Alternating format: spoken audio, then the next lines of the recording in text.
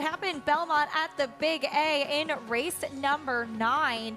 It was the number 1 Añejo able to get through on the rail under Dylan Davis. And just a reminder, the number 6 Bar 14 after that snafu at the gate was declared a non-starter. He was. Yeah, a good trip down on the inside with Dylan. Came through on the inside, paid just too big a price. I don't think the Key Point was so over bad. I think some others really were in here, including Best Idea and the horse outside who just really couldn't rate. But Neo, a very logical horse at $15. And a nice call with Richie liking Big Bobby. He got up for second at 23 to 1 at a nice price as well. 197 in the 9th. Belmont at the Big A. As we take a look at our late pick 5 follow along. Letty was very impressive, winning by open lengths there in the 7th. Celestial City with the class, and then the biggest price of the sequence so far with Añejo. Yeah, I'm going to be very annoyed at myself for not playing this because I really would be alive. Yeah. Yeah. Just 2 races to go, and that does include some stakes action. That's coming up next. Belmont at the Big A, a mile and an eighth on the turf for the New York Breds and the Ashley T. Cole. Cityman currently 8-5, the graded stakes winner. We'll talk more about him and the rest of this New York bred field. After this, always fun to get a chance to highlight the New York Breds, and we'll do just that in the Ashley T. Cole after this.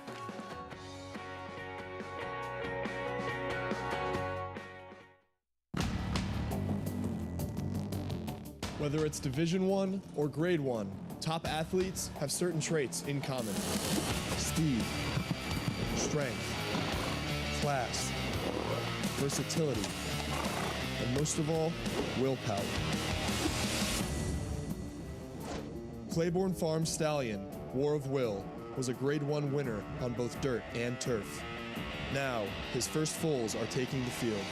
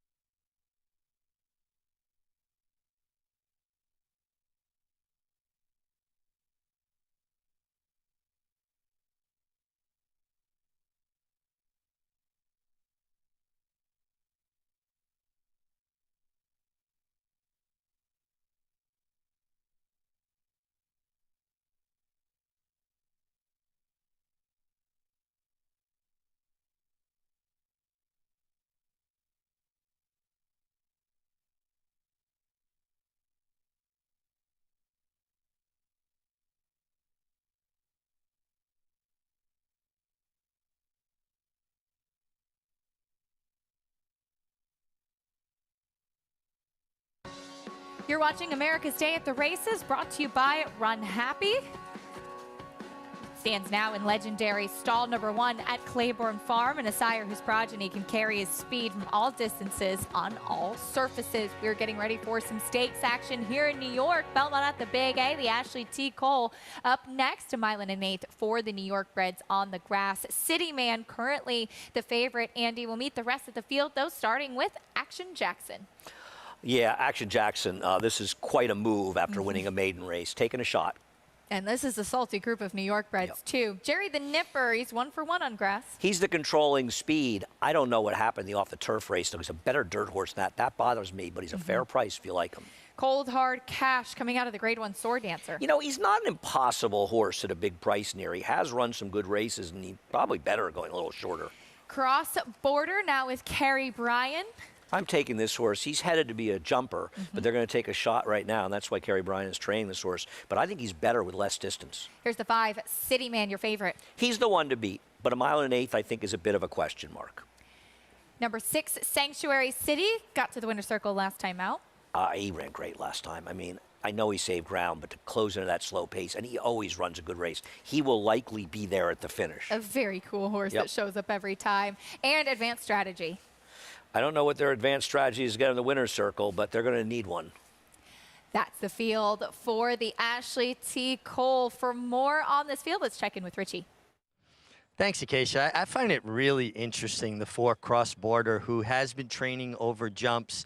Talked with Kerry Bryan, and she was saying that he's absolutely taken to it like a duck to water, really enjoying going over hurdles. And, you know, cross-border's always been a horse, guys, that runs with his head kind of high. Now, to be a jumper, you have to lower your head. You have to see the obstacles coming.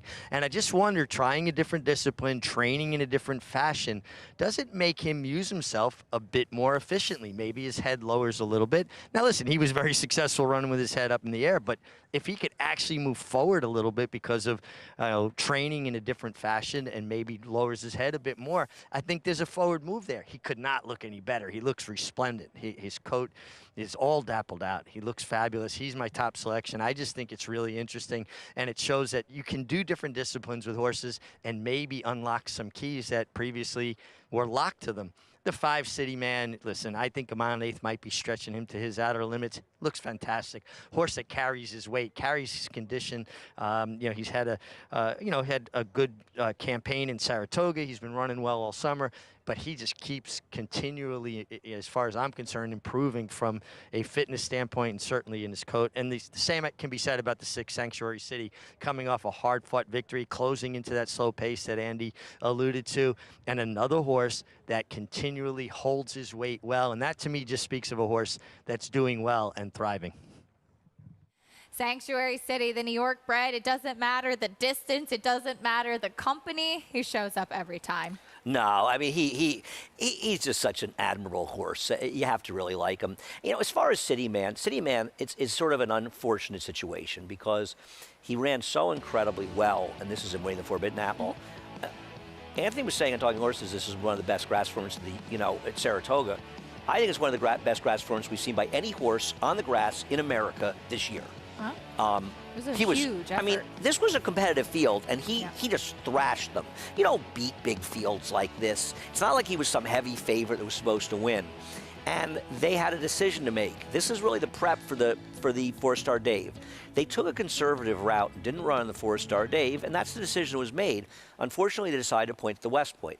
They got rained off the turf. So they went to Plan B, and they ran him in the Bernard Baruch, where the course is listed good. I think it was good to firm, but it was sort of they'd had some rain. It was a little slick, and Emirati wires the field, and it worked against him. And it's kind of like, I'm sure that Christoph has lost sleep thinking, I should just run him in the 4-star Dave. Yeah. But you got to be careful about second-guessing yourself in this game. You have to make a decision like you do in life and stick with it. But to be fair, things just sort of went wrong. But he's a very, very good horse. But is he a better miler than he is at a 1 1/8? That's the question.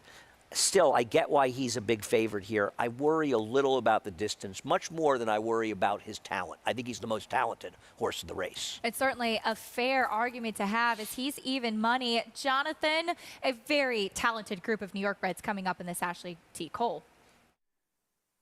Absolutely, and look, City Man can absolutely win at a short price. If you're alive in picks, you want to have City Man on your ticket. But I do think that there's an opportunity here with the 6 Sanctuary City. I've always liked this horse. He's only won 5 times in his career, but he always runs well. He always shows up, and his style doesn't necessarily suggest that he should always run well, right? Because he comes from way out of it. He's very pace dependent to a certain extent, but he always kind of shows up. And he always, if you've bet another horse, makes you at least a little bit nervous when he turns for home and he's starting to kind of pull his kick together. I thought his race at Saratoga closing weekend was outstanding, right? He barely got up in that race, but I thought it was an outstanding ride, closing into a slow pace. And I think at a price, the price differential you see between City Man and Sanctuary City is the win bet. But I do think that both horses are the most likely winners of this race. And I'd be shocked, to be fair, if someone else happened to win this race other than those two. One of the things about City Man, about Sport, I didn't get to say, he had a monster trip in the Kingston, and he actually ran a lot better than it looks that day. And that's why I wonder if a little less distance in a turf race, flat turf race, might help him. in the future, he's going to have to go a lot farther, though, when he's going over the jumps. It'll be fun to follow that New York bred down the line. City Man, the favorite, though. New York bred's in the Ashley T. Cole. A New York bred, John and Brielle, standing by with the call.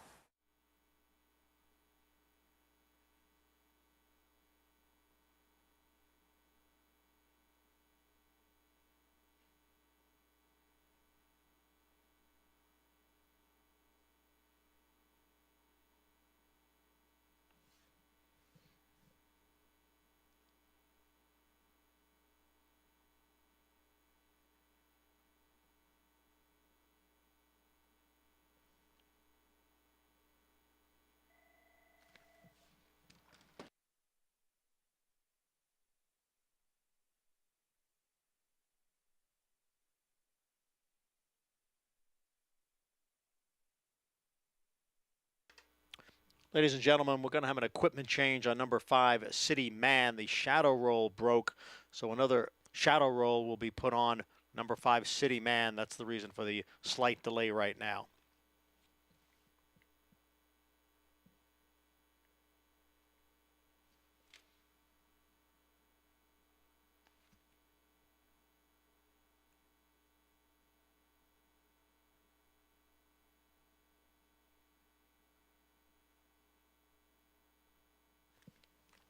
And it appears we are once again set for the start.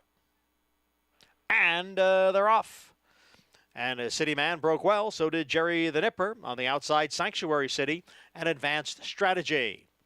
Jerry the Nipper is the leader here. And then it is City Man and Advanced Strategy right together, second and third. Cold Hard Cash races in fourth. Action Jackson down at the rail. Sanctuary City is on the outside, and the trailer is Cross Border in seventh as the field races around the clubhouse turn. And Jerry the Nipper is the pace setter here, leading long shot Advanced Strategy through a quarter in 23 3/5 seconds over the firm turf. City Man, the favorite, sits in third, 2.5 lengths off the lead. Action Jackson is down at the rail. Alongside is Sanctuary City. Then Cold Hard Cash and a break of 4 to Cross Border in seventh. They're midway up the backstretch. It is Advanced Strategy on the outside and Jerry the Nipper down at the rail. And the two of them are right together, a little more than a length, to City Man in third, followed by Action Jackson. Then comes Sanctuary City, the half mile in 47 4/5 seconds. It is still Jerry the Nipper and Advanced Strategy. They continue to battle it out going into the far turn.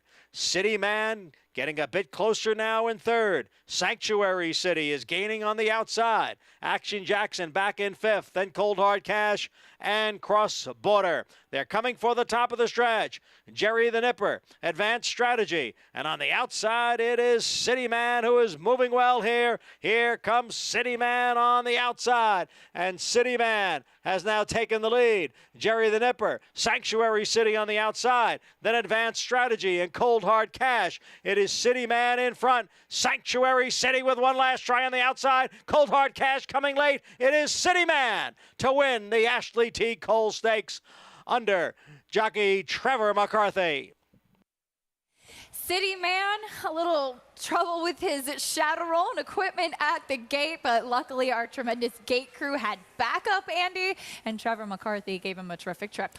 I think, listen, it helps to ride the best horse. Yes.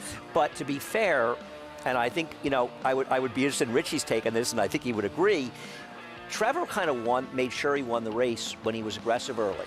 He didn't just ride passively and say, oh, I know City Man's going to lead, I'm just going to sit back in third. He went enough, and he got some help from the 7, but he made them go enough. He forced it a little bit because by going, he made the 7 be a little more aggressive, and they went 23.74, so it was fast enough to ensure that Jerry the Nipper wasn't going to be able to absolutely walk in the lead because I think that was one of their biggest fears. Sure. So he got him in that good spot by being just aggressive enough out of your gate.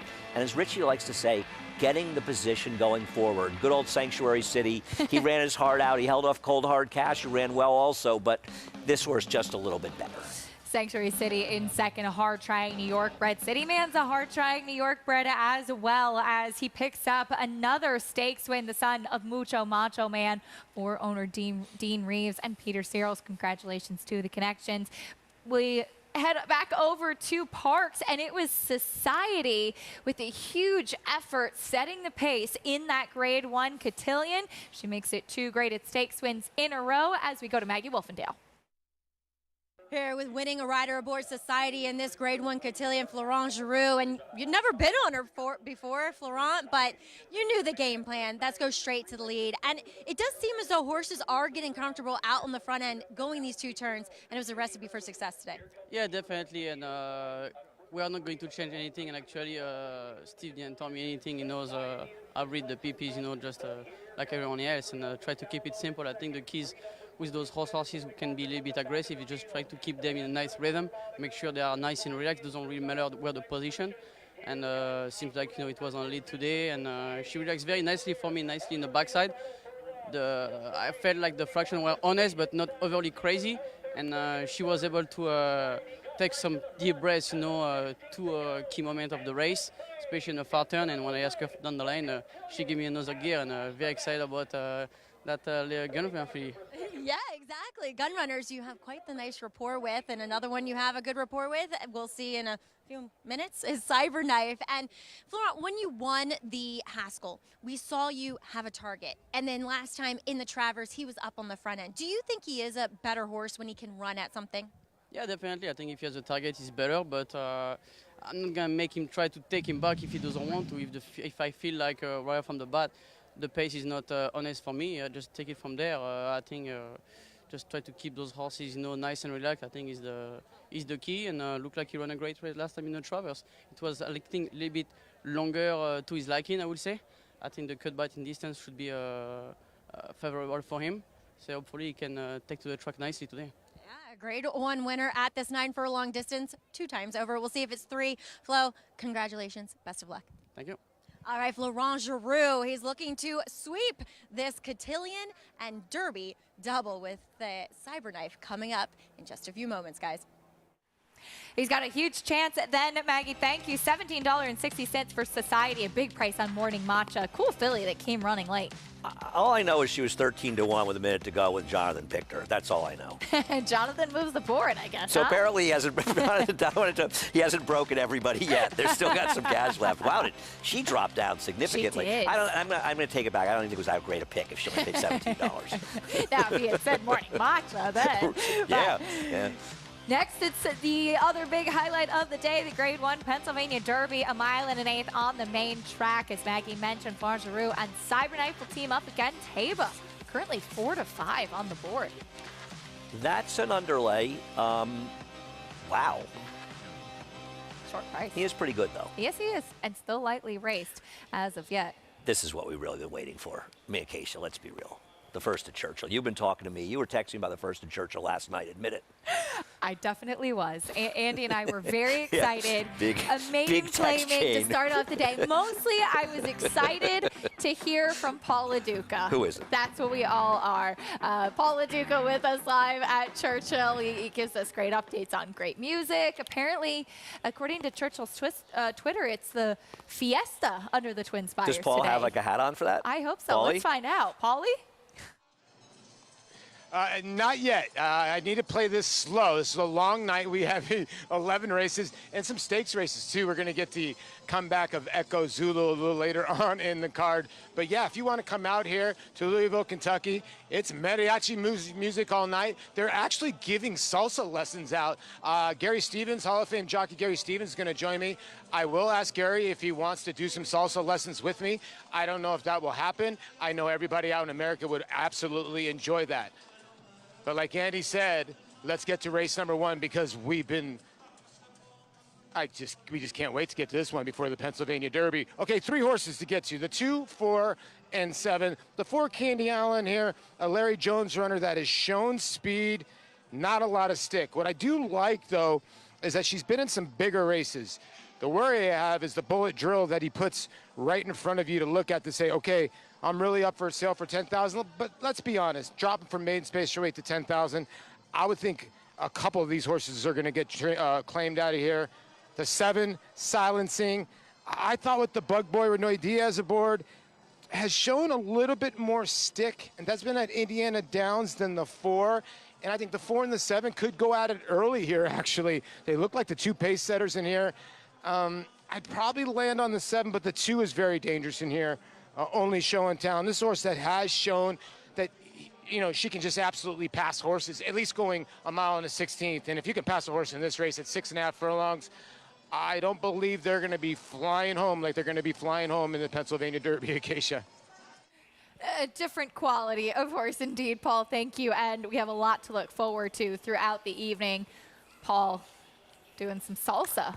Well, Paul and Gary's doing the salsa. I mean, I don't know. I hope I get home fast and I can catch that in the late part of the show. That'll be fantastic. We'll get it on video. Yes, showing I really it for the rest of the hope so. year. I really hope so. Mariachi music at Churchill Downs. And you said a sharp handicapper you are. You found the 2, 4, and 7 as well. I smoked them out as well. I was very proud of myself when Paulie said them, and I don't disagree. I picked the race 4-7 too. I didn't see anything clever. I mean, they're all the drop downs here, right?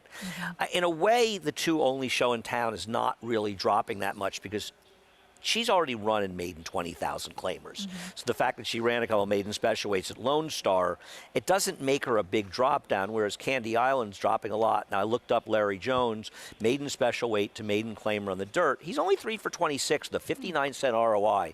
And this is a category, which you know well, that most trainers have pretty good numbers with. Now, Wayne Catalano looked him up. Maiden special weight to maiden claimer on the dirt at Churchill. He's just 3 for 22. He has not done that well with that kind of move either. So I don't think the stats are pointing a lot out there because it's very hard to make a case for anybody else, right? I would imagine with Candy Island, that 57 buyer speed figure 2 starts back kind of points her out. The thing about the 7 silencing is she does have that early speed. We'll see if she can sustain it in the spot, and that could be her best weapon. I think she's the overlay among the 3 of them to be 3-1, and my play would be to box 4-7. Or maybe even just take a shot and bet a 7-4 cold. Kicking off the live racing action at Churchill Downs, race number 1 beneath the Twin Spires. Travis Stone standing by with the call.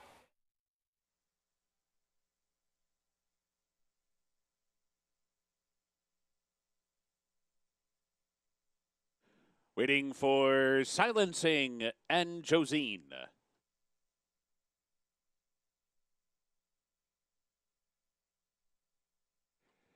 They're in the gate. And they're off. Isabis with a good beginning at mid-pack, and from the outside, Josine is away well, and here's Candy Island coming up on through. So those 3 across the track early. Candy Island down inside, Isabis in between, Josine 3 wide. Silencing makes it 4 across the track down the backstretch run. Only show in town waiting in behind in the early trailer is Yellow Creek Road, 4 lengths off Candy Island, who hits the half-mile pole in front after a quarter in 23 and 2. Onto the far turn, Candy Island opening up by more than a length as they round the turn. Isabis on the chase in second. Josine moves up outside. Silencing is 4th and starting to find her best stride. Only show in town's under pressure toward the rail. Yellow Creek Road angles to the far outside. Meanwhile, Candy Island has built a 4-length lead off the turn. Candy Island in front heading for the 8th pole. Josine set down for the drive second. Silencing is 3rd. Yellow Creek Road is 4th. 1 furlong to go. Candy Island by 5. Candy Island opening up by a bit more than that on the wrong lead to the wire. Does not matter. She's the winner. Candy Island, 5 in the end. Josine 2nd, tight 3rd. Silencing or Yellow Creek Road. Candy Island on the drop in class, your favorite. Takes some gate to wire for trainer Larry Jones. Once Saez put her on the front end, the race was effectively over. When silencing wasn't part of the pace, it sort of ended the race right there, and this horse, the favorite, was an easy winner. I guess Josine, the 8, must be a big price, like the turnback. Martin Garcia and Candy Island get the win in the opener at Churchill Downs. When we come back, it's Pennsylvania Derby time. Can Cybernite pick up his 3rd Grade 1 win of the year? We'll soon find out.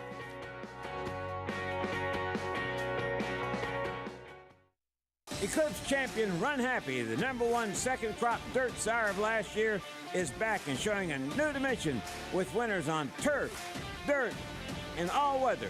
Taberline has really shouldered all the responsibility. What a deserved victory. Most impressive. Taberline by 3 1/4. Somebody's Problem is on her way to winning the Prairie Meadows Debutante. Somebody's Problem by 2.5 3. Run happy, price for value, and standing strong at Claiborne Farm. This season at Oaklawn, we've got more of everything. More of the top thoroughbreds in the world. More days of live racing. And the largest purses in our history. All at a completely reimagined Oaklawn. Come be a part of this historic season at Arkansas's only casino resort.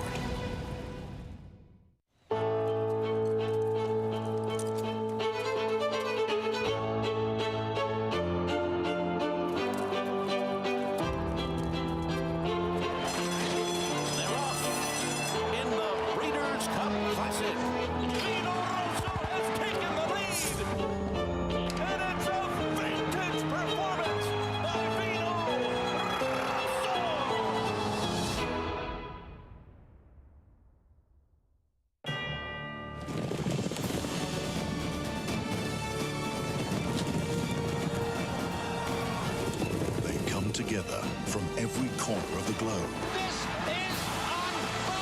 In pursuit of the one reward that sets the special few apart. The title of World Champion. Don't miss racing's ultimate coronation. The Breeders' Cup World Championships at Keeneland. Tickets on sale now. We're back on America's Day at the races as we get ready for our America's Best Racing Race of the Week, the Grade 1 Pennsylvania Derby, coming up next at Parks. And a very important race for the 3-year-olds, the last Grade 1 of the year for the straight 3-year-olds. Taba, still your favorite at even money, is still lightly raced and looking to get back to the winner's circle. As we take a look at some recent Pennsylvania Derby winners, some very special horses that have been successful in this race. Hot Rod Charlie, a little bit of drifting last year, but a cool horse to get another Grade 1 win. Yeah, no, that's a list of some pretty good horses in there. You know, West Coast, of course, who won the Travers as well. Connect won the Cigar Mile as next start. The talented McKinsey, Frosted, who was so good in especially the Met Mile. Next year as a 4-year-old, and a Wood winner. Indeed. Often forget about that as we get ready to meet the field, starting things off with Zandon coming out of a 3rd in the Travers. Well, he's not going to be in a good spot if the speed we saw in the Cotillion plays out in this race, because he's going to need the race to come back a bit. Joel Rosario going to be aboard as we take a look at the co-longest shot on the board. Here's the 2 Icy Storm. Yeah, he's an underlay at 99-1 based on his PPs.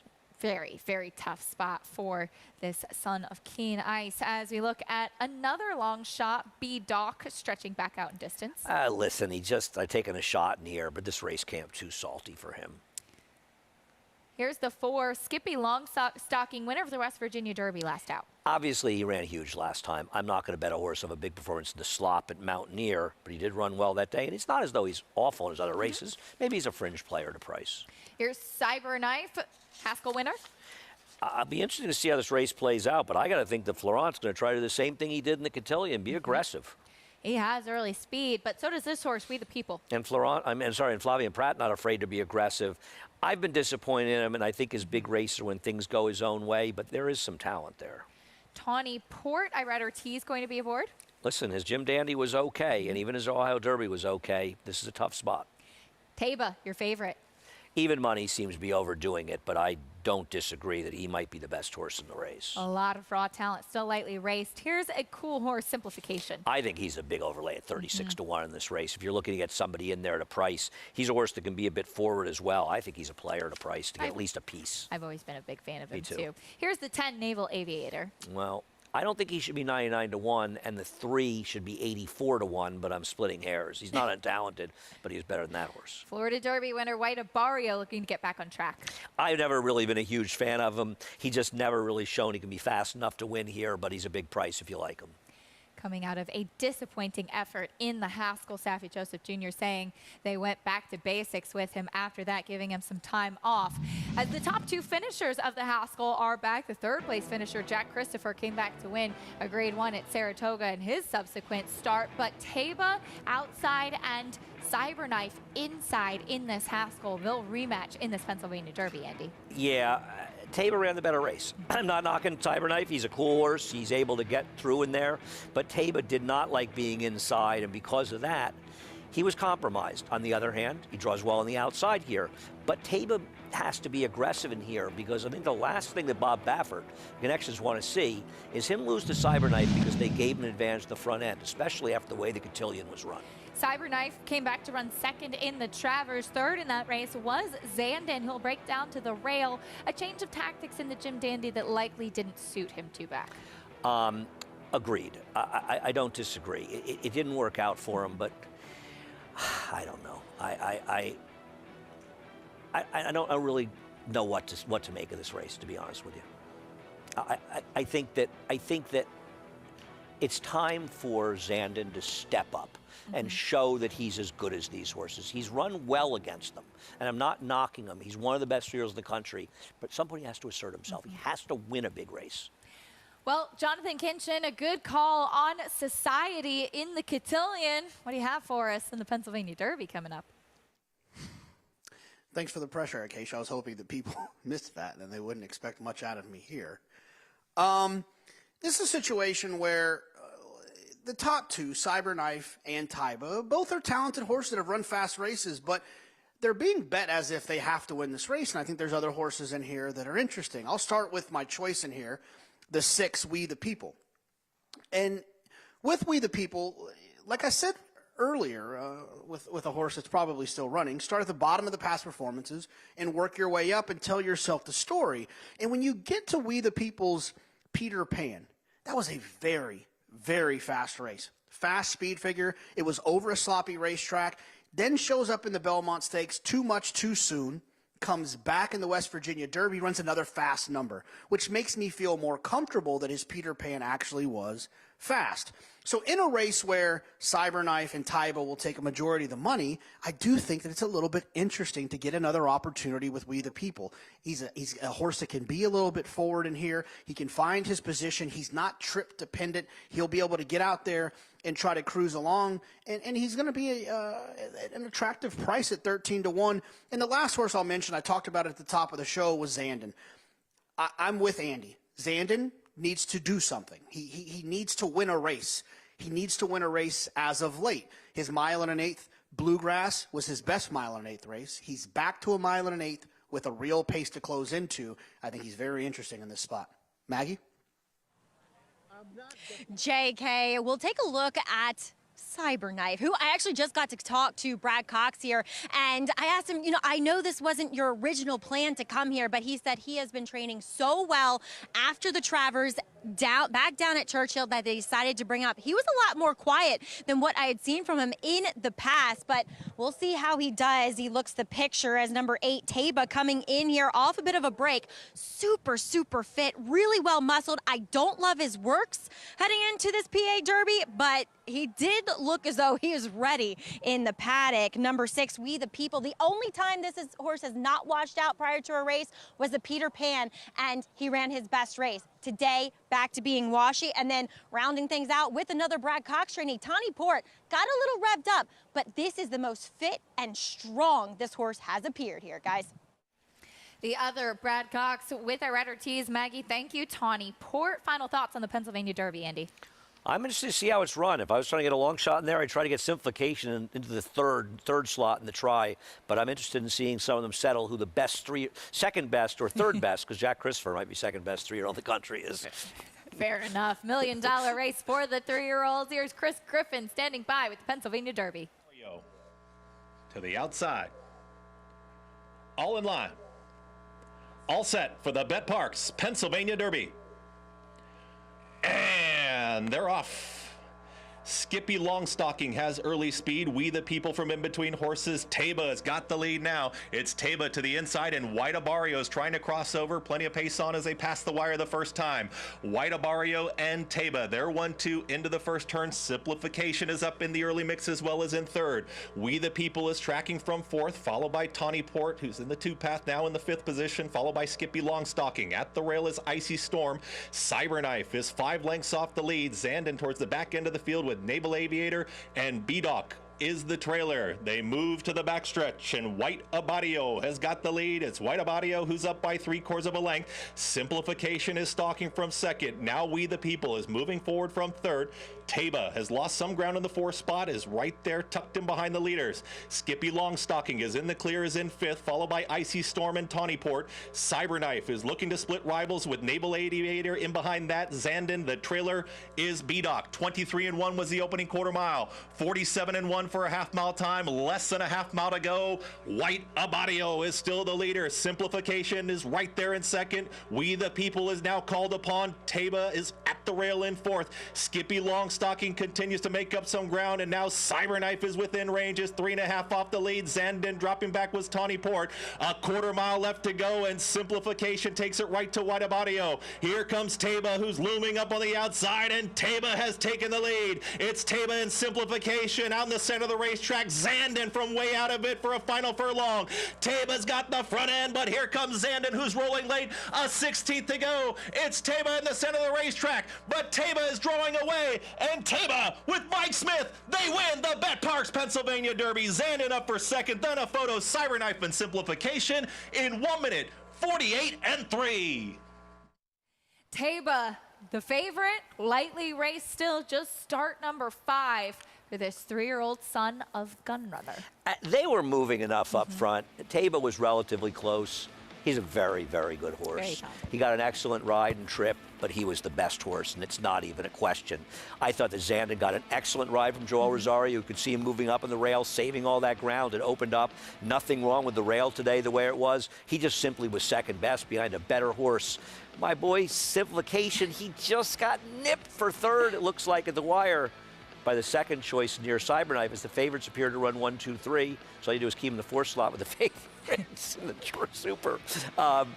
But, you know, my question with Cyberknife is, why wasn't he closer early? It was interesting. I got to give Luis Saez credit with White Abario, knowing that he has a horse that's just not as good as the others. He was the one that really took the bull by the horns and sent him where several others, notably Cyberknife, did not. No, I agree. I mean, he may have run 5th or 6th, but whatever chance he had, I think Luis gave him the best chance by being aggressive. That's all you can ask for. I'd love to see a Taba Epicenter matchup, though I still give Epicenter the edge at this point. That'll be a fun one for sure. Talented 3-year-old, very talented in this crop. Meanwhile, a 5-year-old horse in New York bred City Man back to the winner's circle as we go to Richie Migliori. Here with Christophe Comant, conditioner of City Man. He worked out a beautiful trip. What were you thinking throughout the running? Another one, a great trip. Trevor knows the horse well, and this is fun. It's been a really fun horse, to tell you the truth. And all the credit goes to Mr. Reeves. He's the one who found him and bought him early on in his life, and this is great. Christophe, it was a kind of a quick turnaround from a good run in the Bernard Baruch. He had a good race. The horse that did, the guy on the lead won.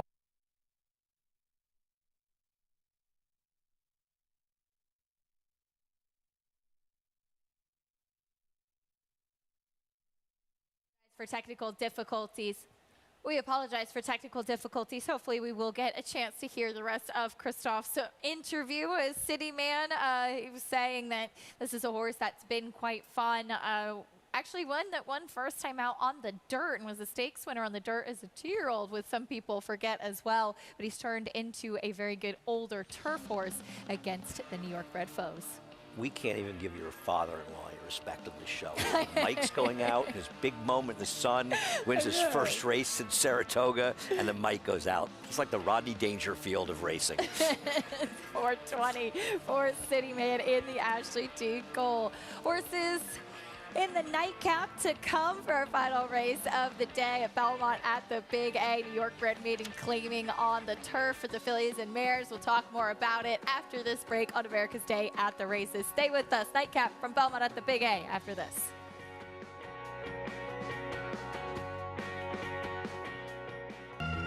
nobody taught me how to be fast.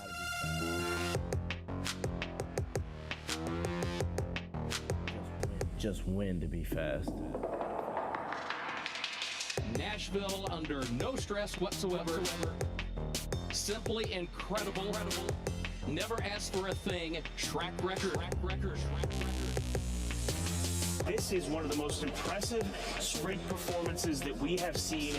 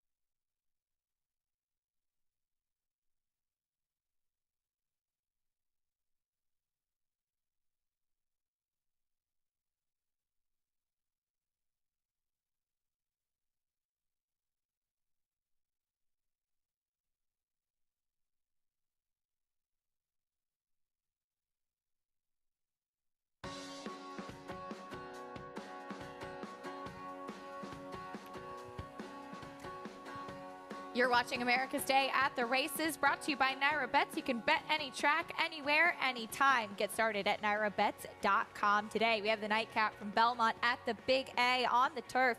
New York breds in this maiden claiming race for the final race of the day here in New York. Here's a look at the field, Andy. And currently the number 5, Capital Gal, is the favorite as she drops in class. Only her second start on turf. I do like her, but to be fair, and I don't want to be too hard on Heeman Harkey. He doesn't get many chances, and he does the best he can. But he's not exactly the rider you want in a two-turn turf race as the favorite. Eric Cancel is going over the Meadowlands to ride for the George Weaver barn in a bigger race. That horse with all the numbers in his name that's spelled out long and I can't remember. So while I like her, yeah, what is it, 0358 087? Just give the numbers. And I think Jannie May has a real chance to wire the field as another horse. I don't know why they're betting the 9 here. I'm not a fan. Cucaro, the 8, has a pedigree for turf and could improve. 3 siblings who won on the grass, first time on the turf for Jimmy Ryerson. For more on this field, let's check in with Richie. Hey guys, first of all, a real long shot that just caught my eye, the 2-horse Frosty Invasion. She had one turf start, and it was abysmal, to be honest. But from a physical perspective, this Dark Bay daughter of Normandy Invasion could not look any better, and she kept making me take a second look at her. I don't know that that's going to translate to her running well, but I really was impressed with her. The 4-horse Mooley, very well turned out. First time for Dave Duggan, takes the blinkers off on the stretch out. Do think she'll appreciate getting on the turf. The 5 Capital Gal, I completely agree and understand with Andy saying Heeman Harkey just doesn't get a lot of opportunities. But I will say this. He has quiet hands. I watch him gallop horses in the morning. He gallops for the Bond Barn all summer in Saratoga, and he has a very quiet way with horses, a nice light touch on the reins. And this filly got keen last time with Eric, and maybe she'll settle nicely into his hands. So I picked her on top, and again, with the same reservations, just because he doesn't get a lot of these kind of opportunities. But I do think he might fit this filly just by being quiet and having a good set of hands. And the other horse, Oak Loves a Fight, certainly makes a lot of sense. Could work out a good trip with Dylan Davis. A filly that can be a little bit hard-headed. She's got a Houghton bit on. Give Dylan a little bit of power steering, if you will. Richie, thank you. Oak Loves a Fight, one that typically does wear a Houghton bit, as she can be a little bit tough to handle at times. I liked her 2 back at 9-1, Andy, and If people wonder why we like Capital Gal, and we all do, is that she got not a particularly good ride in her last race, just completely dragged out of the race. She was taken back. She was really tough to handle. Even the short comment saying that she was ranked that afternoon. We'll see if she gets a better trip today. The nightcap from Belmont at the Big A. Here's John and Brielle with the call.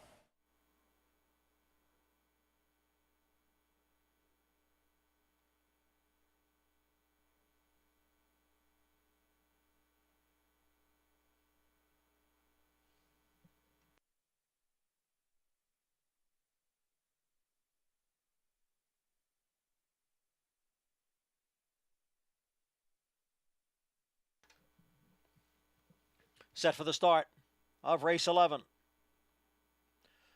And they're off. Malley's going out for the lead along with Janny May. And from the outside, ace up her sleeve. Janny May, ace up her sleeve. And Malley is racing in third. And then comes Kukuro's on the outside in fourth position. And down at the rail is False Hope next in fifth.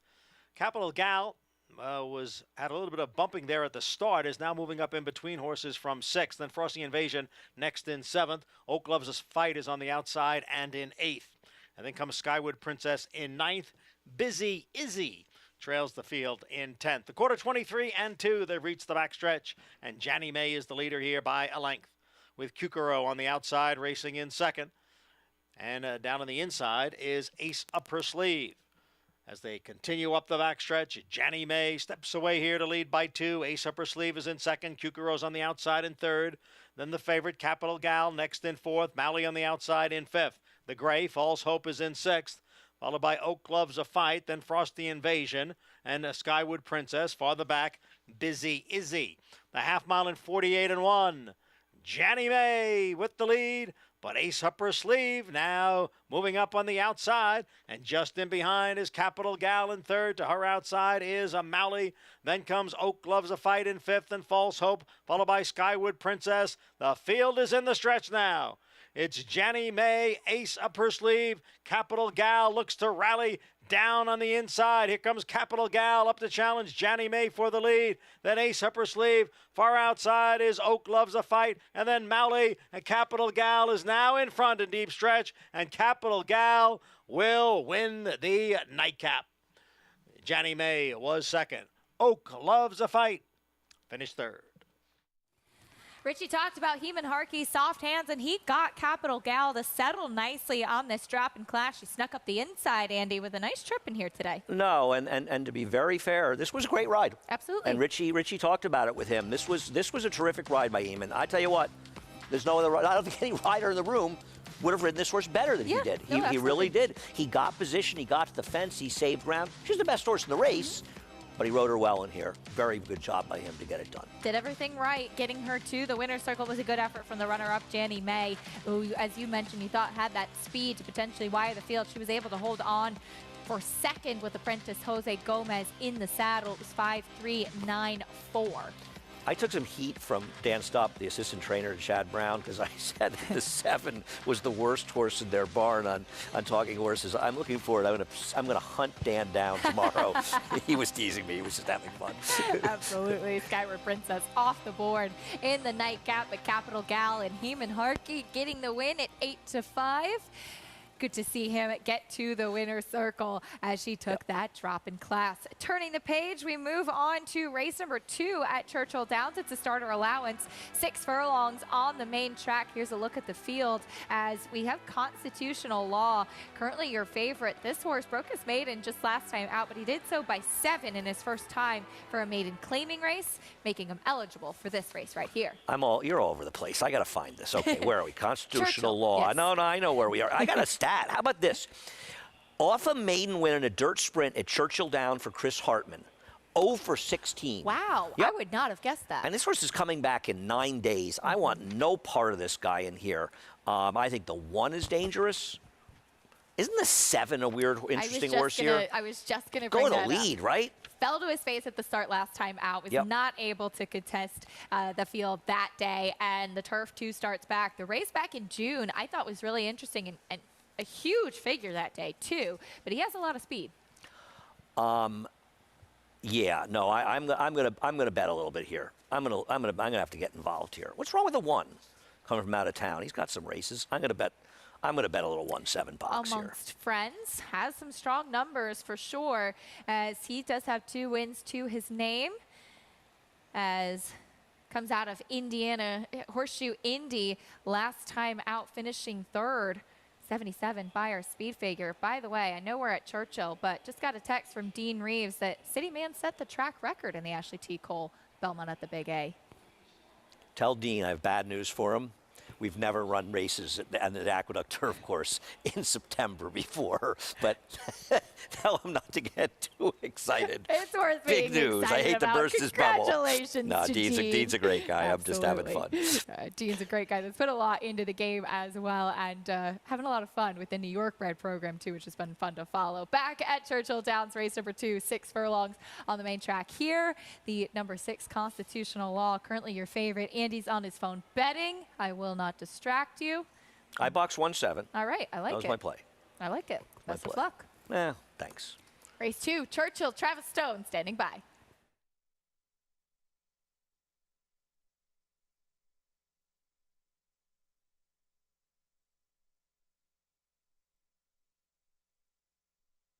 Waiting for Dark Timber.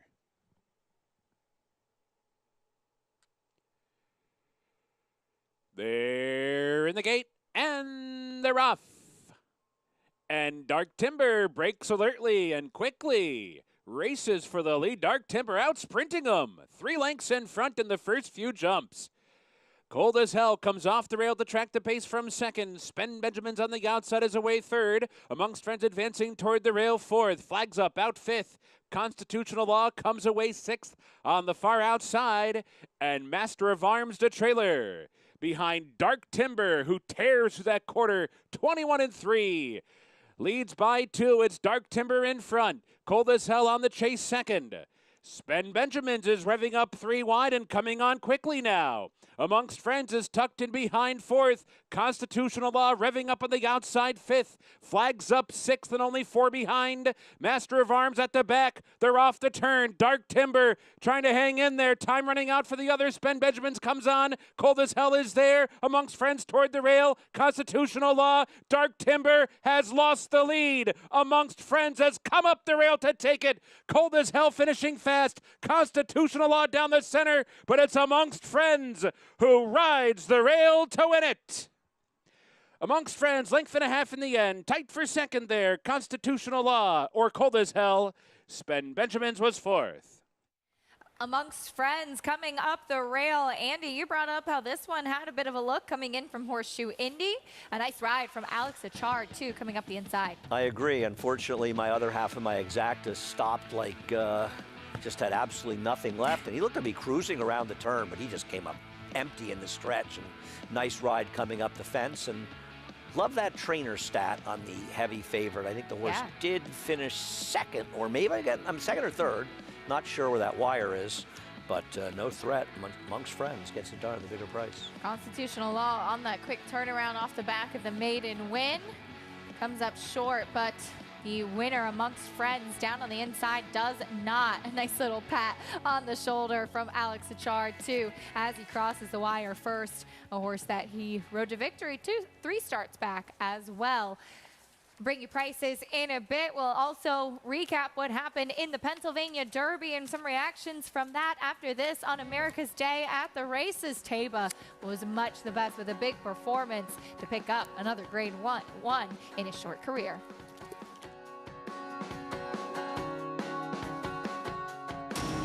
Every hair, every muscle, every contour, every pulse. In the juvenile, Essential Quality have won. In the Belmont, Essential Quality has won the Belmont Stakes.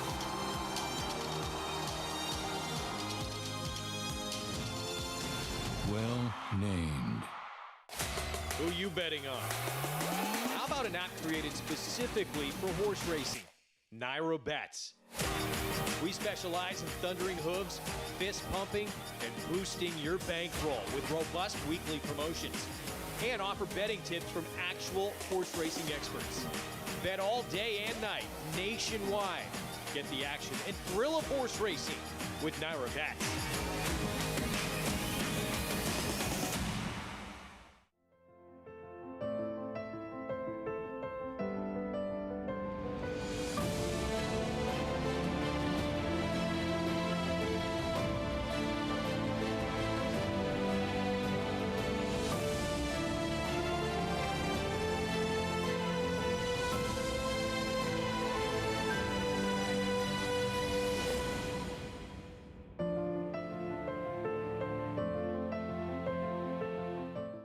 Racetrack Television Network brings you every race, from every track, on every screen, every day.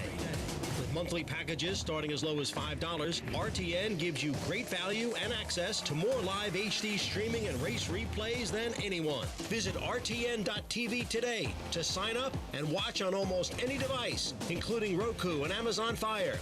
RTN has packages that start at $5 per month.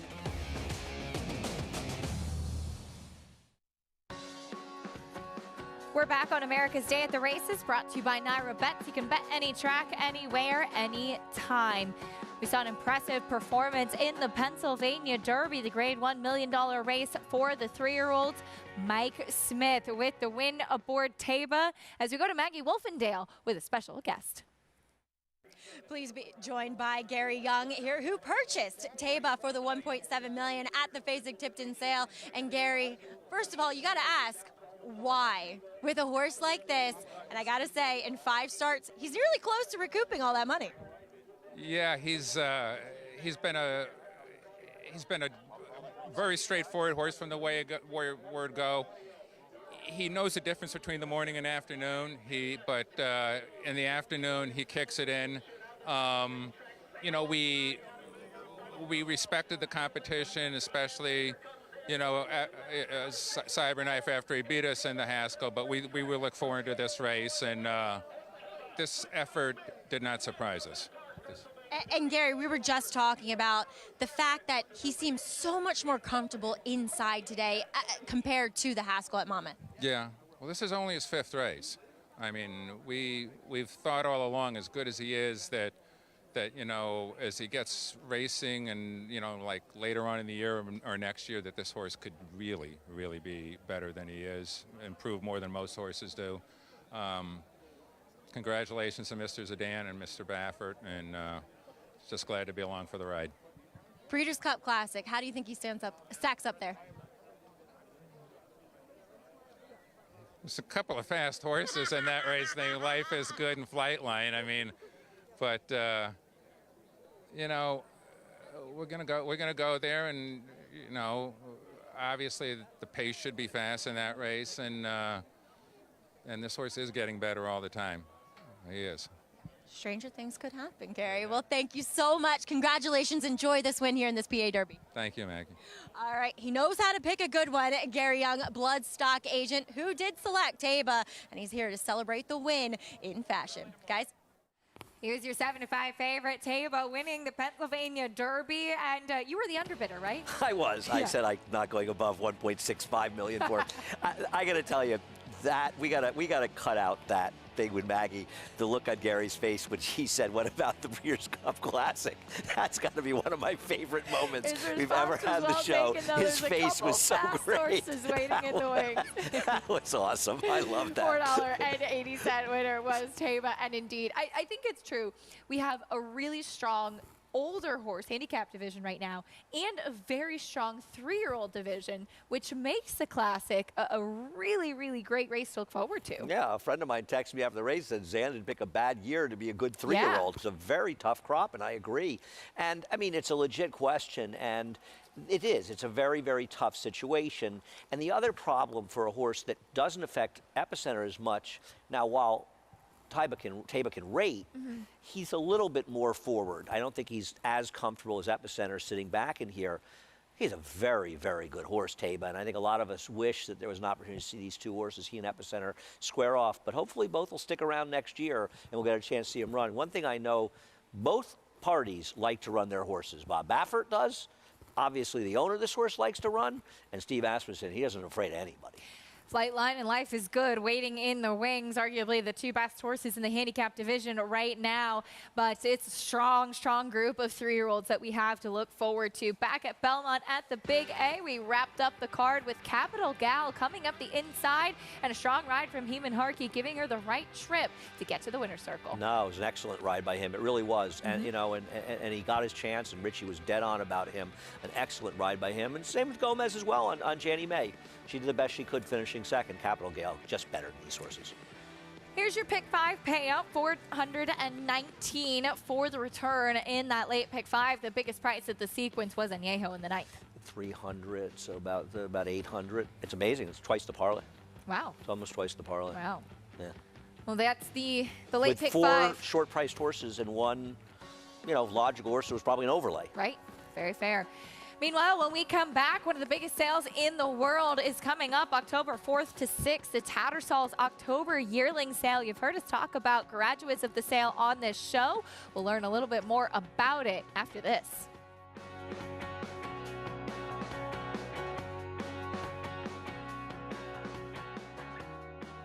Quality Road, proving Lane's End's tried and true stallion-making tradition, a tradition that leads to success for our partners and our stallions. Quality Road has sired multiple Eclipse Award and Grade 1 winners, including champion 2-year-old colt Corniche, champion 2-year-old filly Caledonia Road, champion 3-year-old filly Abel Tasman, and multiple Grade 1 winner City of Light. He's a leader of his generation. Quality Road, a stallion that stands above the rest.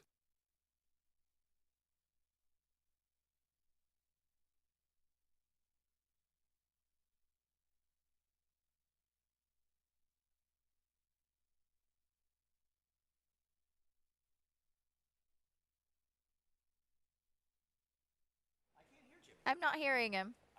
I'm not hearing him, Danny.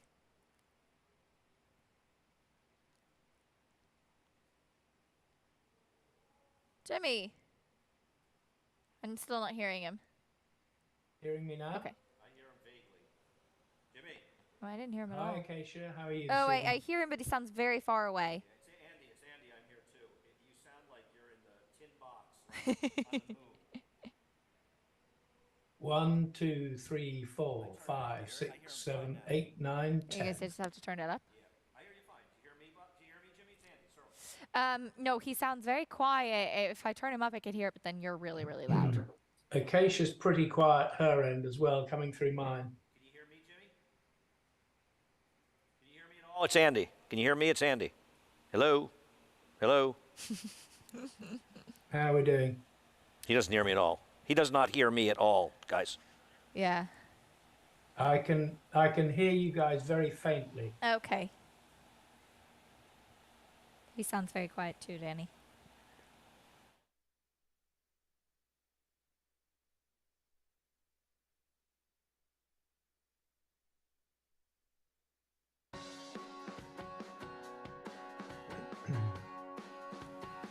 You're watching America's Day at the Races. Glad to have you with us on this jam-packed Saturday afternoon, and we are not done yet. We saw race 2 at Churchill Downs take place, that starter allowance, and it was the #1 amongst friends able to sneak up the inside to get the win under Alex Achard. 1578. 1578. Gotta love that breakage. Yes. The old 1578 rolls off the tongue, doesn't it? Over 8 to my favorite constitutional law. You had a good stat on that one. It's the 2-year-olds in race number 3 coming up at Churchill for maiden claiming 6 furlongs. As we see horses in the paddock, here's a look at the field. A couple scratches, a couple first-time starters. Not a lot to sink your teeth into in this race. No, the horses I found the most to talk about actually scratched. I thought Mataro was a real threat to wire the field in here. Not really left with a lot, and the board sort of shows it. You've got horses vying for favoritism at 4-1, 7-2. We'll see. Well, that's the field for the 3rd at Churchill Downs. But first, as mentioned before the break, coming up on October 4th, we'll see the Tattersall's October Yearling sale. And so pleased to welcome in Jimmy George of Tattersalls, who's been on with us before. Jimmy, I know it's pretty late where you are, so thanks for staying up with us. Glad to have you here. Acacia, hi, it's good to be with you. It is quite late here, but it looks like early evening with you too. Indeed it is. And Jimmy, as we've talked about before with the Tattersalls October yearling sale coming up, this has become one of the premier yearling sales. It has the history, of course, but worldwide recognition with agents and trainers looking to pick up some young yearlings at this particular sale. Yeah, I think it's fair to say that one of the Tattersall's October yearling sale features probably the finest collection of turf-bred yearlings to be found anywhere in the world. In a 3-day period, we've got 550 catalogued, and they are by the very best turf sires in the world. So between the likes of Frankel, Dubawi, Galileo, Lope de Vega and Kingman, we've got the thick end of 140 yearlings by those 5 stallions alone. And you throw in the likes of Siuni, who had a Grade 3 winner at Aqueduct this evening for Chad Brown, and See the Stars, you're getting to 200 odd yearlings. These are some of the very best stallions to be found in the world, and certainly if you're looking for turf performers. So it's a real magnet for buyers from throughout the world, and in particular from our friends from over your side of the Atlantic in recent years, based on success. Hey, Jimmy, it's Andy Sterling. It's nice to see you, albeit on TV. It's really interesting watching the evolution of the sales from an American perspective. Chad Brown went over there for Peter Brandt and Seth Klarman's Klarvich stables and had so much success, but now it feels like there's a lot of American players, and they have to have really influenced your sale quite a bit.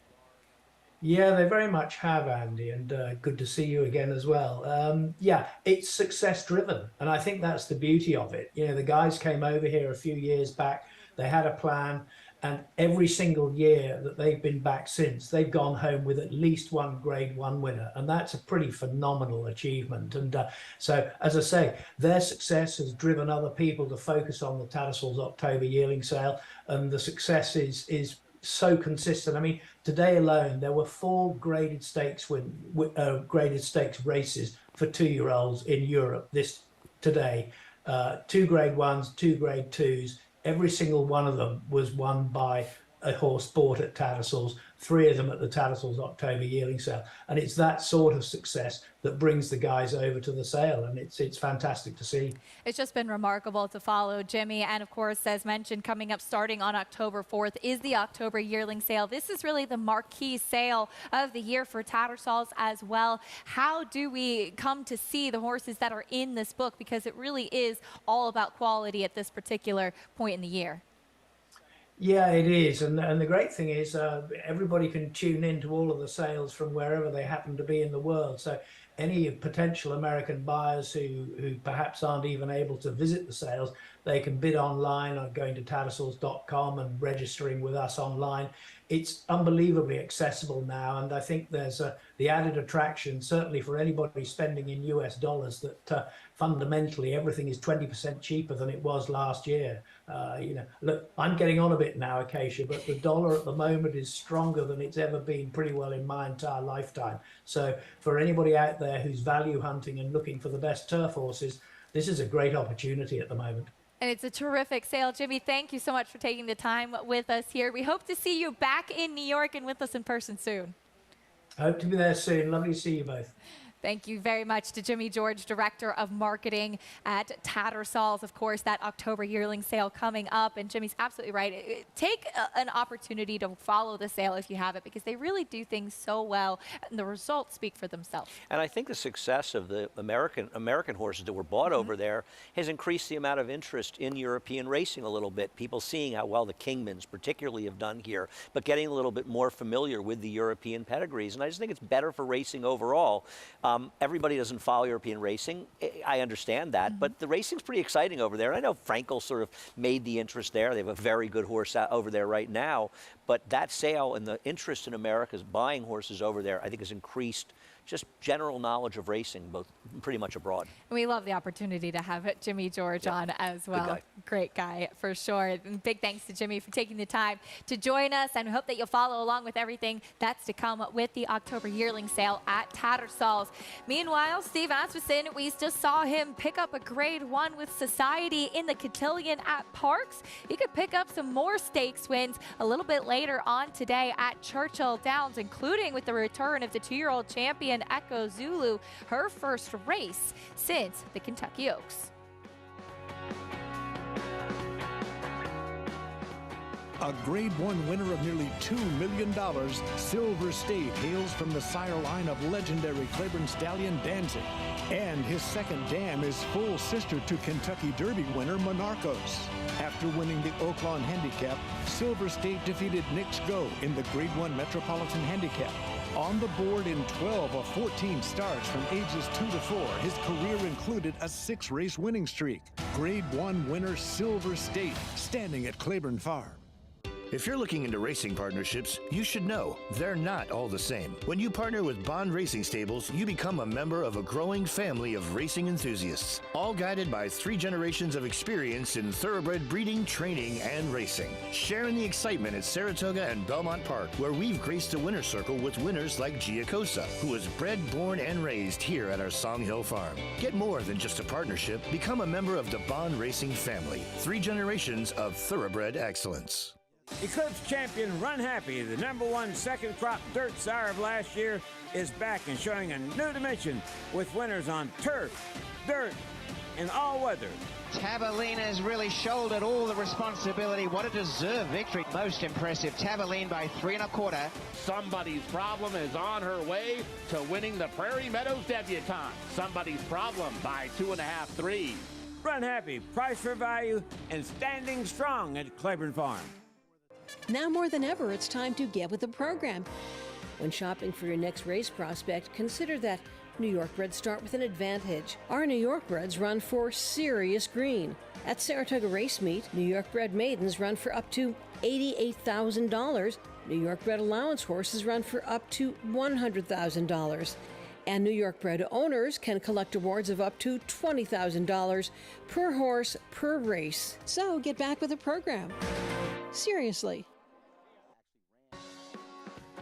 You're watching America's Day at the Races as we continue on with our live racing at Churchill Downs. A great crowd on track there for Fiesta under the Twin Spires. A lot of salsa dancing to be going on. Right. Paul and Gary are getting pumped. Did you bring for your that. maracas? You know, I never leave home without them occasionally. I certainly would hope not. There's a look at Eternally Grateful, first-time starter, one of several 2-year-olds in this upcoming race who are making their first start. It's a maiden claiming for $20,000, and this is tough, Andy. I mean, I'm sure you did too, looked up the pedigrees, the horses that have run so far. It's a little bit tricky to figure out who could potentially be the one in this spot, as is told by the tepid 7-2 favorite. Well, I think you and I came to the same conclusion. There wasn't a heck of a lot of pedigree in here. Actually, the 3 was probably this one. That was a Bill Mott dam. Yep. That was pretty good. But she had one foal horse was awful. You know, you look at the 6 going out for Todd Pletcher, a homebred for Phoenix. Todd does not have terrible numbers, but he just doesn't run that many maiden claim or first time out. And they're going to bet this one because it's Todd Pletcher and Tyler Gaffleone. And frankly, 7-2 for Pletcher and Gaffleone in this field feels like 10-1 for any other combination, right? Indeed it does, as I think it's just kind of by default for this Bernardini colt debuting for $20,000. We'll see what he has to offer in his first start. Go ahead. No, I was going to say the 12 is the worst you kind of want because he's running against maiden specials and he flashed speed. But, man, the one dirt race he comes out, that was a terrible race at Saratoga. It was a short field, did show some speed. We'll see what he does today. Starting off the post parade with Warhorse West. I mean, probably better turf in the pedigree on the dam side. We'll see, taking a little bit of money. Colt by West Coast. 2 and 3 are out. Here's the 4, Big Beamster. This one just has no pedigree that I could find. You find anything? I did not find anything. As 12-1 on the board, kind of reflecting that as well. Here's the 5, Talk to Toki. I guess the best thing to say about this one is Carl ships sorts from Evangeline. So you would think he would ship to Churchill. He must think the horse can run a little bit. Next will be your tepid favorite, Mobot. I would never take a horse like this who's just strictly being bet because it's Pletcher and Gaffleone, which isn't a terrible reason to bet. But for my money, I want to see him getting bet for a better reason. Not a sparkling work tab, is getting a big warm-up out there under Tyler Gaffleone. As we take a look at a horse that has pedigree, though largely more for the turf. Here's the 7, Lord Grantham. I agree. I have a funny story about the dam sire, actually, for if we want to kill time. Fantastic. Probably more turf production, but the dam did run a little better in the turf, the dirt than turf. She did. That one, bit. There's the 7, is half to Lady Edith, a turf sprinting filly. Yeah. Lady, she's still running. She is. Yeah. Yep, just ran in Saratoga. Who has Lady? Christoph. Christoph, okay. She started out with Tommy Drury. Right. Yeah, so he's obviously familiar with the family. Here's the number 9, Santino's Fantasy. This one has the dam side pedigree is terrible. This one. Not much to say there. Daniel Sander can be a little sneaky sometimes with first-time starters, but not taking any money either. Here's the 10, Dixie Fury. I don't know. Maybe this horse will run better second time out. Is taking a little bit of money, but did no running in a maiden 50,000 claimer. But maybe the experience will help. That was just on September 18th as well, so quick turnaround for that one. Second-time starter for Keith DeSormo, 8-1 on the board. Here's Eternally Grateful, another firster. No money for this one. There was one foal from the dam that did run an 81 buyer. Larry Jones is 2 for 10 with first-time starters in maiden claimers in the dirt. There's that one, first-time starter debuting with blinkers on. Next, we'll go to a horse that did show speed on the dirt in his first start.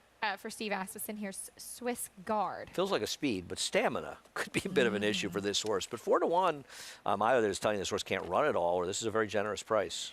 Did take some money on debut as well, but we have the number 13, My Sweet Lord, who does come in also off the eligible list. I got to tell you, I resent naming a horse after a George Harrison song unless the horse can run. Yeah, there was a big lawsuit, right? They claim he stole it. He had stolen the song. He didn't. He did not lose though, right? Or was there a settlement? No, I think he did. He did. He did lose. I vaguely. It was like a doo-wop song or something. I remember having this conversation in a communications course in college when we were going over the legal sides of things, when writing or producing songs, pieces of literature, whatever it may be. And I remember, we'll have to get back to you on that. I think Paul's getting a little patient. I saw George Harrison at the Dillon Tribute. I think it was the last U.S. appearance, actually. Maybe Paul will sing My Sweet Lord for us. That would be awesome. Yeah. Paulie, please. I wish I could be a Beatle and be able to sing that song. It's mariachi night. I got to stick to what's going on for me. Feliz Navidad, if that comes on a little bit later, maybe I'll start salsa. And like Shakira said, Acacia, my hips don't lie. Okay, down to this race in here. Kind of what Andy was saying, I think that a lot of people are gravitating towards the 12 Swiss Guard because it's Steve Asmussen, a horse that did show some money first time against Saratoga. But, you know, that race was not much. And it's really hard to discern who to go with in this race because when you look at this horse, is she kind of a bit chilly on the board? I would say yes at 4-1, or he is actually. Mobot to 6 is taking money. Is that just because of the connections? You know, the 4 in here, Big Beamster. Now, I will say, did come out real tall, leggy colt. I don't know if he's going to really love sprinting. He might be a kind of horse that down the line, but I guess when you're dropping for 20 or starting here for 20, you are what you are. I'm going to go to the 1 here a little bit, Warhorse West. Now, I think it was yesterday, John Ortiz won with a horse going a mile distance from off the pace, flying up the inside. And the inside hasn't been too kosher lately to come up the inside. It seems like the outside of the track. But John had one win yesterday. I think he could come right back. The 13's the problem horse for me, My Sweet Lord. Those works are so slow. They're too slow to believe. So either the 13's a hidden horse here or the 13 can't run a lick. We'll see what happens as George Harrison did, in fact, lose that lawsuit. He could afford it. With My Sweet Lord. He's so fine was the song. Meanwhile, it's 7-2 and 5-2 on these 2-year-olds. Let's check in with Jonathan Kinchen. Paul logged into my iCloud. I like the 1 and the 12 as well.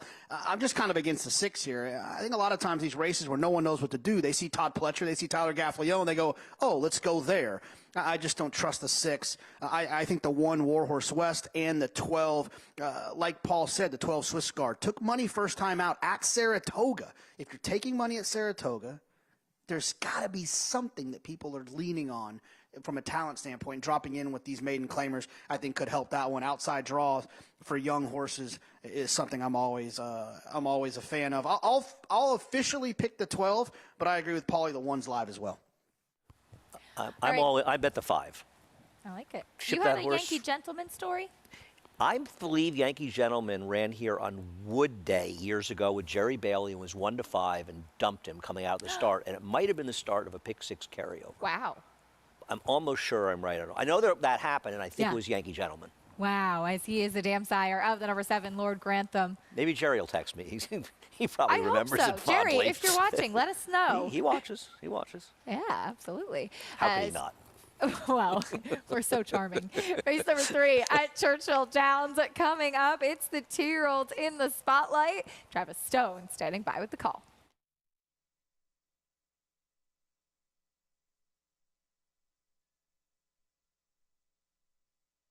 Waiting for Swiss Guard and My Sweet Lord.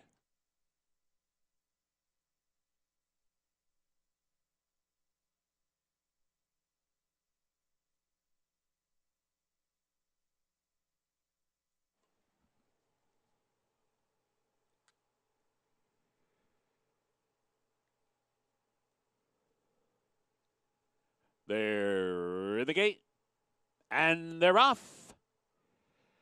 Swiss Guard breaks on top. Lord Grantham showing speed as well. So those two fastest out with Dixie Fury coming on. Santino's Fantasy in tight and had to check repeatedly there. Lost a length or so. Down the backstretch, Swiss Guard fastest early. Heads over to the rail to show the way. Dixie Fury comes on to grab second. Lord Grantham toward the rails racing in third. Tuck to Toki comes from the outside in fourth. Santino's Fantasy trying to keep that one pinned in behind horses fifth. 4 lengths back, Big Beamster racing sixth. Eternally Grateful seventh by 6. Warhorse West is all the way back in 8th. Mobot's losing ground in 9th. My Sweet Lord is in 10th and is totally outrun. Strung out field behind a sharp quarter. 21-4. And it is Swiss Guard who's at the quarter pole in front by 2. Lord Grantham comes off the rail. Fighting on is Dixie Fury. They're closing in quickly. Swiss Guard short lead. Lord Grantham trying to gun this one down. 100, now rather make that a furlong to go. It's Swiss Guard inside, and here's Lord Grantham. Lord Grantham pounces on Swiss Guard deep in the final furlong and is opening up to the wire. Lord Grantham by 3 lengths. Swiss Guard has to settle for second. Dixie Fury was third, and Big Beamster late in the scene for fourth. Lord Grantham and Tommy Drury get the win. Edgar Morales in the saddle in his first start on dirt. All that talk of Yankee Gentleman, this one out of a Yankee Gentleman mare. There you go. Should have just gone with that from getting on the dirt. So we kept the rider. Yep. Nice ride here. Got a very good trip, and always happy to see those masteries do well. Absolutely. Really a shame he got hurt. He's a horse who could have very talented definitely horse. had an impact in the Triple Crown races that year. The number 12, Swiss Guard, set the pace as was anticipated, and he held on for second, but the number 7, Lord Grantham, just going with the best momentum late. The number 6, Mobot, as we had all kind of assumed, being bet by default, was a complete no-show in this race. Yeah, it's no surprise. You see, I mean, if that horse was live for Pletcher and Gaffleone in this field, the horse would have been even money. Yes. That was not your winner. It's Why the are we number showing the 7, one? Lord Grantham, who was your winner. He's somewhere around I blame there. Mitch. I Don't blame be Mitch Levitas for that. confused. I heard him saying, "Please show the one." He trailed the field. Lord Grantham, the winner, first time on the dirt. He's somewhere out there on the track, we promise. When we come back, we'll talk about trainer Norm Cassie following in his father's footsteps. Horse racing is in the blood, though maybe he didn't take the path that many might have anticipated right at the beginning.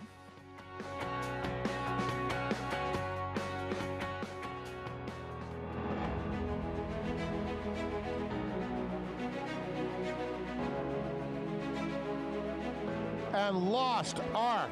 Big, powerful strides. Puts him away in the sapling. And Forte and the two of them are right together. It is Forte to grab the lead now from Belfort. It is Forte in front. Forte on to victory here in the Grade 1 hopeful.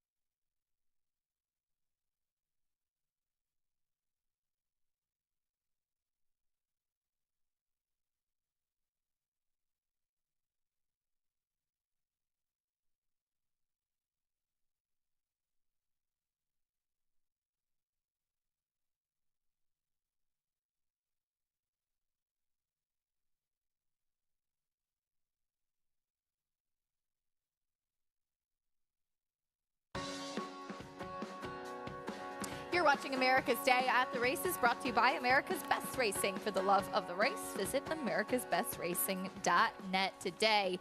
In the third at Churchill Downs, it was maiden claiming for the 2-year-olds. Lord Grantham made his first start on turf in a drop in class, and it proved to be the winning one. Yeah, got it done here. Nice ride, good job, and it gets it done. Son of mastery standing at Claiborne. Absolutely, and Lord Grantham, Edgar Morales in the saddle, able to overtake the number 12 Swiss Guard, who set the pace 7-12-10-4. 12.04, $12 for Lord Grantham with the win. As we turn the page, move on to the fourth race at Churchill Downs. It's a $10,000 claiming race, 6 furlongs on the main track for fillies and mares, 3-year-olds and upward. As we take a look at the field for the fourth, Aiden Ike, as was to be expected, Andy, on the drop, is currently your favorite. Yeah, I think Aiden Knight is very much the worst to beat in here, but I will say Cadota Pay is a little interesting. I mean, this is a filly that had, or a mare, I should say, that had good form that just completely and totally fell apart up in Saratoga, but claimed by Diodoro coming down here and dropping.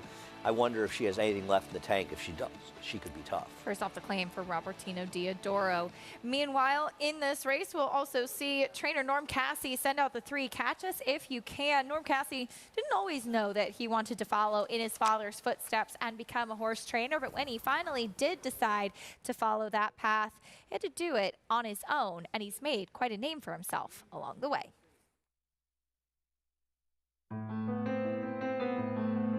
I grew up resenting horse racing a little bit. My dad and my mother divorced when my brother and I were very young, and I didn't get to see Dad a lot. And when I did go to see Dad during the summers, we'd have to go to the races in the barn all day. And then being a little kid, there was a lot of resentment there.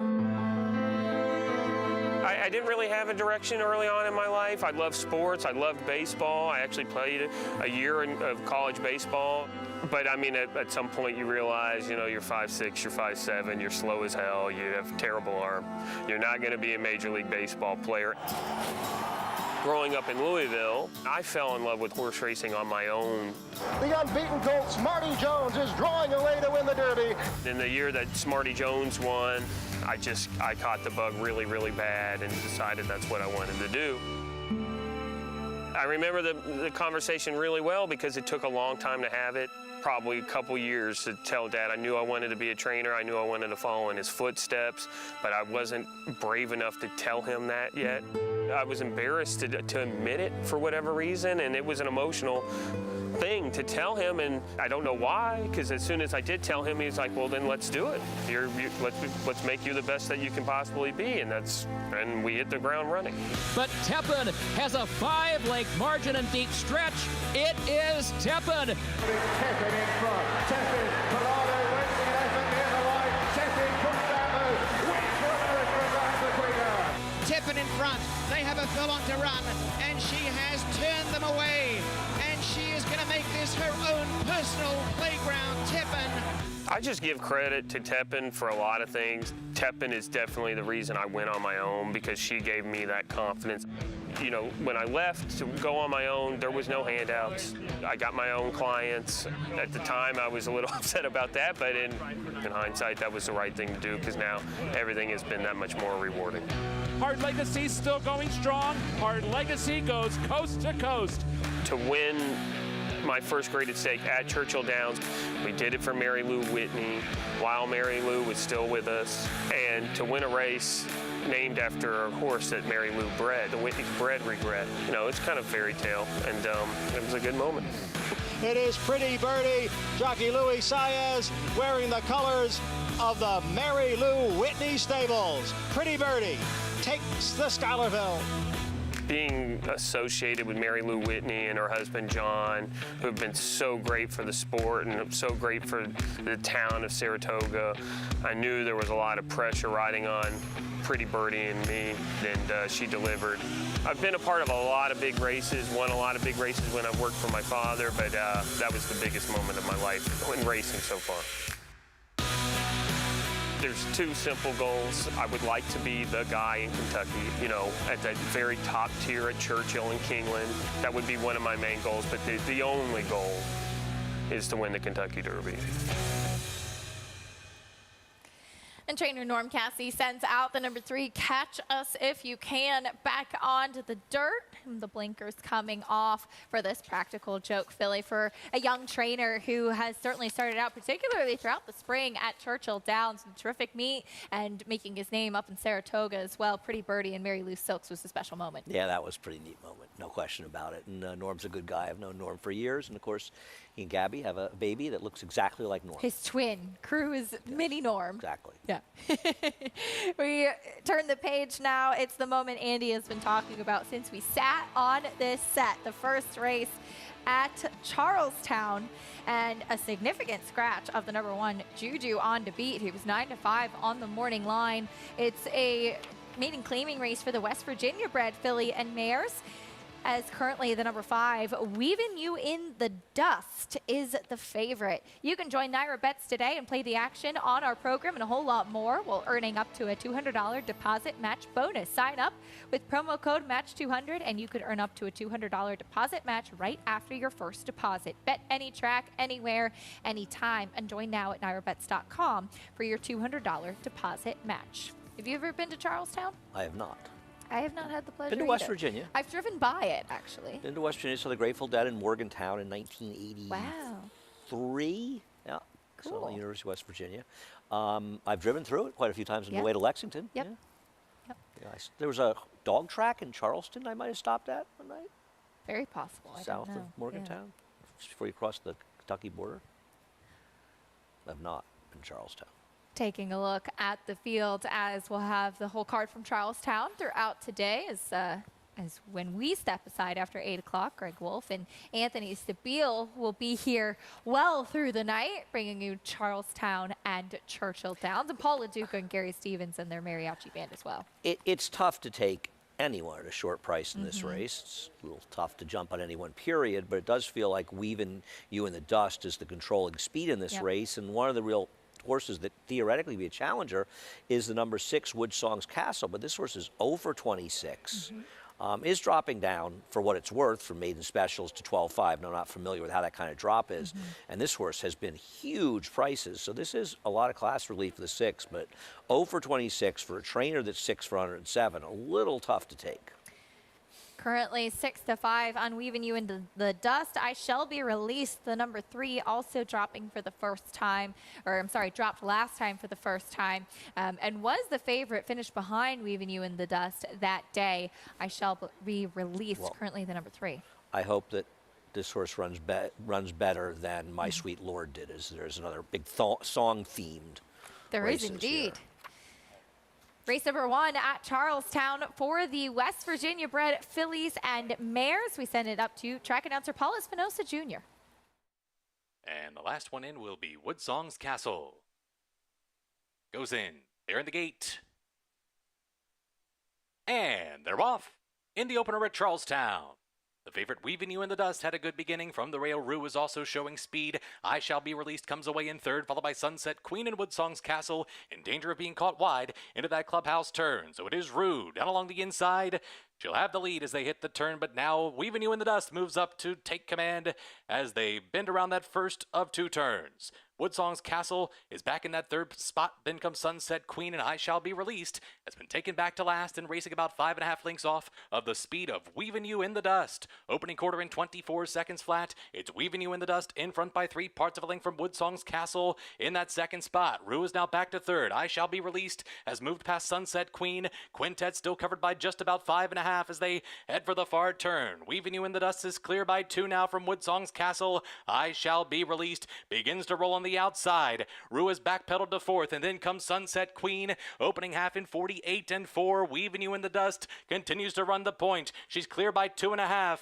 I Shall Be Released has moved up into a clear second, and then comes Woodsong's Castle with Rue and Sunset Queen 1 furlong to go. Weaving You in the Dust is set down. I Shall Be Released grinding away on the outside, and here comes I Shall Be Released right to the front with 100 yards to go. I Shall Be Released takes over from Weaving You in the Dust. It's I Shall Be Released to win it by 3 parts of a length. Over Weaving You in the Dust, then Woodsong's Castle and Rue. Final time 1:23-2. Well, clearly the number 3, I Shall Be Released, heard what Andy said, and she improved today, her second start at this level to get the win. Yes, Bob Dylan beats George Harrison on our show today. As I Shall Be Released gets it done. Yeah, is it a Bob Dylan the band song, or is it a Dylan song? That I'm not sure of. Mitch says that Dylan wrote it. That sounds right. Mitch Levitas has all the ins on the music today. That's not surprising. Very good version of that song and from the last waltz with the band. Yeah. Well, congratulations to Walter Cullen, the jockey. I Shall Be Released. Jeff Runco, the trainer, the winner of the opener at Charlestown. When we come back, we'll talk about a regally bred son of Tappet. St. Tappet is 2 for 2 so far and will step into his toughest task yet in the Bourbon Trail at Churchill. More after this. Yes, there's family. If we say La Troyenne, you'll get the picture. And of course, form. G1 this. A breathtaking run. G1 that. Dig down deep to win it. But take a long, steady look, and the word that most likely springs to mind is fantastic. Maxfield. Family. Form. Physique. Fantastic.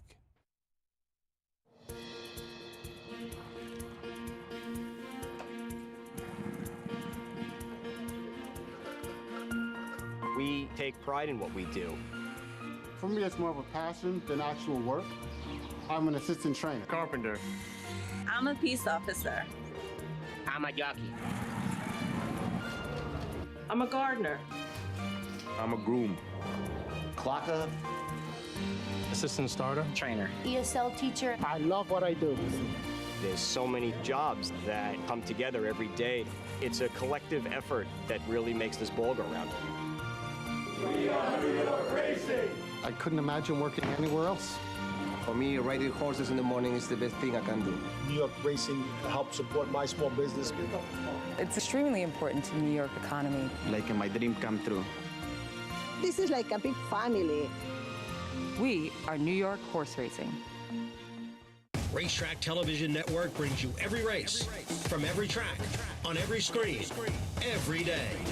With monthly packages starting as low as $5, RTN gives you great value and access to more live HD streaming and race replays than anyone. Visit RTN.tv today to sign up and watch on almost any device, including Roku and Amazon Fire.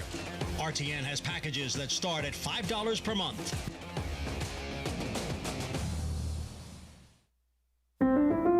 My name is Walker Hancock, and I'm the president of Claiborne Farm. I'm here with University of Kentucky quarterback Will Levis. And Will, we did a deal recently, didn't we? Yes, we did. Yes, we did. Made some headlines too, and got some attention to both your farm and just the horse racing industry in general. And it's been really cool to be a part of. Whether it's Division I or Grade I, top athletes have certain traits in common: speed, strength, class, versatility, and most of all, willpower. That's right. So Will, War of Will, we stay in War of Will at Claiborne Farm for $25,000. He's in his second year. His first foals are just now hitting the ground, and we love what we've seen so far. And we enlisted Will's help to help us spread the good news. Yeah, so we were looking for just opportunities, me and my group here in Kentucky, to make some money with these new name, image, and likeness deals that were recently passed. And we wanted to do things that were unique and things that stuck out and things that just made sense. And one of the first things that we thought of was to connect with a horse breeding farm.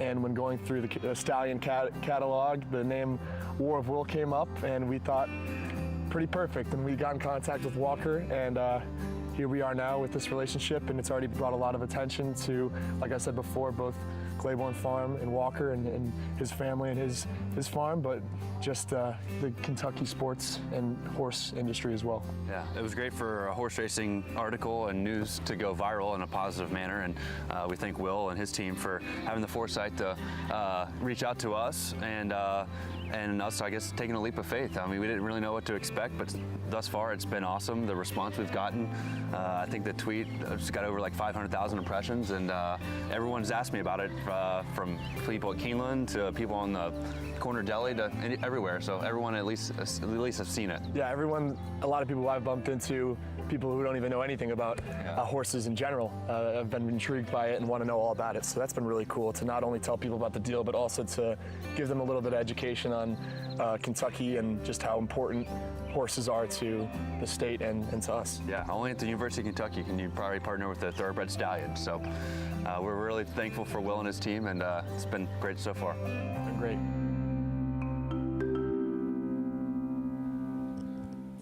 And our program, as always, is brought to you by Claiborne Farm. 100 years of doing the usual unusually well and always thinking ahead. We take a look at what's coming up with some of the stakes action at Churchill Downs. Race number 10 today, a mile and 3/16 is the Bourbon Trail, and a stretch out in distance, and the toughest task yet will come for the 3-year-old colt St. Tappet, regally bred Andy by Tappet out of Havre de Grace. He's 2 for 2 so far. That was at 6.5 and 7 furlongs, though. No, listen, he's been terrific. You know, I mean, you look at even the horse he beat in his debut. That horse is actually coming back here on Thursday's card. Came back Royal Golden Alchemist, a very good performance. He handled this track that was sealed and sort of an odd track, and I thought he was very impressive in here. Interesting to see him stretch out, running against some tough horses in here, including the horse outside of him. Comes off a huge effort from Phil Bauer at Saratoga. Warrior Johnny, who really seemed to relish the mile and an 1/8 last time out. It was a huge effort from him, but St. Tappet is undefeated as of yet from Andy Pope's Whisper Hill Farms. Bringing Paula Duca. Paulie, St. Tappet has been very impressive in his 2 races. Deep waters today, though. Yeah, it is deep waters. This is a really tough spot, but this is a talented colt, like Andy said. Listen, you know, his first start, Golden Alchemist, is a nice runner. Now, we did see Anejo. I know it was a state bred 45,000, but did come up the rail to win today. So the horse that he beat last time, which I thought was a pretty salty field as well, going 7 furlongs. This is a tall ask going a mile and 3/16, but when you look at this horse's stride, it seems like he can go this distance. It's going to be very interesting what happens with Tyler Gaffleone if he decides to go to the front end, because he could probably take this horse to the front and see what happens and try to take him from there. But this is a salty field, because when you look at the rest of the runners in here, you're looking at Gilded Age, who's a horse that obviously ran in the Travers, could be a better horse over this racetrack. You guys mentioned Warrior Johnny. He ran a negative number on sheets last time. So a lot of people will think he's a bounce candidate, but if he runs that last race, they're all running for second. And you cannot throw out Creative Minister. There is no secret that this horse loves this racetrack better than any other racetrack. And I think he's going to be the horse that might get overlooked a little bit, but there's no doubting that the 3 in here, St. Tappet's got a bright future. We'll see if it's brighter today. That'll be fun to follow. Paul, thank you. Mentioned some of the big horses to look forward to in that Bourbon Trail coming up as race number 10 a little bit later on today. Our first order of business is the 4th race at Churchill Downs. 6 furlongs on the main track in this claiming race for 10,000. Horses stepping onto the track. Aiden Ike, as mentioned before the break, a logical one in this spot, given that he is taking a drop in class. We'll meet the field momentarily. Looks like a great crowd on track, as is often the case for these Downs after dark days at Churchill Downs. And of course, lots of stakes action still to come, including that Bourbon Trail. We'll kick off the post parade, Andy, with Habanero. Was able to win a $7,500 conditional claimer at Belterra last night off the turf. Doesn't bode well for her chances here.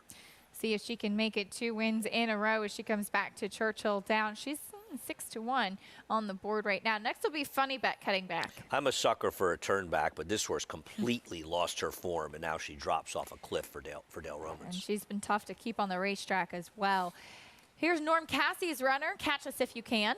Well, she used to have the speed to be in front. I doubt she is in this race, and she's another one trying to rebound off a horrible effort. So that one was on the turf. The blinkers coming off today as well. Here's Radiant Rhythm. Just don't really know if this horse is good enough to compete coming in, but does cut back off a race at Belterra. She's 10-1 on the board. Next will be your favorite, Aiden Ike. She's much the worst to beat for Matt Shearer. Tried ambitiously Saratoga and closing day, just not really good enough there. The prior races make her way the horse to beat, especially if she can get away from Jill's Passion. Here's the 6 at Jill's Passion. Speaking of this mare. She could be a thorn in the side of the favorite, but other than that, it's hard to see her winning. And to the outside, first off the claim, here's Cadota Pie. This is the wild card. I mean, it's not good that he claimed her for 16,000 and runs for 10, but she does have back races that give her a chance. And to me, she's the only legitimate threat in this race to the 5 Aidenike. Ricardo Santana going to be aboard for Robertino Diodoro. As we'll take a look at Aidenike, and her last 2 starts were in Saratoga. Starter allowance, much tougher competition last time out. 2 starts back, though, as we take a look at this 3rd place finish for 12-5 Company. She did finish third behind Domineer. Yeah, and I mean, she ran fine. It wasn't a super effort, but it's probably a good enough effort to win this race, considering who she's running against. I mean, there's just so many question marks, and with her, she's in good form, relatively speaking, for who she is. You've got horses like the 7, who is questioning her form. You got horses like the 3, who's been off form. You got horses like the 2 that are off form, and it just feels like she's the most likely one, and she's supposed to be the main speed in this race. So there's a reason she's 6-5, and she should be 6-5. 6-5 favorite now. Jonathan, do you think that she's the one to beat in here? I do. I do think she's the one to beat. If you look at her last 6 races, her last 6 probably win this race. And look, she ran last time, closing weekend here at Saratoga, and then she should possibly improve off of that second, off of a layoff. So I think she's definitely the most likely winner in here. And, I'm obviously a fan of 10 Strike Racing with Marshall Graham, but also Coach Munkin today, also named on the owner's line, the offensive coordinator at Georgia. They beat Kent State today. So congratulations to Coach. He's probably home now getting a chance to watch this game. If you don't like that horse at a short price, I think the only other horse in here for me that I could even try to make a case for is the 3, Catch Us If You Can. Takes the blinkers off. Didn't like the turf try last time, but the race 2 back is a race that I think you could make a case for. Ran well enough in there after being wide, losing ground. But I do think that the 5, Aidenike, is the most likely winner. Paulie, are you dancing over there yet? Not salsaing yet, JK, but I'm along with you. We're all on top of Aidenike, and you make a great point. If you look back at the last 5 efforts, all of those efforts win this race. And the one effort at Churchill Downs beats his field by many. Now, you just got to hope that he gets a good trip, or she gets a good trip. There are some speed in here, obviously, with the 6 at the outside. And you're wondering if here Ray Luke Gutierrez pushes from the gate, maybe stretches this field out a little bit. If Jill's Passion wants to get to the front end, this way he doesn't get caught inside in kind of a duel along with the 3 Catches If You Can. If she can reach back to some of that old speed, I would think that he wants to try to maybe not go to the front end. I think he's able to pass horses in this spot just because the 3 and the 6 have really, really stopped in the past. So for me, Aidenike doesn't need the lead to win this race, but I think I just can't get around her, Acacia. I really can't. I do think the 7 is the horse that's interesting because it's going into a new barn, but just on numbers and based on that race at Churchill Downs, I hate picking chalk, but I think the 5 is going to be in the winner's circle.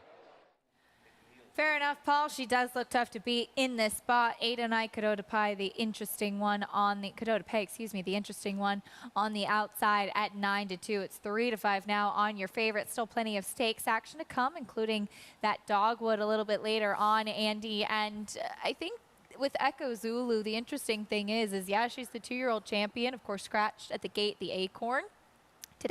She has, I think, a few things to prove. Well, of course she does. I thought her Kentucky Oaks was sensational. It was, I think absolutely. It's arguably the best race she ever ran, even though she lost. And she's supposed to fit here, and clearly they must be using this, hoping to get her the Breeders' Cup Filly and Mare Sprint. Yep. I think Tarabi's very interested, but I'll tell you with Tarabi, she won the Wilton on opening day at Saratoga. She didn't do it to point for this race, so she missed a race like the Test or the Prioress later in the meet. So the question is what's going on with her, because she's a tough horse to keep on the racetrack, but I've always been a fan of Tarabi, and she came in that Breeders' Cup race at Keeneland behind Echo Zulu, not having run a race in so long. I feel like if she could get a chance to the track for Cherie DeVoe, she could do some damage. But I'm really looking forward to seeing Echo Zulu back and seeing what Tarabi can do against her, and hope they both run well. It makes for a fascinating rendition of the Dogwood coming up a little bit later on at Churchill Downs. Into the gate for the 4th beneath the Twin Spires. Here's Travis Stone with the call.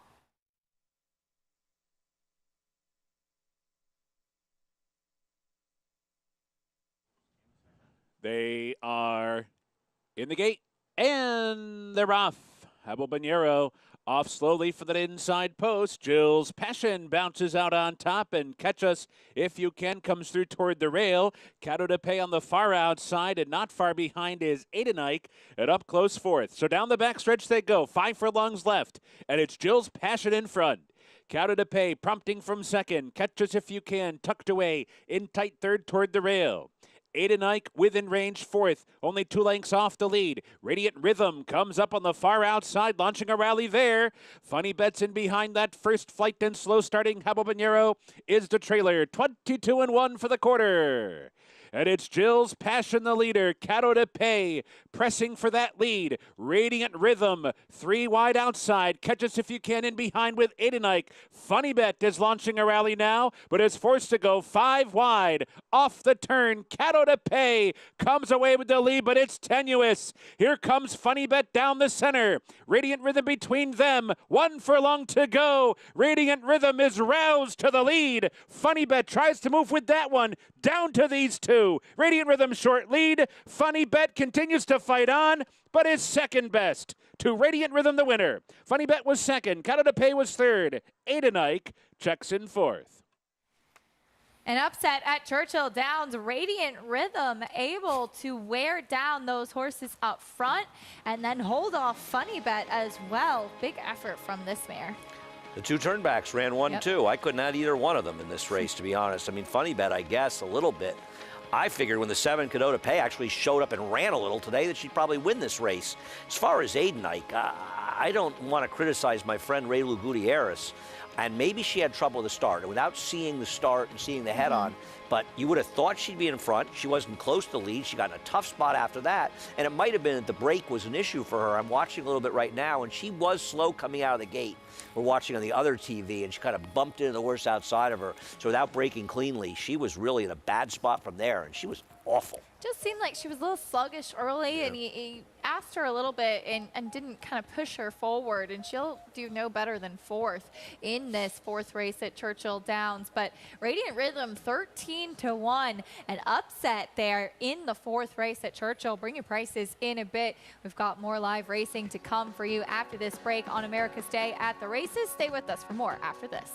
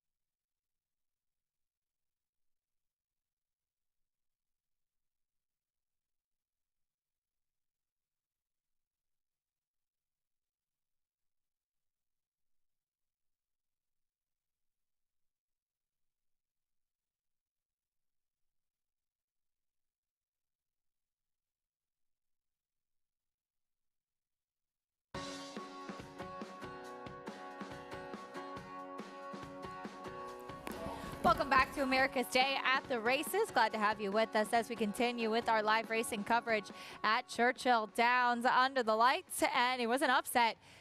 Big price on the number 4, Radiant Rhythm, the 8-year-old mare by Algorithms, who cut back in distance. Turnbacks running 1-2 as Funny Bet making her first start since May. A 5-year-old mare will end up in second. It was a good effort from the number 7, Cadota Pay, who was off the claim for Robertino Diodoro, but she'll have to settle for third in this start as your winner was just going with the better momentum. Radiant Rhythm picking up the win for trainer Doug Danner. That was start number 83 of this mare's career and her 18th victory as she returns $29.92. Some big prices as your heavy favorite, Aidenike, checked in 4th. Coming up in race number 5, we have a maiden claiming up next, 6 furlongs on the main track for 3-year-olds and upward. Taking a look at the field here, 3-5 right now on Leah's Legacy. That's at Charlestown, race 2, excuse me. Race 2 at Charlestown is our next order of business, and it's 3-5 on Leah's Legacy there. Well, have you ever wondered how a racehorse gets its name? You might have noticed that there are certain qualifications that a name of a thoroughbred racehorse has to have in order to be passed by the Jockey Club. It's an interesting process. We delved a little bit deeper to give you some insight on how a racehorse gets its name. Have you ever wondered where racehorse names come from? Inside information. Seattle Slew. Secretariat. Zenyatta. How exactly do owners go about naming their horses? The Jockey Club Registry governs the daunting task of naming a racehorse. Andrew Chesser oversees the process of naming horses for the Jockey Club Registry. So I'm always quite keen to see names that are a good tip to the sire and or the dam. I'm remembering the Kentucky Derby winner, Authentic, is out of a mare named Flawless. Stakes winner, Stolen Base, is out of a mare named Running Wild. Stolen Base to win. We've got some that are good tips to the sire. Constitution has some good stakes horses named We the People, at Independence Hall. Quality Road has Bleecker Street, which I find, as a native New Yorker, quite interesting. Or even ones that combine the sire and the dam. I know the nice stakes mare Rushing Fall by More Than Ready out of Otondo. Combine the sire and the dam. I know that quite interesting too. Like anything else, there are rules. You are limited to 18 letters. Punctuation and spaces count towards the limit. A name can also be rejected for being too close phonetically to another name. A different spelling doesn't change the fact that it sounds exactly the same. And again, we're trying to avoid confusion. How long is the name protected? Well, that depends on the horse's success on the track. Names that are currently in use, whether they're active racing stock, active breeding stock, or if they've reached a sense of famousness because they've won certain stakes races. Those names can be protected for longer, or they can be permanently protected. You know, for example, if a horse is in the Racing Hall of Fame, has won an Eclipse Award, won a Triple Crown race, you know, those names become protected forever. So there's a general rule of thumb that if a horse is over the age of 10, and in the past 5 years has neither raced nor been bred, and its name is not protected for another reason, that name can be re-released. You can still submit your name by mail or fax, but today, owners use the Jockey Club website or the naming app. You really see an owner's creativity when they go about naming their horses or things that are really special to them. So I would just want to make sure that anyone who's involved with that horse, you know, have the opportunity for a say, and that it's a name that everybody can be agreeable to, that's impactful, has a bit of prominence to it as well. This is a very nice racehorse. Well, it's always fun learning a little bit about how a racehorse gets its name. What's in a name, indeed, as it's a lot of pressure as well, naming a good one. I guess. Well, you were just saying a horse named My Sweet Lord should be a good runner. I would like it. I mean, the worst thing is when people name horses after people that are close to them and they turn out to be slow. It seems to happen too often, but I think it's probably a fun part of owning a horse, naming them. Mr. Connecticut, unfortunately, still looking to break his maiden, named after my husband. I did get a chance to name a horse, though, and thankfully he became a stakes winner, Sunbay. So my record is intact so far. Mr. Dean Reeves and Patty Reeves had a Had a Candy Ride, a 2-year-old that they didn't know what to name. He's by Candy Ride out of a mare named Sweet Aloha. So they looked at Hawaiian candy stores for inspiration and found senbei, which is a Japanese tea cookie. Nice. So did they ask you to name any other horses, or are you going to have just retire undefeated? They have asked me, but I've been a little bit nervous to do so because I'm undefeated right now. I want to quit while I'm ahead, I think. I would quit while you're ahead. Yeah. As Jonathan Ginchin still with us. Jonathan, I know that you have a horse that's name is very special to you and to your family. Yeah, absolutely. Bob and Chris Edwards, E5 Racing, were nice enough to, when my father passed, to allow me to kind of pick one of their 2-year-olds or yearlings to name after my father. And it's just it's such a cool honor. It's one of those things that no matter what happens, it's just exciting. Now, she happens to be stakes place. She's still a maiden, stakes place maiden, but it's just an exciting thing for everyone involved. My family, who may, or some of them do, some of them don't care much about racing, they tune in when she runs just to watch. And it's just cool to hear announcers say a name that means so much to you, right? It's one of the fun parts of this game when you have these horses is allowing, to have some fun with the naming process. Whether you want to take the sire's name and the dam's name and come up with something interesting, something cute, something funny, or if you want to just try to come up with something that means something to you as an individual or as your group. I just think it's one of the sneaky parts of the game that we all enjoy very much, and it's a lot of fun. It is indeed, Jonathan, as there's often a lot more stories behind a horse name than we may realize as your namesake. We got a chance to see him on the track for a few times at least. Yeah, I have a horse named after me, Mr. Annoying. And he actually was he was an annoying horse because he entered about 7 times and scratched. I think you and I were joking on the show, right? And you said, what would your horse name be? And I said, Mr. Annoying. And my friend Kirk Wyckoff at Three Diamonds Farm was watching the show, and he named him Mr. Annoying. He was an annoying horse. He really was. He actually wasn't untalented. Right. But I think he was 0 for 3. And then he just kept scratching. So I don't really know where he is. I haven't asked. As annoying as I am, I haven't asked. As, again, it can be a lot of pressure picking out a good name. It can be a lot of pressure trying to pick the winner as well. We'll try to do that in the second at Charlestown.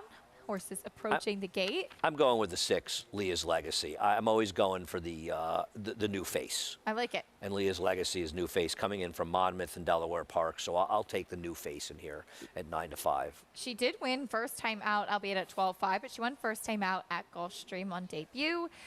She actually ran okay on the turf after that too. She has a little speed, but you would think recently she's been facing a little bit better company than what she's going to face today. I know it's 4.5 furlongs, but she could have the speed to be clear in here. And I think she gets clear. New horse, 9-5. I'm in. Lady Licious is currently your favorite. Her last couple of races have been good, including a win 2 starts back. But she has been here at Charlestown consistently. And the angle of a new face is always kind of interesting, no matter what track you're looking at, because they don't have as many excuses as some of the others. Yeah, I think that we often look for new faces. Sometimes, as a handicapper, sometimes you just get sort of tired of looking at the same horses running against each other, and you're open to a new horse coming in. Now, obviously, the horse has to be good enough, and whether or not it turns out the number 6 Leah's Legacy is good enough is really a question. Obviously, she started out her career much better than these. Her recent efforts are not good, and that's why they're running down here and dropping in for a lower level claiming race. That's affiliated by Temple City. They go into the gate for the second at Charlestown. We go to Paul Espinosa Jr. with the call.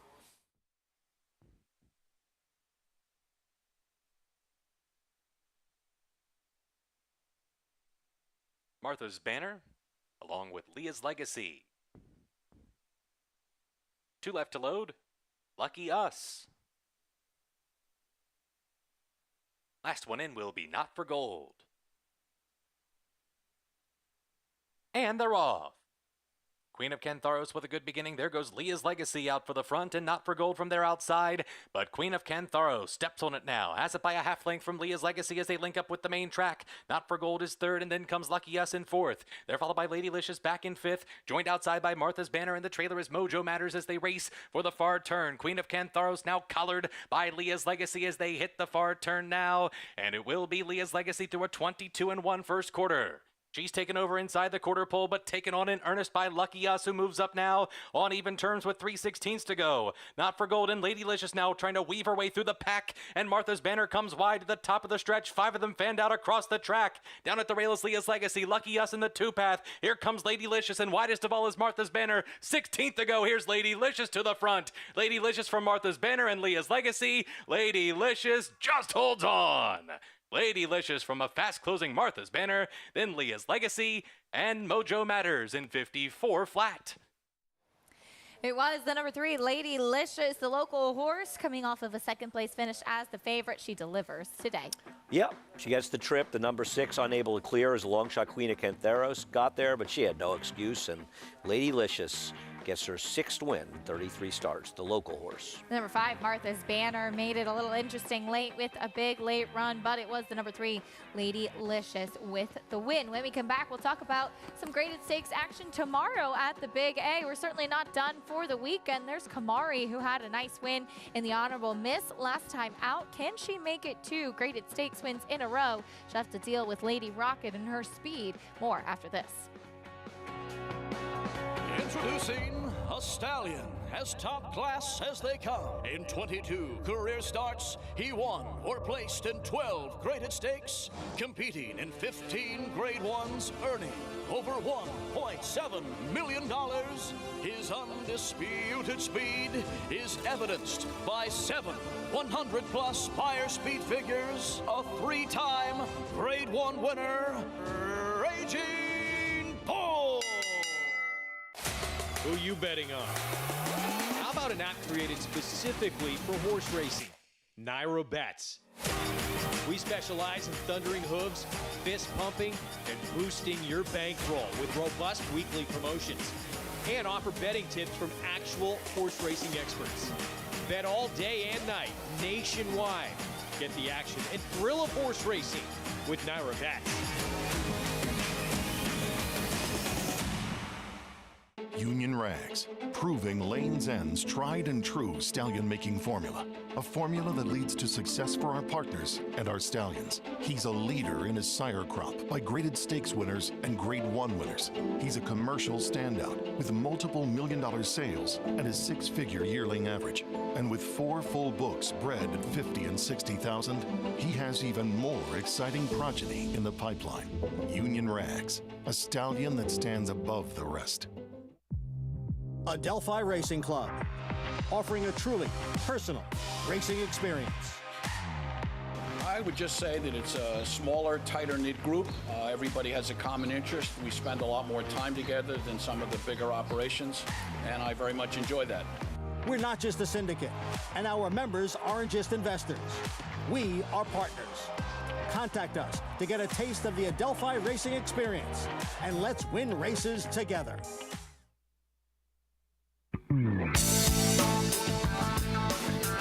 Playing a trifecta. To win, you've got to pick the horses who finish first, second, and third. It's tough, but the payouts are incredible. For example, in the 2005 Kentucky Derby, a $2 trifecta paid more than $133,000. It's for $2. Now, they don't always pay that much, but they'll generally pay you a lot more than an exacta. Increase your chances of hitting a trifecta by boxing your horses. Remember, boxing means your horses can come in any order. So, if you like horses 3, 4, and 6, there are 6 possible combinations of those 3 horses finishing first, second, and third. You pay $1 for each combination, $6 total, and if any one of those combinations hits, you cash. 4 seconds. And our program brought to you by America's Best Racing, for the love of the race, as we're taking a look at what's coming up this weekend on Sunday at Belmont at the Big A. The Gallant Bloom Grade 2, 6.5 furlongs on the main track. Kamari, who pulled the mild upset last time out in the Honorable Miss, and she got the right trip over the hard-trying Frank's Rocket. And she did break a bit slow in that race, Andy. It turned out to be in her best interest that she did so. Yeah, I mean, you have to feel bad for Frank's Rocket because she's run probably 10 winning efforts in tough races and come up short every time. And maybe she doesn't quite have that desire to win that she once had, but she's a very good horse. Bella Sophie obviously didn't show up, and she showed in the ballerina she's just not the horse she was last year. But Kamari, Joel Rosario, relentless, and she got it done in here, ran the best figure of her life. She's the one to beat, but I think she may have her hands filled with Lady Rocket. To be fair, as Frank's Rocket did come back, she won a stake at Charlestown in her next start. I didn't know that. She Good for did. her. Yeah, yeah. Nice to see her have a nice Nah, win. she's a cool horse. Absolutely. Very cool. As Kamari will try to make it 2 wins in a row. Lady Rocket, meanwhile, tried the ballerina last time, and she was very disappointing in this effort. She didn't show her typical speed. Yeah, she really didn't. Now, with essentially a rabbit, one of the Mott runners in there, she wasn't going to win going forward anyway, but she didn't have that speed. I don't know if it was a rider decision or she just was a little bit lax.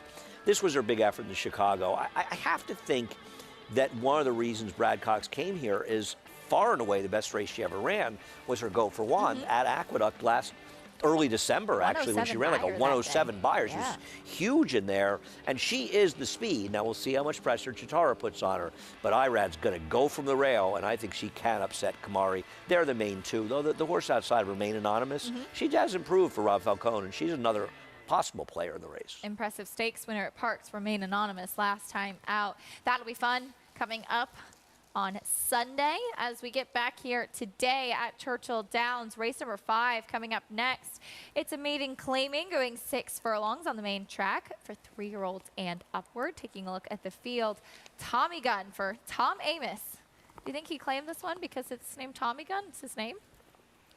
Well, knowing Tom Amos, that's probably a good reason. Another one might have been the 75 buyer. The horse ran behind a good horse. Yeah. Now, obviously didn't run last time, but to be fair, got wired in there by Built to Last, who had run very well on the turf and wired him. I think Tommy Gun is probably the horse to beat. I have some other ideas we'll get as we go forward.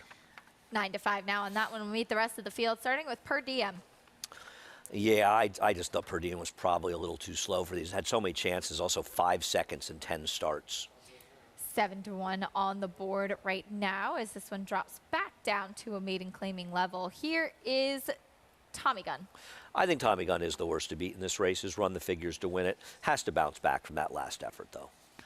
That was in that off-the-turf race behind Built to Last as the favorite. Next will be the 6 Apollo Rising. The first-time star for Helen Pitts. Taking a little bit of money. Helen is 2 for 27 with first-time stars in the dirt over the last 5 years with a 13-cent ROI. Original trader of Curlin. That's right. Here's the number 7, Golden Luna. I think this is a major player here, dropping down. Now, has been maiden claiming races before, but I think has to be considered a big threat. Papa Rocket for the coach. Yeah, Wayne Lucas. The form is bad. Is it bad enough to make the horse a bet here? Wayne is good in these drop downs sometimes. A little interesting. Here's CJ All the Way.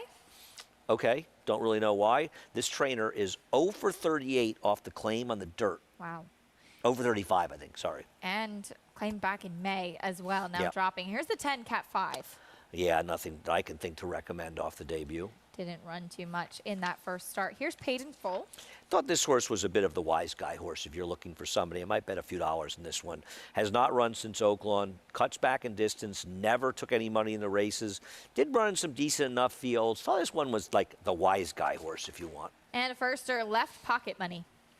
That is, what's the movie where the guy talks about your left pocket money? Oh, I don't know. Yeah, you know, there's maybe Anthony offset. Your left pocket money, your right pocket money is for one thing, and your left pocket money, something to do with gambling. I can't think of it. Someone will tell me on Twitter. Usually Twitter bails us out. Your left pocket money. It's a recent movie. You know, if you want a good, it's Paid in Full and Left Pocket Money for the outside 2 horses. That could be a good little hunch bet there. Well, we'll see. maybe if somebody in the truck like Mitch actually was listening, they would be able to help me with this, but I get no help from I these haven't guys. heard from him in a while, Left- so I think he's what? MIA. Lucky you, right. The only reason I had a very bad Anthony poker Stabile movie. with the It's a assist. very bad poker money.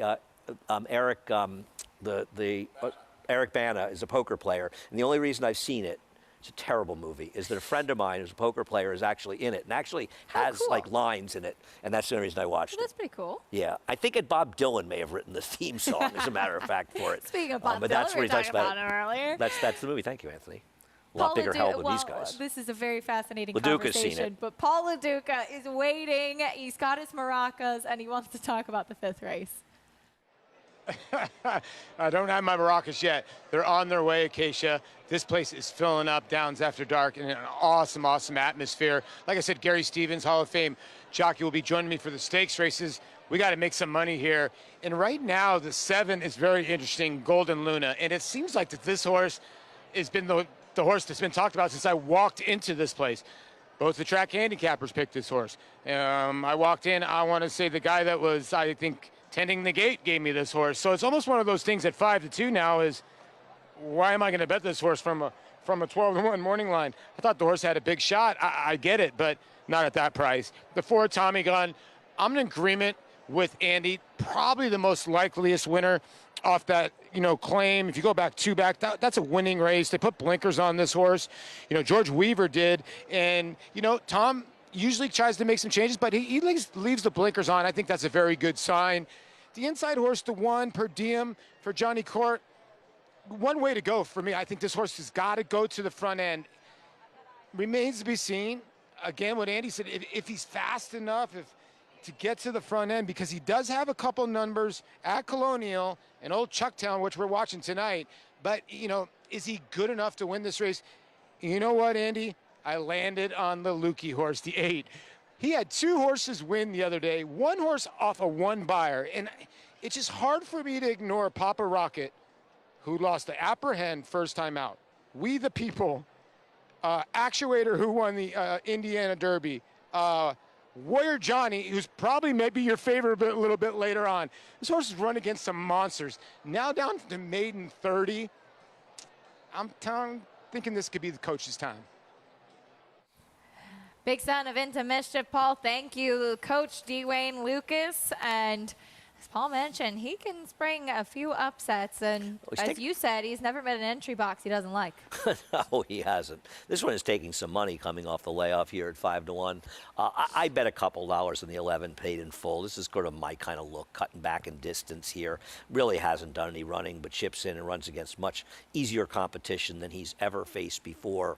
So I bet a couple dollars on the 11 paid in full and put a second behind Logical Horses in the exacta. Paid in full, cutting back in distance and a nice price at 13-1, 9-5 on Tommy Gunn. Right now, Paul mentioned it though, the 7 Golden Luna is taking a lot of attention for Greg Foley. And, he says the guy tending the gate. I've gotten some interesting tips sometimes from the parking attendants. Yeah, if somebody, I don't listen to tips. I think I was telling you off camera that the biggest score I ever made in a tip was a tip on a horse named Romano Gucci in his first start. We paid $31, a very good horse. I'm sure some people remember him. He won the Gotham, actually. He won here at Aqueduct in, I guess, the fall of '95, I want to say. But in general, I don't really bet tips, but this one was They're a good one. usually not the best. No, they're not. It's people like tips. They feel like they're on the inside on something, and they like them until they lose their money on them, but then they go back and bet on tips again. There's a look at your current favorite for Tom Amos, Tommy Gunn. He does have early speed. Majority partner came back to win impressively with Linda Rice as well. Tough beat yesterday, too. Yeah, ran very well to finish second. That's a nice horse that he finished second behind 2 starts back. Yeah, the concern is he didn't run as well last time, to be fair, in an off the turf race. But his race runs his race 2 back. He's a virtual cinch in here. It's very hard to believe if he comes close to that 75 buyer. The problem, though, is it's an outlier for his other races now. And he ran it. It was legit. It was first-time blinkers. And as you mentioned, majority partner won that race. He won at Saratoga. And he got beat at the wire by some pretty salty horses yesterday. So, yeah, that's a very legitimate race. And he ran well in there. But can he run back to it? And that's, of course, the effort I'm sure that Tom decided to claim. Because the interesting thing is, it's a New York bred. And Tom's not going to leave the horse in New York. If he claimed it, I kind of teased him when I said, you're claiming a New York bred. I was going to leave him around here, and he's taking him there, and he's running for 30 after claiming for 40. Obviously, we're all rooting for Tom. We always root for Tom to do well, but there are some negative signs on this horse. Fair enough. As Paul had some good things to say about Papa Rocket, He hasn't done much running as of yet, though he did face some decent horses throughout his maiden special weight career. The plus side with him is that it is his first time in a claiming race. Oh, the Lucas horse. Yes. No, I agree, yeah. You know, his form is bad enough that you could win for Lucas, because sometimes with these maiden drop-downs, the worse they look, the better a bet they are. That's fair. I mean, we had one in Saratoga, the one we had one here the other day that he won with, a big price. And sometimes with Lukey, you just want to throw those horses in at big prices, as the 7 is now the favorite, Golden Luna. And I see that, probably the horse to beat, especially given the 4's last effort and the drop off the claim for Tom. Plenty of early speed from Golden Luna as well as horses approach the gate. And after this, it'll be time for us to say goodbye. I saw a pizza box. I better be full of pizza to share with all of us. I didn't see I'm not said optimistic. Pizza That box, pizza box so. has sort of made its way out of the room. I knew we were coming for it. got a long trip home. I got a good book, though. What are you reading? It's called The Unfolding, I think it's called. Story time with Andy Serling. The Unfolding. All right. Big fan. I like it. Reading on the subway is a great pastime. Race number 5 at Churchill Downs coming up next. Golden Luna, currently your favorite. Travis Stone standing by with the rest of the load and call.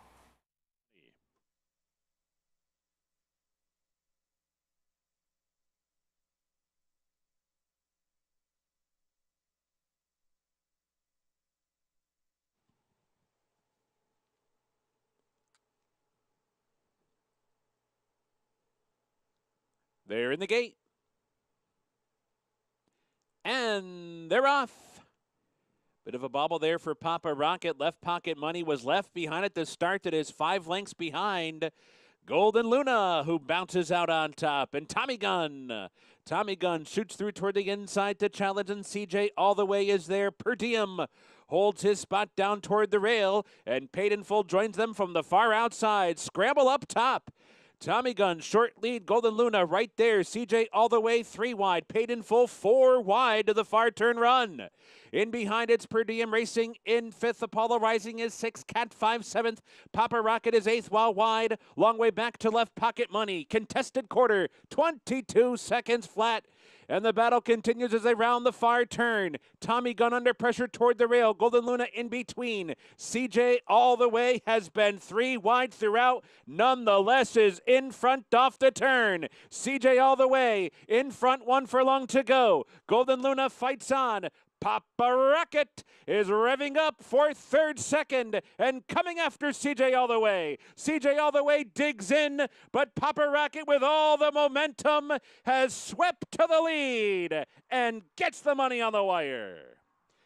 Papa Rocket was first, CJ all the way was 2nd, Apollo Rising was 3rd. It's tight for 4th, Per Diem or Golden Luna. The coach, Wayne Lucas, Papa Rocket getting the win on the drop in class. You and Paul talked about it. Andy has beaten double-digit legs in his last 4 starts. Today was the day. The worse they look for Lukey, the better they run in these kind of races, and got a very nice ride to get it done in this race.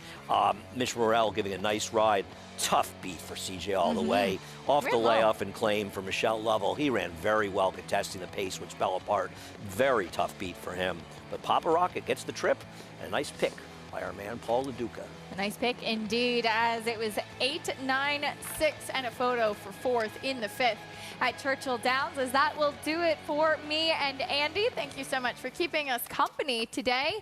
Made it go by fast. It was a lot of fun. It was a pleasure. It was indeed. Greg Wolf and Anthony Stabile coming up on the set to take you the rest of the way. Paul LaDuca sticking around. Gary Stevens will be joining as well. And Steve Asmussen, already a Grade 1 win today, looks to add to that stakes win tally with some more live chances later on this evening. Stay with us on America's Day at the Races.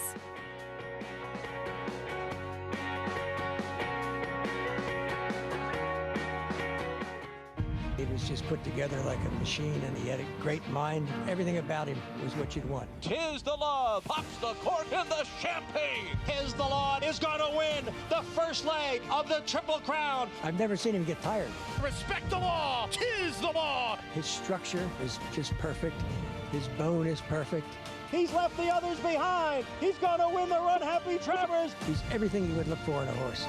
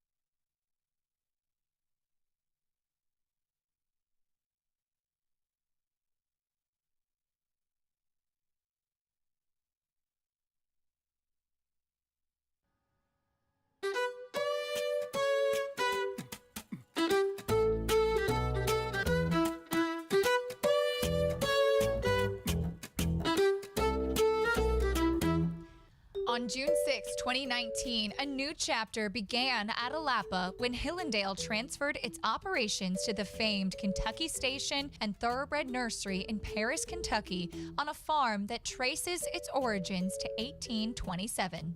All the essential things have been done. 3 years later, owner John Sikora couldn't be more proud.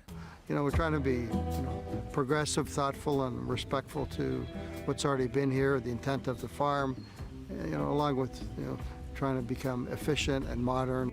The 1,400-acre Alapa is driven by its owner John Sikora's passion to return the landmark farm to its original glory. The extensive restoration includes building a brand new breeding shed out of stone and concrete, matching the training barn that's been converted to be a stallion barn and now houses a roster of world-class stallions. Hillendale also built 8 new barns, plus adding landscaping and building tens of miles of fence, plus adding roads and utilities. Sikora appreciates the daily inspiration the farm gives him.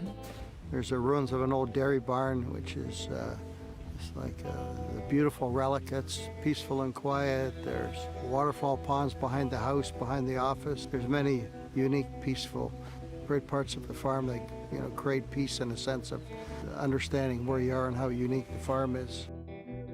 He also enjoys visiting the stallion barn in the evening when it's quiet and peaceful. The horses are looking outside their stall, looking outside the windows. There's like 4,600 windows in the stallion barn. They can look outside, and it's very, very, very natural, peaceful to them. And when I look at this barn too, I feel all the history and the great horses that were here. Great champions were all raised and broke and trained here.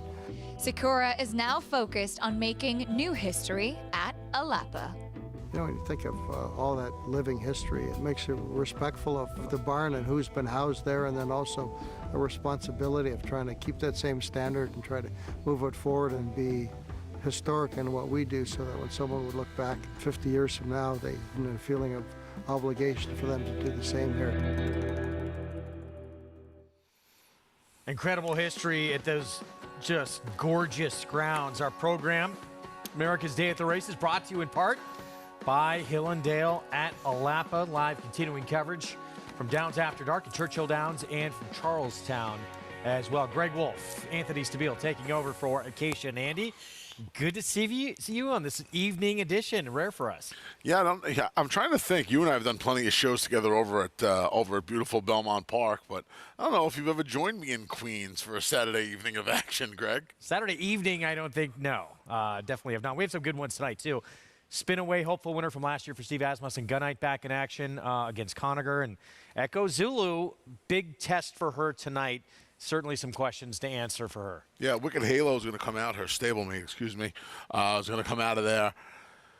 Tarabi is probably her biggest competition. I'll tell you what, it's an interesting spot after the Kentucky Oaks. Asmussen talked about keeping her on a diet of one-turn races, even though she ran pretty well in the Kentucky Oaks. Could argue it was her best race. Was supposed to start in the Acorn. It didn't. And now we see her a bunch of months later getting ready to take on some more 3-year-olds in the Dogwood. It's interesting now as the 3-year-old season starts to wrap up and you got to start running against the older horses, right? Pennsylvania Derby, we saw her today with the Cotillion. We'll see how she does in a prep. You would imagine this is a prep, a little bit of an audition for the Breeders' Cup Filly and Mare Sprint. All right, we'll get to both those coming up a little bit later on in the card at Churchill Downs. Early pick 5. Dwayne Lucas ends it here with Papa Rocket, Mitch Murrell. And first time in for a claiming tag for the son of Into Mischief. Get rich, bet Mitch. She had just one beaten turning for home, and Mitch Murrell going to do a good job navigating through about a half a dozen rivals and getting her into the clear. And right there, that was the big move. There was nowhere for her to go inside. Mitch kind of had to steer her to the middle of the track, and you see her trying to lay on the second place finisher just a little bit, but he goes to a little left-handed urging. He's able to keep her mind on her business and get the job done at 7-2. First winner of the meet for him, $9.80 for the win. Dwayne's been on a roll lately. He has. A couple of wins the other day. And that early pick 5, $7,950 with an even money favorite as well, kicking things off.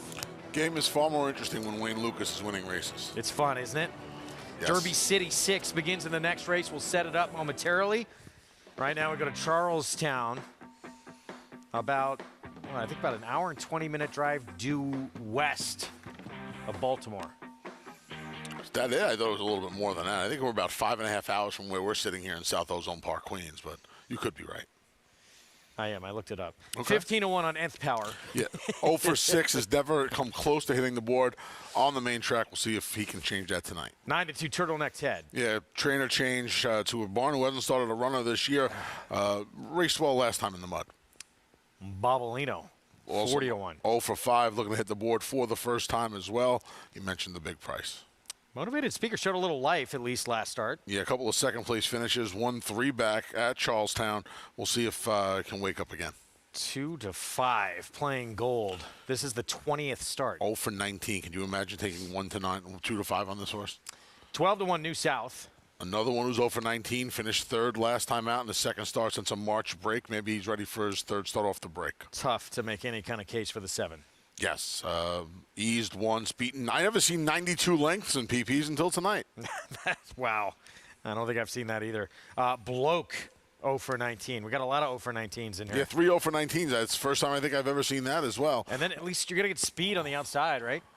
You would imagine, drawn a little bit tough. So the one thing I think we need to talk about, Greg, going into these Charlestown races tonight, 6.5 furlongs. Everywhere else is 1 turn. At Charlestown, it's 2 turns. Almost everywhere else, I should say. By the way, late scratch. The 2 comes out, Turtleneck Ted. He was the one I was going to try against the favorites. And with that, 1-5 now on playing gold. Yeah, this is 1-5. Wow, I don't even know how to handle that. 1-5, 0 for 19. Could you imagine 0 for 19? 8 tries on the main track, just a couple of second-place finishes. Now, one of them was last time at Simonium, and you can say that if you want to bet a horse in here off their last race, it would be him. But I'll tell you what, Bloke ran better than number 8, who's 17-1 right now. Ran against better and ran better 2 starts back at Colonial. He's 0 for 5 at Charlestown in his career. This is going to sound so ridiculous, but he's been gelded since he's last run at Charlestown. And when you're handicapping these races at the smaller tracks, and you're going to catch these 1-5. I mean, this horse is 1-5. I think he'd be 1-5 with the late scratch of the 2, who was the second choice. You would imagine he was going to be short, under even money. But you want to try at the very least to get a little creative. So when you're picking through these races, I was looking at Turtleneck Ted, the horse who scratched, and Bloke was the other one that was a little interesting to me, just based on the fact that he ran a better race than anybody else is running here 2 starts back, and he's been gelded fairly recently. So maybe the class drop, the return to Charlestown. He's a gigantic price. I think he was 17-1 when we came back on air, on camera. So. You could wind up just boxing all the 0 for 19s, because I thought New South, the horse to use underneath as well. Those are the 3 horses that are 0 for 19 in this field, and we like them 1, 2, 3 in here. We'll get back to this race in a moment. Let's show you what else we have coming up this evening, excuse me. And you'll get a beautiful picture of the towers at sunset. Twin Spires. I like the shot here behind us as well. It's pretty good, isn't it? We get some great sunsets here. Yeah. at Churchill under those Twin Spires, and fast at Charlestown. We're going to have races 3 through 8. The late pick 5 starts to the 4th. And we got a late pick 5 still coming up at Churchill, and the Derby City 6 beginning in the next race. It's about 18 minutes away from that race to kick off that Derby City 6 sequence. You can play it all with Naira Bets. That's the offer, that $200 deposit match sign-up bonus with the code right there, match200 at NairaBets.com. Bet any track, anywhere, anytime. So 2-5, and yes, 0 for 19, but looks like a standout in here. Pace-wise. You hit the nail on the head with Wayne's Hope, the number 9. And again, that's what got us into the 2-turn conversation. So you can see where the starting gate, they're going to line that starting gate up right around the 8th pole. And then there, this is the you'll hear the term bull ring when you're at a track like Charlestown. The old Pomona Fair used to be a bull ring, right? Martin Pedroza was a popular name out in California. He was the king of the bull rings. You'll see some fair tracks. Saw him win a lot of races out there. I'm sure you did. Yeah, you're a California kid. So these tracks, it's a little different. It's a little different going. You normally you'd hear 6.5. Well, now he's got to. Not only does Wayne's Hope got to deal with 2 turns, which helps speed in theory. But he has to deal with that outside draw, and he has to kind of cross and clear. But he's certainly someone in here. I mean, you're really going to discount the horse who, again, he's running against much better. He's never been at this level. So, again, you want to try to get a little creative, right? You don't want to just default to a horse who, in playing gold, the number 5, who's 1-2. He's 0 for 19 in his career. Now, a lot of these horses have failed a multitude of times. But at the very least, Wayne's Hope's dropping to the level for the first time and would appear to be loose on the lead in here. I mean, I guess playing gold has some speed, but he doesn't have the speed the early speed that Wayne's Hope has had in his career. You just got to hope that Louis Bautista can get Wayne's Hope over from the outside draw. I'll take a shot 8-1 with the outside speed. Yeah, I mean, I would box 5, 8, 9 in here. That's what I would do, and hope you can either bottom the field out with Wayne's Hope, or that Bloke getting a little more class relief. You know, he's run well at this $5,000 level at Charlestown in the past. I mean, relatively speaking, he's run well. 0 for 19, I don't know how well you could have possibly run in your career. Right? So we'll see if playing gold can get it done at this short price. Pick 6 from Charlestown begins in this race as well. Paul Espinosa Jr. will have the call and all the money on the 5 in here playing gold. And we'll see how effective the class dropper of the 9 could be. Wayne's Hope from the outside.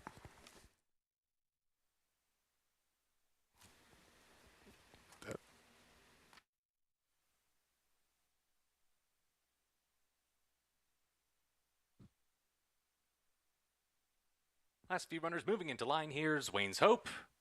Bloke, a little bit keyed up. Wait for that one to settle. We'll be ready for a start.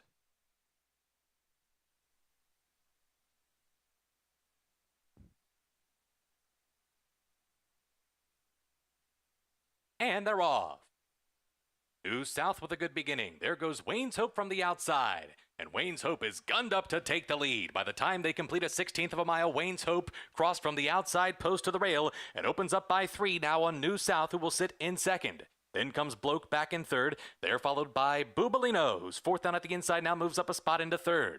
Motivated Speaker is back in 5th. They're followed by Playing Gold, the favorite's back in 6th. 4 lengths in front of Little Bud, and the distant trailer is Nth Power as they head on to the backstretch. Led by Wayne's Hope through an opening quarter in 24-1. Wayne's Hope shows the way up the backstretch, winging in on a 4-length lead. New South is back in 2nd. Bubalino advances down at the rail. Then comes Motivated Speaker, scrubbed on for run from 4th. They're followed by Bloke in 5th. Playing Gold loops up on the outside, will take the overland route as they hit the far turn. Wayne's Hope has come back to the pack now, working on a length advantage over Bubalino in 2nd. New South is sitting in 3rd. Then Motivated Speaker, Playing Gold, loops up on the outside. They're followed by Bloke, no one else making much of an impression as they come to the top of the stretch. It is still Wayne's Hope clinging to a tenuous lead. Bubalino and New South move in 2nd and 3rd. And Playing Gold is put to left-handed pressure out in the center. It is New South who's come away with the lead. New South is in front from Bubalino, and then Playing Gold. It will be New South with Bubalino. New South gets the job done in start number 20, a hard-fought win over Bubalino. Then Playing Gold, who checks in 3rd. Final time, 1:23-4.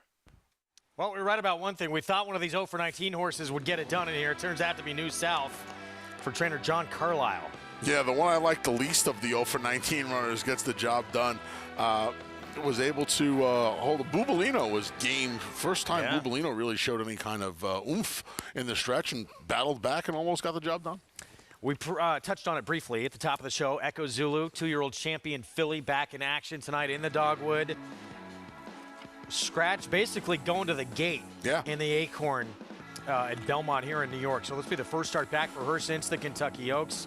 My problem with her, and I bet against her in the Kentucky Oaks, she just had run. She was so good as a 2-year-old, so far ahead of the class, but figures-wise, she never moved forward. She ran the same figure every single start of her 2-year-old campaign, came back first start of her 3-year-old campaign, did the same thing. So we'll see if she can take a move forward today. I wonder if the cutting back to the 1 turn is going to help her. She's undefeated in 3 starts at 1 turn. A 2-time Grade 1 winner, won at this 7 furlong distance of the dogwood tonight. She trounced Tarabi in that spin away. All signs would lead you to believe that why wouldn't the cutback, the rest, whatever was ailing her, likely behind her. Why wouldn't it just point to, all right, nice prep for the Breeders' Cup Filly and Mare Sprint in 6 weeks across the state of Kentucky at Keeneland? Well, I don't think it's that simple tonight. Now, things are a little simpler with Chasing Fireflies coming out because she is the speed again now. But here she is. You can argue it now. I'm with you. She didn't really seem to take the step forward, Greg. But you could argue this is the best race she's ever run. She was forced to rate for the first time. She was on top of a pretty solid pace. And she only gets beat 3 lengths to 2 fillies, who one obviously eventually wins the Oaks in Secret Oath. And the filly who's second, I mean, I don't know if there's a more dominant division leader at this point than Nest in the 3-year-old filly rank. So she's run well every single. I mean, I believe her lone defeat was the best start of her career. It may have been. We'll see. Maybe cutting back, and yeah, that 7/8 is what she's going to wind up excelling at, and maybe she takes a big move forward here. She might have some real competition, though, as you mentioned in Tarabi. Yeah. Even Colorful Mischief ran a very big figure last time out. Let's get more on this race coming up with Paul LaDuca and Hall of Famer Gary Stevens. Yeah, Greg, pleasure to be joined here by Hall of Famer Gary Stevens, who's won his share of stakes races over his career.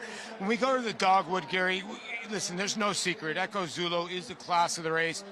Big scratch, because the 2 was probably going to put a little bit of pressure on her, and it might have opened up the race.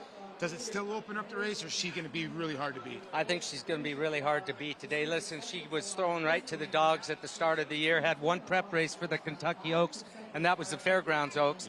Yeah. And she won easy, but then she fired right back in the Kentucky Derby, and as they said, she had pressure early. Things didn't work out. She's coming off that layoff. I didn't like it when Fighting Fireflies was drawn right next to her and she was down in the 1 hole. I don't think it's going to be a problem now. Yeah, she might go right to the front end. And Greg, you make a good point about the 3 is in very, very good form. But the 4 Tarabi, I would think, is the main danger, right, Gary? Yeah, I absolutely think so. She's a filly that's been well thought of, and she won up in Saratoga going the flat 1-turn mile, well, half a turn mile, 1-turn mile.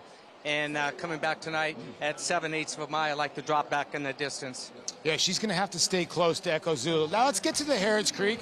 Another Asmussen runner. Obviously, Gunite had to chase not Jack Christopher around. Jack Christopher went around Gunite, but Gunite a good second-place finisher. But he's not facing a slouch of a sprinter here in Connor. We're going to show you the Amsterdam, where Gunite ran a good, won the Amsterdam. He came back to run second, but he's the class of the field. He gets a great draw on Conacher. Yeah, and I think he's continued to improve with every one of his races this year. He stumbled at the start of the Amsterdam. He overcame that. It didn't phase him. Just a true racehorse, and I think he's still on the improve. What do you think? Conacher's got to get away from him real early and try to spread this field out. Any chance to beat him? I think he's faster with the early speed than what Gunite is, but I think that Gunite, with the draw that he has on the outside, is definitely an advantage for him. So Seth Asmussen definitely in the spotlight tonight, Greg. Fun showdown between those two. Conacher, I thought, had a world of talent. They tried to go long with him. This is back to doing what he wants to do, but I thought he'd run a better race at Saratoga. It did not happen. We'll see if he can rebound tonight. Yeah, and it's a lot different with the field he faced in Saratoga than just having to take on Gunite tonight. It's a big, he's not in that crowd. The guys mentioned having the draw, the edge of the draw. Well, you know what? He's a pretty fast horse. I don't know if there's really an edge on a draw with him. To me, he's faster than Gunite, and if he wants to lead, he'll be in front of him. I'm probably going to help him to be inside of Gunite. So, yeah, that's going to be more of a matchup, I think, than Echo Zulu and Tarabi. Well, both those fun ones coming up with Grade 1 winners as 2-year-olds. Spendthrift Farm 2-year-old race of the day. It is coming up, and it's going to kick off the Derby City 6. 5.5 furlongs, maiden special weight for 2-year-olds, and the 9 is favored right now. Birthday Munnings, a colt with a race under his belt for Brendan Walsh.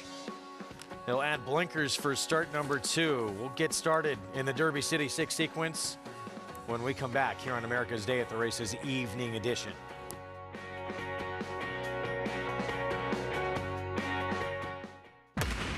Oscar knows basketball. Oscar knows Kentucky fans are crazy.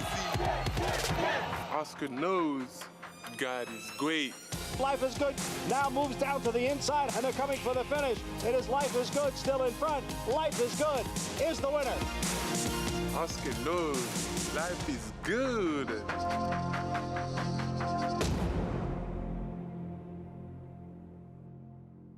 When the thoroughbred world descends upon Lexington this November, there is one place you need to be. The place where history comes alive with every championship victory. He's authentic indeed. The place where the future is built with the fall of a gavel. The place that exists to be the heart of this industry. The center of it all. Home to the November breeding stock sale and 2022 Breeders' Cup. Keeneland.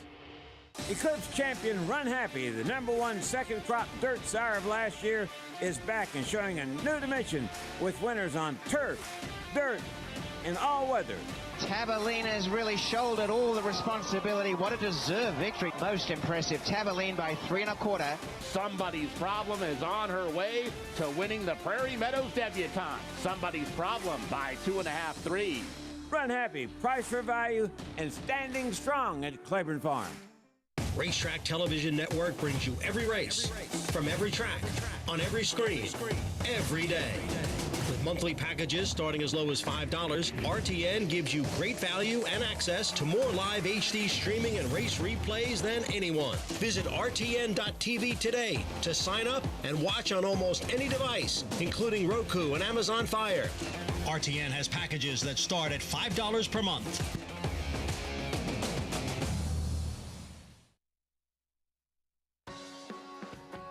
Back on America's Day of the Races on FS2. Our program is brought to you in part by America's Best Racing. For the love of the race, visit americasbestracing.net today. Derby City 6 is coming up next. In this 6th, the Churchill, this 2-year-old, 5.5 furlong sprinter, Spendthrift Farm. 2-year-old race of the day. We'll kick things off. And we get set for our post-parade. The remaining half of the entry. We'll actually have post 5 here, Flipperino. Yeah, Son of Honor Code goes out for Rusty Arnold, who few and far between when the firsters get their picture taken for Rusty. Rail is going to go to the 2 premium for trainer Steve Asmussen. Didn't take any money, 18-1 on the turf in Ellis Park in his debut. Now goes to the main track, and he's much shorter price. We'll see how the rail draw and Tyler Gaffleone bode for him this evening. I've not seen much of this sire. Skylord. Now, haven't seen much of Skylord. This horse for Randy Matthews debuts. Randy wins, can put a first-time starter over. This was a big price with Marcelino Pedrosa in the boot. Is he an Avenger? Junior. 22-1. Shake up Brett Calhoun, Francisco Arrieta rides. Paid $285,000 for this son of Lord Nelson. Work tab solid, if not spectacular. This horse is taking some money in here at 7-1. Monba Quake firster. Yeah, by the name, a son of Monba. Not taking any money in here. And interesting work. 10-pound bug rider aboard. 11-1. Joe Sharp trains his first-time starter. Beat Jersey, beat Mind Your Biscuits on the money in the Met Mile a few years back. Another one he's working locally for Joe Sharp. Another guy who could put a horse over at a price. I wish we saw more of him. Cole Boss at 21-1 on the 8. Yeah, Greg Foley and Brian Hernandez Jr. teaming up. Another one not taking a lot of money, son of Creative Cause. Here's one with dirt experience in the favorite, 3-1 on Birthday Munnings. This horse chased the pace and tired at Ellis Park in his debut. Goes the same 5.5 furlongs tonight and is taking a lot more money as your 3-1 favorite. Zed goes turf to dirt. Yep, blinkers on by the late great Arrogate. Got beat a long way on the grass at Kentucky Downs. Just 2 weeks ago. Venture, trained by Bernie Flint, debuting the 11. Son of Miz and Mas out of an unraced dam. Looks like this one might want a little bit more ground based on the pedigree and the work tab. Carcano taking money here for Victoria Oliver. Half the stakes winners stand the man in 3 technique. Both Doros have come out of the box firing. Taking a lot of money in here as your second choice. And in from the also eligible list for Greg Foley here, Chitwood. Yeah, another one here for Greg Foley. He also has the 8 Cole Boss. This horse's work tab seems a little bit more aggressive than his stablemates. If you matched them up, they've been working on the same day. It looks like Chitwood's working a little bit better than Cole Boss is, on paper anyway, and the tote board's telling you the same thing as he's half the price. Derby City 6 starts here. Let's go back to Paul and Gary. Thanks, Greg. Thanks, Anthony. Yeah, very, very difficult race to cipher through. And Gary and I were both looking at this. And, you know, we kind of like the 10 a little bit here, Zed. Horse that did get bet first time out at Kentucky Downs. And we've kind of seen this, Gary, where the horses just sort of get a race over the racetrack. This horse was bet under 5-1. Did not run. Now blinkers go on. You get a bullet, and you're getting a decent price right now at 9-2. Yeah, a lot of things went on in that race. It was a bog that day. They wound up canceling the races right after his race that day. And so the blinkers going on today, had to work out of the starting gate to be allowed to wear those blinkers. Went in 36 flat, so I like that in this colt. And look, they're betting on him again. Yeah. And listen, you mentioned right before this, you said, whoa, I like the 12 in here before the board even went up. These are quick works for Victoria Oliver. Yeah, it was kind of hidden. I didn't like the post position, clear out there. But one reason I didn't like it is he didn't have a horse on the outside of him. With the scratch in this race, Chitwood, the 14 scratched in, so he's got a horse outside of him. I like that, and I like the set of works that we're seeing here, along with the pedigree. What do you do with the horse that's run? Obviously, the public is gravitating towards the horse that has run. The blinkers are going on here for Brendan Walsh, having a good meet. Yeah, well, he flashed good speed in his first out at Ellis Park, and the horses coming out of Ellis Park, these allowance maiden specials at Ellis, they were live the entire meet, and this horse is getting action along with the blinkers. So 10, 12, 9 down here, and if you like the 14, Greg, just give it to Jimmy Chitwood, because you know why? He's going to make it. Yes, he will. 10-1 on the AE that draws in. Great movie. Yes. But we're trying to make some money, right? Movies are great. That makes some money. I like premium. I like premium down inside. Tyler Gaffalione climbs aboard, getting on the dirt now. I don't know. I guess I kind of feel like maybe that horse gave the horse a race on the grass first time out. And now he finds this spot twice the pot. I like premium tonight. All right, turf debut, dirt for start number 2, but usually this barn takes money when they're not. Not a great sign, 8-1 right now. Yeah, it's a wide open board, though. You know, some of the firsters are taking some money. They landed on birthday munnings. I get that with the blinkers and second time out. But I want to see this Asmussen run a second time out. Steve does a good job with him second time out as well. There's the AE in Derby City. 6 begins here. Our Spendthrift Farm 2-year-old race of the day. Let's go to Travis Stone. And they're off. And Premium, like a rocket out of the gate, quickly in front. Zed comes on to be second. Birthday Munnings is racing third. Shakeup is now fourth. Chitwood on the move from fifth. Solar Power toward the inside, sixth. Shaky Pants on the move, seventh. Flipperino is racing in eighth. Joint Ventures ninth. Cold Boss 10th by 4. At the back are Monba, Quake, and at the back is Carcano. Round the far turn, Birthday Munnings is looking for the lead. Premium is holding on to it, and Zed is smack dab between them, and now moving up on the outside. The opening quarter goes 22-1. So round the far turn, here's Zed looking for the lead. Zed grabs it. Birthday Munnings back into second. Premium couldn't keep up. Chitwood comes on, now third on the outside, and Solar Power is picking it up as well. So too Flipperino. 1 furlong to go. Zed's in front by 2. Here comes Flipperino. Here comes Solar Power. Zed's in deep water. Flipperino has rallied to the front and is the winner. Flipperino first, Carcano was second, Zed was third, and Solar Power finished fourth. Flipperino, first-time starter. The win for the Rusty Arnold barn with Corey Lannery. They just don't win first time out. I'll tell you what, this horse looked professional. The other horse you want to keep an eye on here is Carcano, the Vicky Oliver first-time starter, the number 12. This horse was a long way back and made up a ton of ground. You see him in the blue cap on the far outside. I don't want to say he's following the winner, but he's a couple of lengths behind the winner to his outside. Both of these horses raced well tonight. The winner, Flipperino, but I'm keeping an eye on the 12, Carcano, going forward with a little bit more distance. He's caught up to the winner 5 jumps after the wire. 1-12, 10-3, 15-1 start to the Derby City 6. In a wide open race, this horse probably plays higher, Greg, than 15-1 in a bet in one of these multi-race wagers. He probably plays more like 30-1. Corey Lannery again for Rusty Arnold, Calumet Farm. getting by Zed there, who shifting to dirt and actually ran pretty good for a while, and then just tires in the stretch for Doug O'Neill. This is old hobo farm blood in here. Swap Flipperoo. This goes back a long way to Flipperoo and some of the old Jack Dreyfus mares. 112, 10-3 finish. Big start to this Derby City 6. Well, the prices when we come back, and we will look back from earlier. 3-year-old filly division. Grade 1 Cotillion, Kentucky Oaks winner, Secret Oath. It was not her day. We got a new shooter in the division. We'll look back on what happened at Parks when we come back. Stay with us.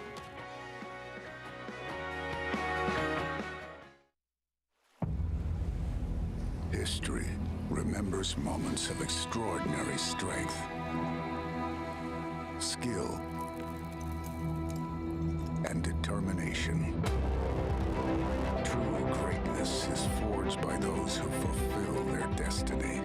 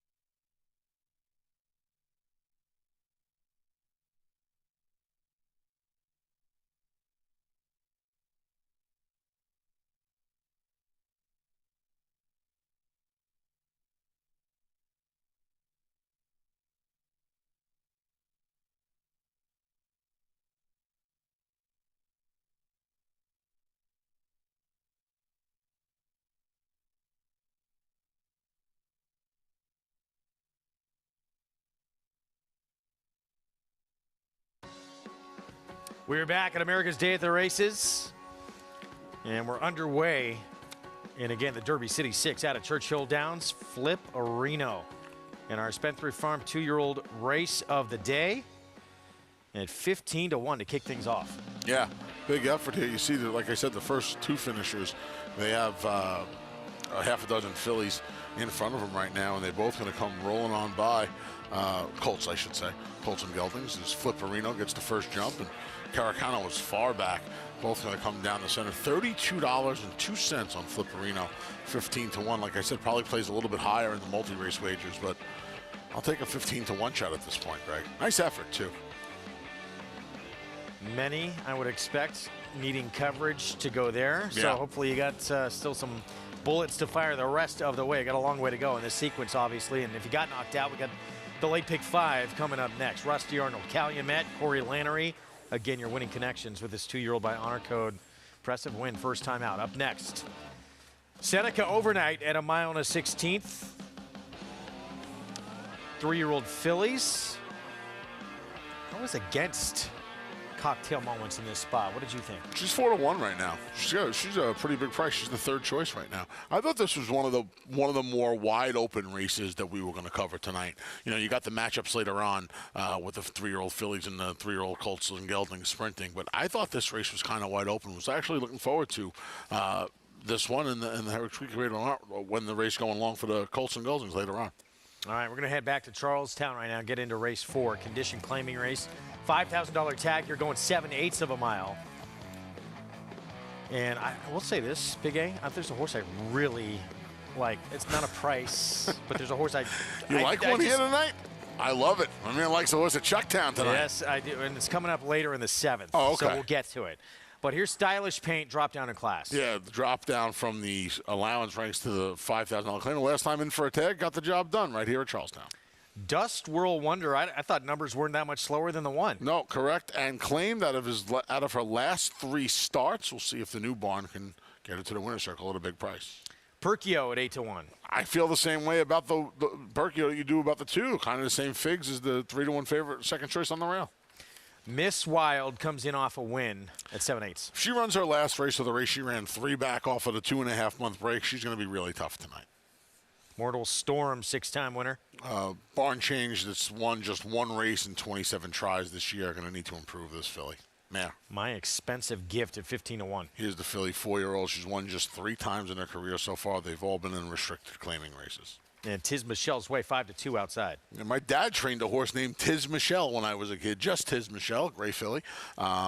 She's won twice over the Charlestown Oval, 2 for 7 at the distance as well. Got to put a little hunch play money down.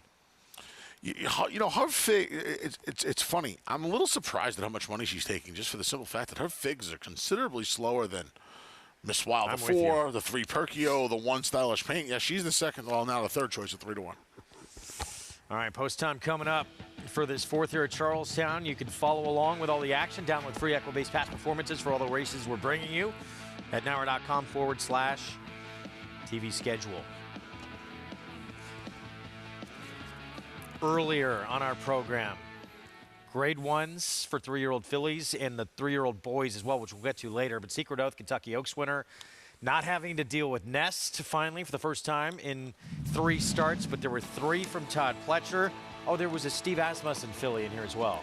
Speed was doing really well at Parks today. And you know, the filly who you see with a daylight lead turning for home down in Ben Salem, PA, that does not get dented much. She had 1 blemish on her card. She did not break well that day. She rushed afterwards. She ran into both Secret Oath and, of course, Nest and that CCA Oaks. There was no problems at the gate today. There was just right to the top. I love her look, too. The chestnut with the blonde tail almost and mane. Bill Mott had a grade 1 winner named Hap about 20 years ago. It was one of my favorite turf horses. Very similar look. She's done very little wrong in her career, and this afternoon down in Pennsylvania, she got the biggest win of her career, and that was an impressive effort. I know the track kind of played to her style today. It did. But she still ran really, really well this afternoon. That Secret Oath made a big move, as she usually does. Just had too much work to do. 5 3/4 length win for Society. After the race, Maggie Wolfendale caught up with Flo. Here with winning a rider aboard Society in this grade 1 cotillion, Florent Giroux. And you'd never been on her before, Florent, but you knew the game plan. That's go straight to the lead. And it does seem as though horses are getting comfortable out on the front end, going these 2 turns, and it was a recipe for success today. Yeah, definitely. And we are not going to change anything. And actually, Steve didn't tell me anything. He knows I read the PPs, you know, just like everyone else, and try to keep it simple. I think the keys with those horses can be a little bit aggressive. You just try to keep them in a nice rhythm, make sure they are nice and relaxed. Doesn't really matter where the position. And seems like, you know, it was on lead today, and she relaxed very nicely for me, nicely in the backside. I felt like the fraction were honest, but not overly crazy, and she was able to take some deep breaths, you know, to key moment of the race, especially in the far turn. And when I asked her down the line, she gave me another gear, and very excited about that little gun for me. Well, takes advantage. Good job from Florent Giroux to recognize, and obviously that's her game anyway, but take advantage of her speed, dominant on the front end. And Dwayne Lucas, he said afterwards with his Kentucky Oaks winner, we were up against it and just at a disadvantage today because the way the track was playing and her loose on the lead. We're still going to the Breeders' Cup this staff. Of course he is. It's the coach. Absolutely. So, you know, when you look at, and take nothing away from the winner, when you look at Secret Oath's campaign this year, that was a real, it's been a real ambitious campaign. I don't think we've seen as ambitious a campaign from a 3-year-old filly, and I'm not comparing the two, but since Rachel Alexandria, she's taken 2 shots against the boys. She didn't embarrass herself either time. I mean, even her Preakness, where she was 4th, beaten a long way, that was a sneaky good effort. And she's now run into a filly and nest a couple of times before today. That has just improved. She's starting to run to her pedigree. She's running to her size, right? She's almost like a colt in a filly's body. So, I mean, take nothing away from her campaign. She has been nothing short of fantastic this year. I'm not surprised Dwayne Lucas is going to move on and upward with Secret Oath. And I think this filly, I wonder if Florent just got the instructions he got with Gunrunner, her sire. Just put her on the lead. Make every polo winning one. That was pretty easy and pretty impressive this afternoon. She was dominant today. And we'll get to the boys a little bit later on, a little more formful as we get back to Charlestown in this conditioned 5,000 claiming race. 4 has been the favorite throughout. We thought Miss Wild would be the one to beat in here, coming off that win last start. And we'll see if she can back it up. She has a very similar form cycle to Stylish Paint, the number 1, right? Good race. Kind of a little bit of a clunker last time, 2 starts back, and then a good race again. Stylish Paint's just kept better company, and Miss Wild has already kept this company. I'm not a big fan, Greg, of taking the horses that have only won conditioned races. So for me, a horse like Miss Wild, who she's won the 2 life, the 3 life. I'm not a fan of those horses more often than that. So I'm going to gravitate towards horses like Stylish Paint. And that's where I landed in here. I just think the best hop sometimes a drop. The last time she was in one of these races, she got the job done, going 6.5. The 7, I don't think the 7 furlongs is going to be an issue, the extra 16th of a mile. She's not a great price alternative to the favorite at 2-1, but she's where I landed. With the drop of the 2, I think I'm with you there. But look, we talked about the 2, even the 3 horses that could probably fill out your exotics in this race. Even if the 1 or 4 do win here, underneath, you got ways to make money in this race. Yeah, the 3 Perkio, I would probably have picked Perkio had it not been A, for the conditioned claiming rule of thumb I have, and B, she's off a voided claim from July. So now she's gone 9.5 weeks. So, but she's the one, Perkio, the number 3, would be the horse I try to get into the gimmicks at a price. Paul Espinosa Jr., the call, 4th from Charlestown. They're in the gate. And they're off. Miss Wild with a good beginning. Stylish Paint from the rail. The 2 favorites had good beginnings as they head out for the early lead. It will be Miss Wild now to crossing clear, and all 6 of them line up behind her as they race under the wire for the first time. Miss Wild by a half length here. Tiz Michelle's Ways outside, then Mortal Storm and Perkeo in between, and a little bit tight there as they hit the clubhouse turn. Dust Whirl Wonder rides the rail in that 5th position. Then comes Stylish Paint after braking alertly. She's now taken back to next to last, and the trailer is My Expensive Gift. So Miss Wild runs the point here. She has it by a neck. Tiz Michelle's Way moves up in the 3 path now into 2nd, and Mortal Storm's in between those 2 as they race past the half-mile pole. Opening quarter in 24 and 2. Miss Wild on the front end here at odds on. She's there by a length. Tiz Michelle's Way just got a tap on the right shoulder there to pick it up from 3rd. And then comes Mortal Storm, drop back another 2 lengths. There goes Dust Whirl Wonder. She's moving in with Stylish Paint, followed by Perkeo, and the trailer is still My Expensive Gift. Miss Wild continues to show the way. She's in front by 2. Tiz Michelle's Way, now joined outside by Stylish Paint and Dust Whirl Wonder. Those 2 move as a team now up into 2nd and 3rd. They're followed by Mortal Storm, but as they arrive at the top of the stretch, Miss Wild is still in front and still in charge. 1 furlong to go, and Miss Wild rips off the turn in front by 5. Dust Whirl Wonder giving chase in 2nd, then Stylish Paint, Tiz Michelle's Way, and Mortal Storm. Coming down to the finish, it's all Miss Wild and Arnaldo Boca Chica coasting home a much the best winner by half a dozen lengths. Dust Whirl Wonder was there for 2nd, then came Stylish Paint in a photo with Mortal Storm in 128 and 3. Miss Wild back-to-back picks up the 4th win of her career. Yeah, right to the top. I'm sure I've seen it before, but her 6 rivals lined up for a good 16th of a mile right behind her and chased her to the first turn. And she was able to clear and hold, a nice 6-length victory. Never really in doubt tonight for this daughter of Mshewish. Dominant to go back-to-back. Prices coming up. When we return, we have the Seneca Overnight to kick off the late pick 5. at Churchill Downs. When we return, there's a look at Turner Loose, one of the many contenders for two-time reigning Eclipse Award-winning trainer Brad Cox. We'll be back.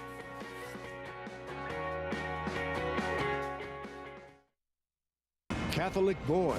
This dual surface star defeated a strong field in the Travers Stakes at Saratoga and became one of only 3 American 3-year-old colts in history to win Grade 1s on both dirt and turf, including the immortal Secretariat.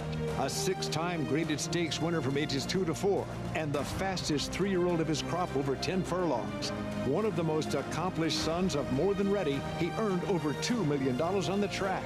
Catholic Boy, standing at Claiborne Farm.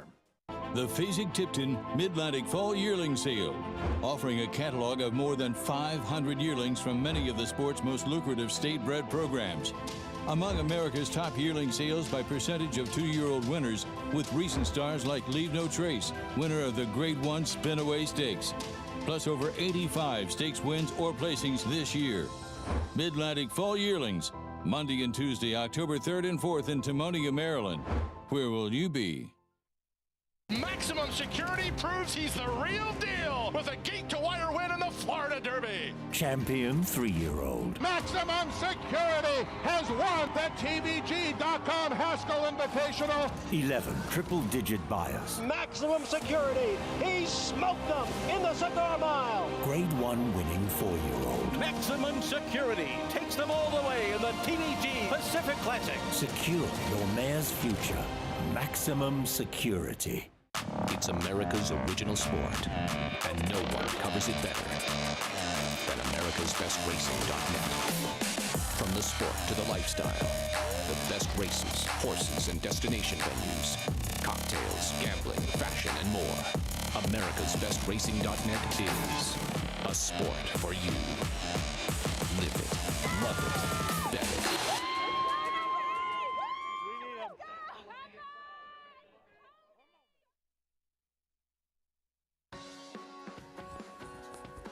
We're back on America's Day of the Races on FS2, underway in the Derby City 6. We get the Late Pick 5 coming up next. The Seneca Overnight at 1 mile and a 16th for 3-year-old fillies. Program brought to you in part by a runner who never lost while sprinting. Record time in the Breeders' Cup Sprint. Run Happy now standing in legendary stall number 1 at Claiborne Farm. Here's a quick look at the odds for this Seneca Overnight. Turner Loose, we showed you going to break for Brad Cox. Trying to turn that form around. Last saw on dirt in the Kentucky Oaks, then tried her on the grass.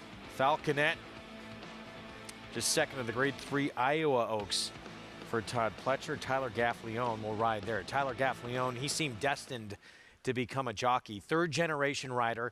Used to ride the armchair of his couch, hoping to follow in the footsteps of his father. Named an outstanding apprentice, he is now developed into one of the absolute top riders in this sport.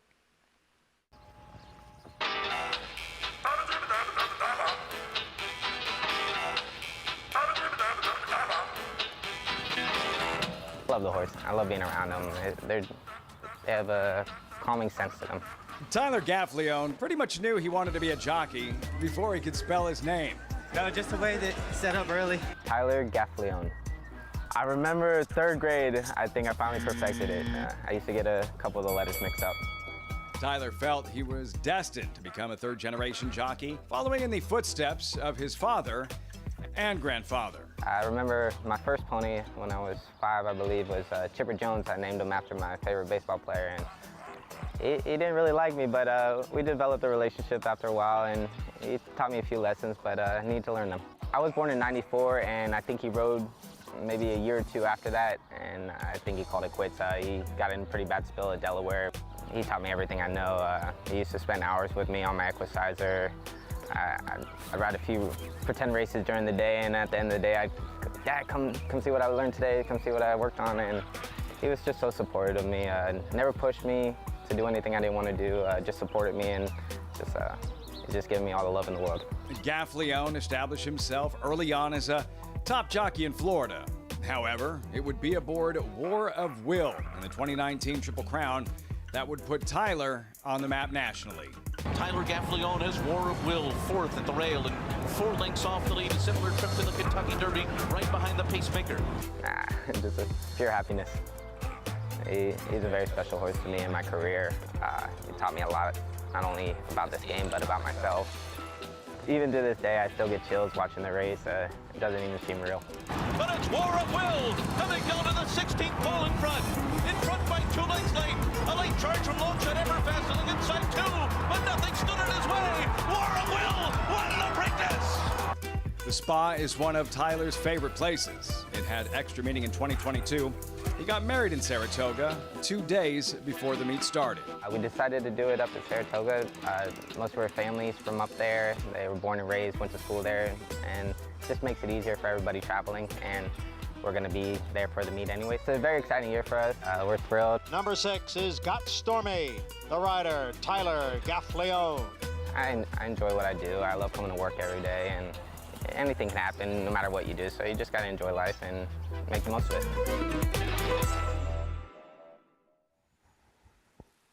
Tyler Gaffleon dominant at the last Churchill meeting, doubled up the second closest rider to him, 62 wins at the meet. He's still got Gunite to come, his big mount, and I'm excited to see what St. Tappet can do, who will ride for Todd Pletcher. Yeah, St. Tappet's a colt with a future, you would imagine, and when you have a horse like that shipping into a new venue, you try to reach out for the leading rider, and I'm sure it was pretty easy when Tyler and his agent took a look at St. Tappet's form to say yes to Mr. Pletcher. I'm a big fan. I'm a big St. Tappet fan. I'm looking forward to seeing him tonight as well. Yeah, it's going to be a fun matchup with him. And look, Warrior Johnny was sensational last time out. The number he ran at Saratoga for Phil Bauer. See if he can back it up. Yeah, Phil Bauer horses at Saratoga, they were running in a different stratosphere. It seems to have come back down to earth now, so I would imagine St. Tappet's going to be favored tonight. 6 for 13 at Saratoga. It was amazing. Phil Bauer. And they weren't just winning, Greg. They were winning by poles. I mean, these races were never in doubt. So. All right, let's get a pick 5 from Paul. How are you going to attack it, Paul? I'm kind of with you in this race. I was against Cocktail Moments in here, but I've decided to use, I'm going to use 1, 3, 5, 6 to start. I think the 1 is getting underappreciated in this spot. Turn her loose. When you get to the next race, which is the Harrods Creek, I'm just going to use 2 in there. I'm not going to get cute. The 4 and the 7. In race number 9, your 2 favorites there, Echo Zulu and Tarabi. Race number 10, I think you got to get a little tricky here. St. Tappet, Warrior Johnny. I'm not throwing out Creative Minister. If I was going to use another horse, it would definitely be Gilded Age. The last race, the 9 and the 12, reportedly working well. But there is a ton of steam that's been coming on the 4. Do it for Dale Romans in the last that I heard coming in here before I put in the ticket. So maybe you want to throw the 4 in the last race in your pick 5. All right, Paulie, thanks. We kick off our post parade for the Seneca overnight with Brad Cox's filly, Turn Her Loose. Couple of turf tries after finishing 7th in the Kentucky Oaks. She ran well in the Oaks, I thought. She's a grade 2 winner on the dirt. Can show speed from that inside as well. Valentina, day 16-1. Ben Colebrook. Yeah, perfect 2 for 2 on the all-weather over at Turfway Park. Rest of her form leaves a lot to be desired. Todd Pletcher, Tyler Gaffleon, there he is on Falconet. A rare trip to Prairie Meadows for a Todd Pletcher runner. She ran well in the Iowa Oaks as the 3-5 favorite, got beat just 3 lengths. Last 2 starts at Keeneland and Churchill resulted in victories. Take a stand at 11-1 for Victoria Oliver. Yeah, she's hit the board in her last 3 starts. Last time in the Audubon Oaks at Ellis Park, kind of ran out of real estate, stretched back out to the mile and 16th, should help her cause. Here's Kenny McPeak's Cocktail Moments. Comes in off a win in the slop at Saratoga. Yeah, she's curious to me. With the wet track races, that wet track race sticks out like a sore thumb. Even her wet fast race in the Oaks and the Ashland, they just seem better than her fast track starts. Scratch Cat going to cut back in distance win in the Grade 1 Alabama at 1.25 miles. Yeah, she ran. Even though this was a Phil Bauer rail loser at Saratoga, she ran well in the Alabama. She gets a little distance relief tonight going 1.16 miles. And Tom Amos, my racehorse and spendthrift for Edgar Morales, 63 caliber. Yeah, this horse has won 3. His daughter of Gunrunners won 3 of her 5 starts. Lone defeat going 2 turns came in the Grade 3 Indiana Oaks. She's back in an overnight stakes race tonight. She's a little interesting at a price, 6-1. Always rooting for Tom as well. Absolutely. Let's go back to Kenny McPeak's Cocktail Moments. This was That went in the slop at Saratoga. She was the favorite, and she won by 2 3/4 lengths. Yeah, you know, Greg, like I said, her wet track races just seem to be better than her dry track races. And I know in the Kentucky Oaks, you know, she almost inherits that fig, but she didn't inherit this fig last time. She ran last time, and again, I do wonder how much the wet track has to do with it. We'll see how she does on dry land tonight. She broke her maiden on a dry track right over this course. I mean, she was good. She was real good in her debut. She followed that up with a subpar effort based off her maiden win in the Untappable down at the fairgrounds, and then Kenny McPeak wins a lot of races. He runs a lot of these horses that are just one-run closers at Gulfstream Park, and it makes no sense to me. I don't know why. And that's another thing. Is her form dirtied up by a couple of those Gulfstream Park races? She's interesting. She's just not a big enough price to find out what kind of quality she is, in my opinion, anyway. Well, here's Phil Bauer's Scratch Cat. 3-1 right now. We're going to go 2 starts back. Mile and a 16th, it was at Churchill, and this was a win in this 9-horse field. Yeah, she's another one. Much like Cocktail Moment, she does not have much positional speed early. She's one of these out-the-back types, and, you know, I wonder how much work she's left to do in here. Joe Talamo piloted her to victory this day and going to be reunited after Julian Leperoux rode her in the Alabama up at Saratoga last time out. You know, she would like some pace. Yeah, she needs some pace. She absolutely needs some pace. I think even more so than Cocktail Moments, she's a little bit more pace dependent.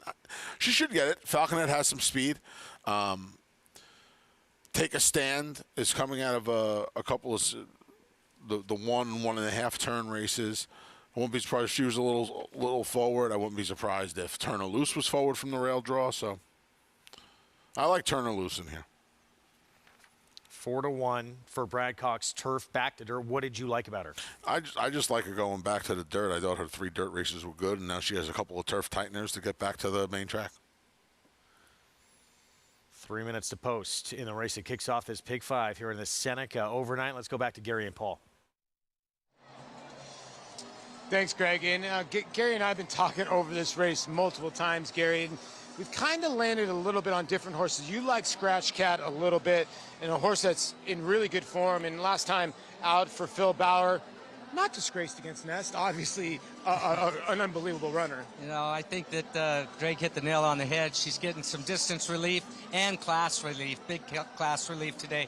Look, she ran a good number. She put the same numbers back to back, believe it or not.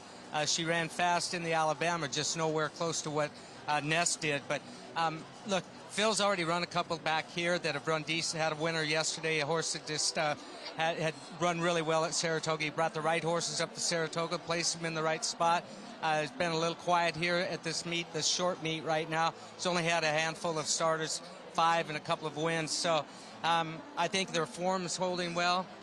And yeah, I like this filly. I think she's going to get a good setup here today. And the setup's got to come from the 3. I would think Falconet's going to probably land on the front end. Someone's going to have to maybe challenge her early, because it does look like she can land here easily on the front. I think Ricardo might be a little aggressive with the 1, but what did you think about the 3 Falconet? No, I think she'll be on the lead. Tyler's a very good gate rider, and Todd likes his horses forwardly placed in the races, and I think she will be on the lead early on.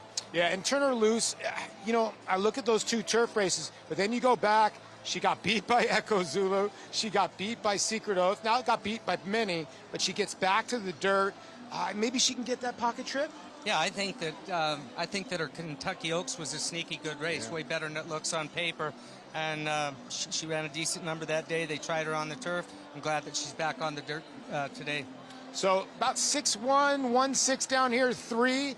But we all are against Cocktail Moments. I don't know if that's a good thing, Greg. Yeah, that's all of us in this. There's really 4 that are being bet. She's one of them, but all of us taking a stand and going elsewhere. I feel like I should jump on board.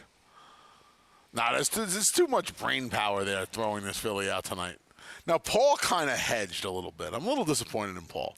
He didn't like her, but then he reluctantly used her in his pick 5 ticket. I wouldn't. Yeah, if I'm playing a pick 5, I would defensively use her. You almost have to, and we talked about it. Her form is a little dirtied up by the Gulfstream Park race you know, how well does she really run in the Ashland when she was second. Everybody sees that big 2 that she was second to Nest, but she was a Kentucky county away from her, beating 8 lengths and change. Same kind of reason. The problem is, in her fast track races, again, it's almost like she runs the same race regardless of her competition. And I don't know, having to give up so much positional speed because she just frankly doesn't have any. She's going to have a lot of work to do tonight. Falconet, 5-2 favorite right now, the number 3. You know, she's been good. I mean, the one started her career going 7/8 at Gulfstream. And she got the job done in the short stretch at Keeneland, going a mile and a 16th. Cut back. Todd Pletcher, her Hall of Fame trainers, asked her to do a lot of different things. Sprint in the debut, short stretch 2 turns, cut back to the 1 turn, stretch back out to the 2 turns. She's handled them all nicely. She really has. And you would imagine that Tyler's going to be the aggressor in here. You don't become a leading rider and win as many races as you do beneath those twin spires without knowing how to get the job done on fillies like this. And this filly it's pretty apparent to me that this filly needs to be as forward as possible, and I think she'll be on the lead. They'll probably have her to catch. I would use 1s and 3s with maybe a little 5 in here. Now the number 6, scratch catch your 5-2 favorite. I'm going to let these Phil Bauer horses beat me for now. Well, turn her loose. You know, we talk about how you develop this second half of the year. For her, this is really her first dirt start, her second half of the year. So how has she grown up? Does she move forward? We saw what Ness did and how she took that huge move forward second half of the year. And same for Falconet. She hasn't raced since July 9th for Pletcher. The 3 at 5-2. Can she take a move forward in here? Well, we expect her to be forward, but yeah, there's your favorite. Stepping in, Scratch Cat, Phil Bauer, Joe Talamo, set for the Seneca overnight start of the late pick 5.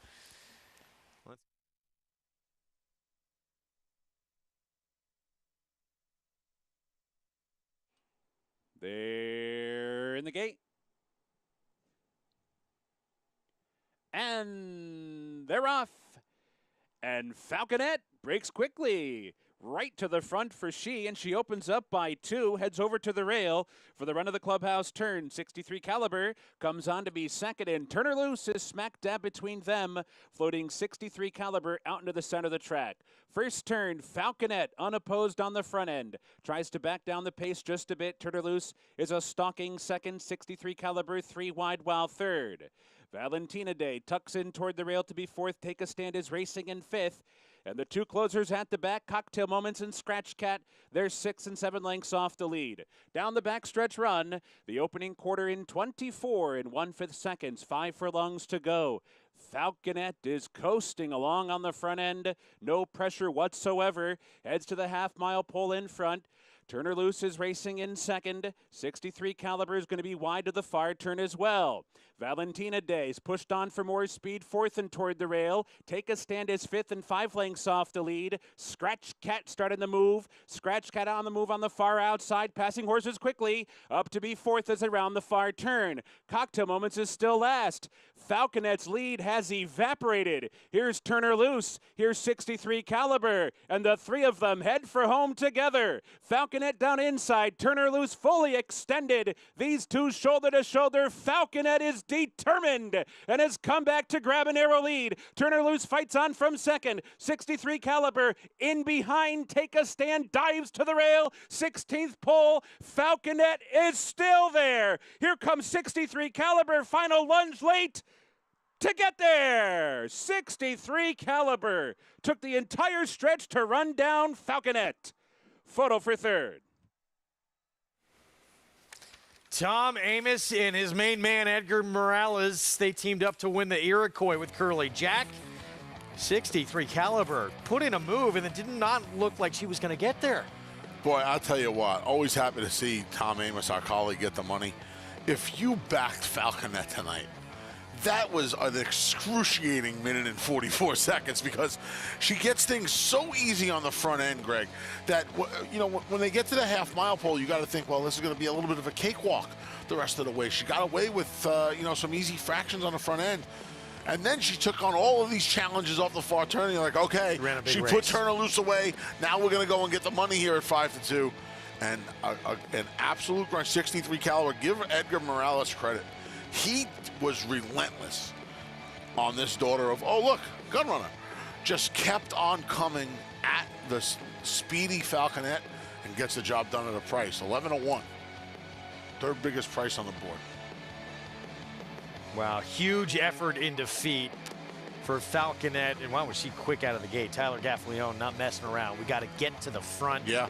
And in the end, run down by, as you mentioned, this Gunrunner filly for Tom Amos. Good for Tom. 63 caliber. Nice win here as she goes back-to-back. One on a race that was meant for the grass last out. Yeah. At Indiana Grand, or Horseshoe Indy, excuse me. 11-1 here. I do it all the time, too. Yeah, back-to-back weekends for our buddy Tom Amos getting stakes wins down at Churchill Downs. She's won 4 of her last 5 now. She's won four of 6 in her career. The only time, like I said, the only time she got beat going 2 turns was in the Grade 3 Indiana Oaks. That was it.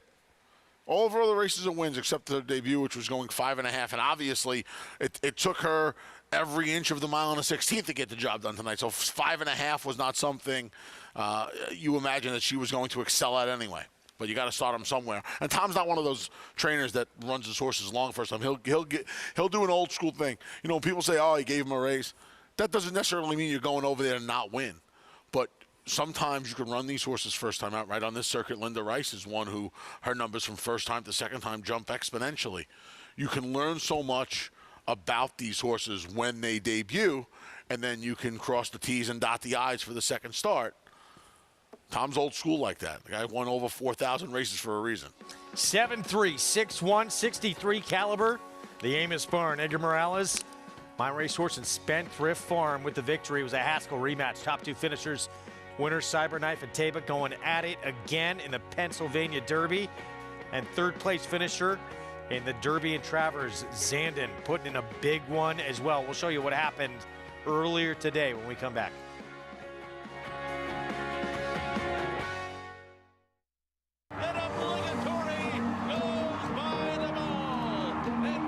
Here comes Malathaat. Here comes Clariere on the outside. They're coming to the finish, and it's going to be Clariere.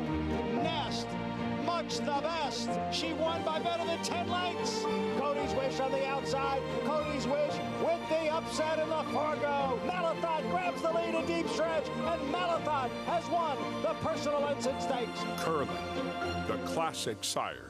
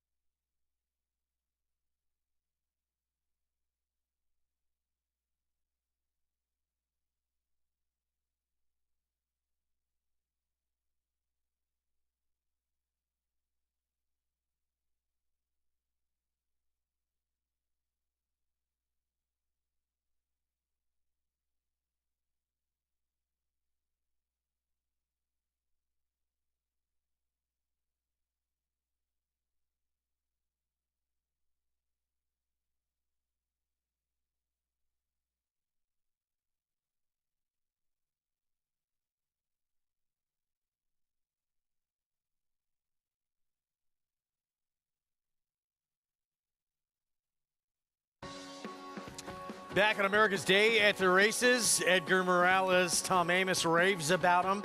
Quiet young man, speaks big. When those gates open, 63 caliber comes and gets Falconet. Yeah, big effort. Just kept on coming. A big grind. Final time 144-1. Like I said earlier, if you bet Falconet, you thought the first 50 seconds of this race was serenity, and The second half was absolute torture. And guess who's out late tonight? Is he being a dirty stay-out, Tom Amos? Mr. 4000 standing by with Paulie. Oh, yeah, Tom is out late tonight. And this is the best dress I've seen him this late tonight. And 63 caliber on the complete outside. Man, this filly is getting better and better, Tommy. She is. Look, you know, Paul, this is how you handicap sometimes. Horses kind of get in a groove. They're showing good races back to back. They can come into a tough spot, and they can bring that performance to the game. Sometimes it works out. Sure did today. And during the backside, it looked like the three was traveling well, although she kind of lugged out on the backside. You were sitting in a good spot. Were you confident on the backside? I thought the horse inside of me was running interference for the leader. I mean, I was like, I'd like to get over a little bit, you know, but I couldn't. It actually worked out great. And, again, I know this may sound like a broken record, but all the credit to Edgar Morales. Rode this horse really, really well. He's so good at positioning horses early, and he's also a very strong finisher. Well, you hit the nail on the head because Brett Calhoun used him the other day, and he said he's going to start stealing Edgar from you. He better remember who brought him to the dance. If he doesn't remember who brought him to the dance, we have a problem. By the way, guys, Tom Amos did the ultimate bat flip. I've never heard him, but he said as soon as he walked out to all the people from My Racehorse, "Are you guys happy now?" And they got going. How do we not catch that on camera? He's a hype man. Now all of a sudden Tom Amos is a hype man. Just, Paulie, tell him I want an iced coffee next summer at Saratoga. I get to spend a lot of time with Tom and Ron Mulquette when I host the Breakfast at Saratoga program. It's one of my favorite moments of the day. Just our initial nudging of each other. It's a lot of fun up there with those guys in the summer. And Tom's always park right next to Tom almost every day, and he's a good guy and an excellent horse trainer. Good win for him. Yeah. And this filly, he's humble, giving all the credit to Edgar Morales, who did give a great ride. He's done a tremendous job with this filly as well. So we mentioned 4 wins last 5 starts. He was dressed good tonight. He was out. He must have knew this filly was going to run well tonight. He stayed out. He had the misses there. This all pointed Colleen's to always there. This all pointed to him getting a little of that 24.92. Colleen, a huge part of Team Amos. Yes. 5th at Charlestown. Got a pick 4 coming up here. 4.5 furlongs in this state bred maiden special weight. Here's a 3 to 5 favorite, Buddy Buddy. Ships back in from Colonial off a series of turf tries back to the main track. Siente El Amor, been off since mid-June. Yeah, looking at the board for just the second time in his 6-race career at a big price. Small Paws, been in the money in 3 of 5. Raced well off an April to August layoff. Was in for a tag last time, back in the special weight ranks this evening. Yeah, big jump back up by in class. Juba, one of the most popular Twitter horses of all time, Juba. Rough start, was just second at this level. Yeah, Rough Start actually came out in here. That was in high gear. Went by. It's okay. A couple of seconds and is 2 and 3 back. Here's the 6, Bertram Flight. Yeah, barn change to one of the leading trainers over at Charlestown, but this was going to need a form reversal. What a Punch has done just about no running in 3 starts. Not a barn change. Is going to need a major form reversal with a 7-pound bug.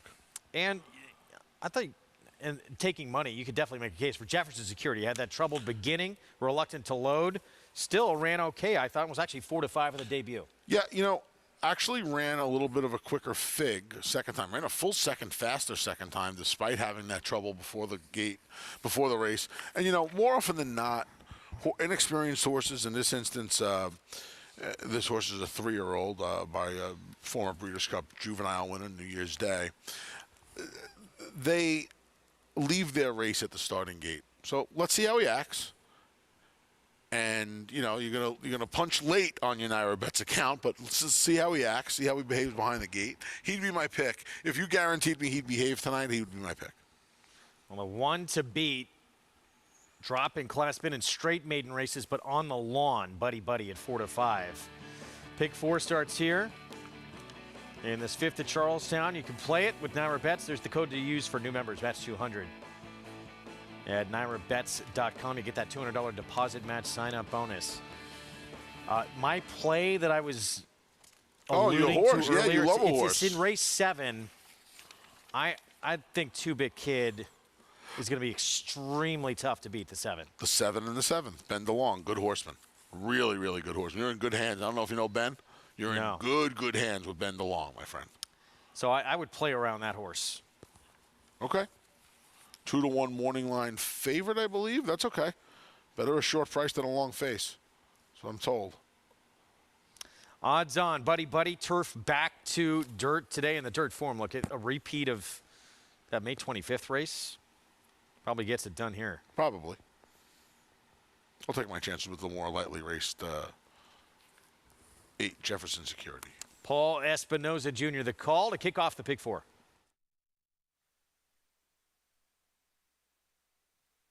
And the last one in will be Jefferson Security.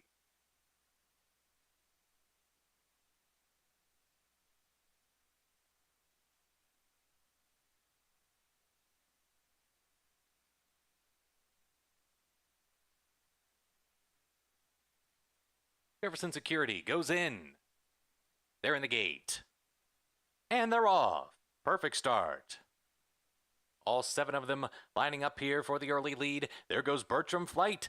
Up to flash some early foot, and In High Gear is right there with him. Buddy Buddy comes away in third. Then comes Siente Elamore in between horses with What a Punch and Jefferson Security stacked out across the track. The early trailer is Small Paul, but it will be Bertram Flight at 19-1 to show the way into the far turn. Through an opening quarter in 22-2, Bertram Flight is in front by 2.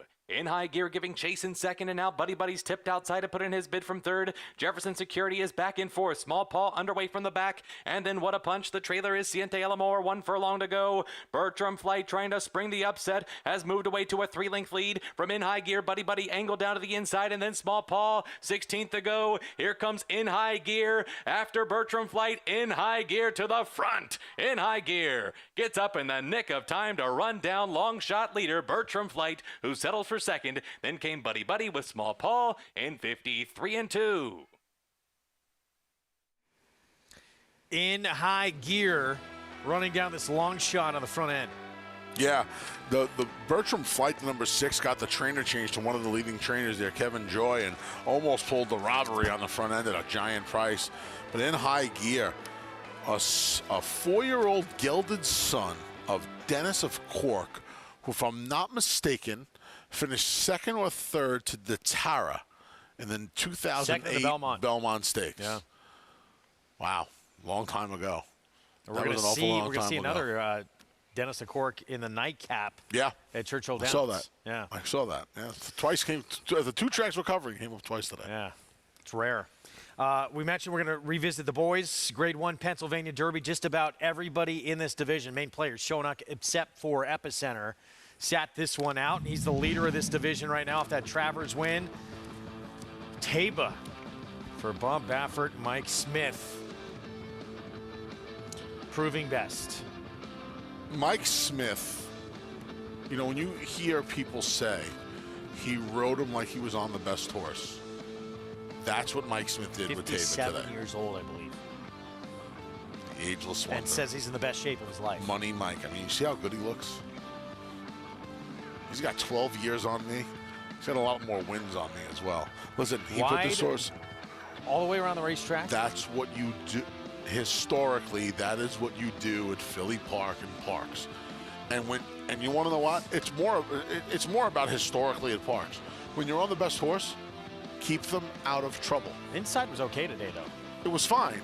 But the last time he got shuffled a little bit at Monmouth Park in the Haskell, and he was best that day. Don't get me wrong. Cyberknife's the Rodney Dangerfield of this division. The horse gets no respect. He shows up every time. But he should have beat Cyberknife last time in the Haskell. And he got beat because he tried to give him too clever of a ride. Rip him into the center of the track. Do exactly what he did. They learned a lot from that Haskell. We're not going to mess around this time. And it paid off, no question. Let's go to Maggie Wolfendale. Please be joined by Gary Young here, who purchased Taba for the $1.7 million at the Fasig-Tipton sale. And Gary, first of all, you got to ask, why? With a horse like this, and I got to say, in 5 starts, he's nearly close to recouping all that money. Yeah, he's been a very straightforward horse from the word go. He knows the difference between the morning and afternoon. But in the afternoon he kicks it in. You know, we respected the competition, especially, you know, Cyberknife after he beat us in the Haskell. But we will look forward to this race, and this effort did not surprise us. And Gary, we were just talking about the fact that he seems so much more comfortable inside today compared to the Haskell at Monmouth. Yeah. Well, this is only his 5th race. I mean, we've thought all along, as good as he is, that you know, as he gets racing and, you know, like later on in the year or next year, that this horse could really, really be better than he is, improve more than most horses do. Congratulations to Mr. Zidane and Mr. Baffert, and just glad to be along for the ride. Breeders' Cup Classic, how do you think he stacks up there? There's a couple of fast horses in that race. Life is Good and Flightline. I mean, but you know, we're gonna go there, and you know, obviously the pace should be fast in that race, and this horse is getting better all the time. He is. Stranger things could happen, Gary. Well, thank you so much. Congratulations. Enjoy this win here in this PA Derby. Thank you, Maggie. All right. He knows how to pick a good one. Gary Young, bloodstock agent, who did select Taba, and he's here to celebrate the win in fashion. Guys? I'll tell you what, those two are monsters, obviously, and Flightline might be in just a world by himself, but a 3-year-old in that classic, this is the horse I want. He has something Epicenter does not have. I'll tell you what. He's got 2 grade 1s. Yeah. Well, no, Epicenter has 2 grade 1s as well, doesn't he? No, he's got 1. So somebody said that, you know, I thought the same thing today, and somebody said that, and I wanted to correct, but it was not. So it's Taba and it's Cyberknife who have the 2 grade 1s for the year. Look, the Breeders' Cup Classic is a different beast this year. And listen, I've taken more shots in my life than most people. You know, I've taken more shots in a lunchtime than people take in a lifetime. This horse, this Flightline's in a different category right now. But what are you supposed to do? You have Hall of Famer Bob Baffert saying, what am I supposed to do, leave my horse at home? No, you have to run. You're going to show up. What do you got to do with Bill Mott, Olympiad? What are you going to do? You're going to run 20 horses in the dirt mile? No, you're going to go and run your horses in the Breeders' Cup Classic.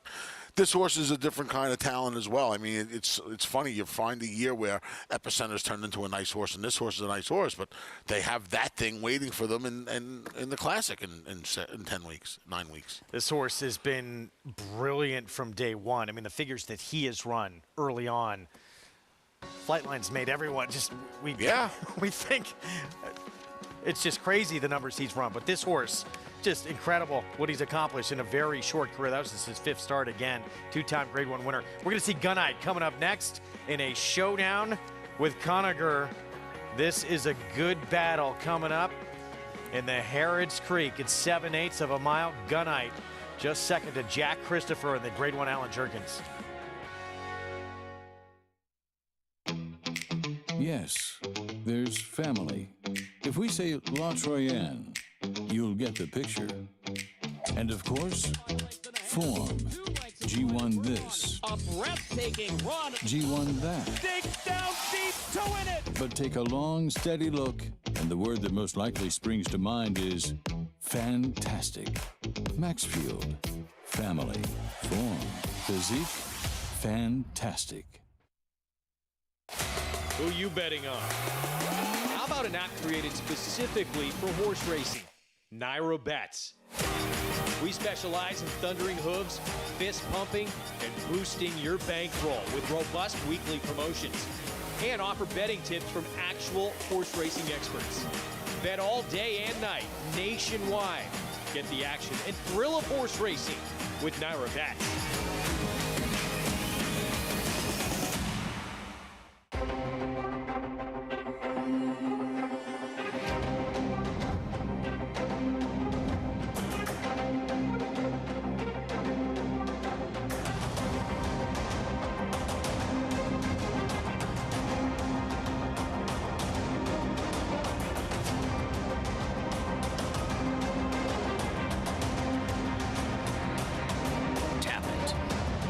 Standing at Gainesway.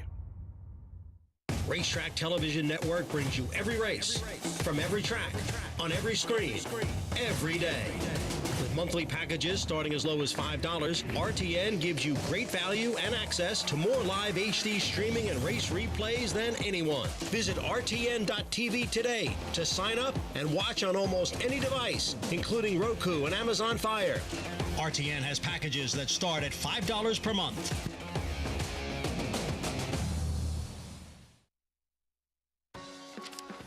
We're back on America's Day of the Races, program brought to you in part by America's Best Racing. For the love of the race, visit americasbestracing.net.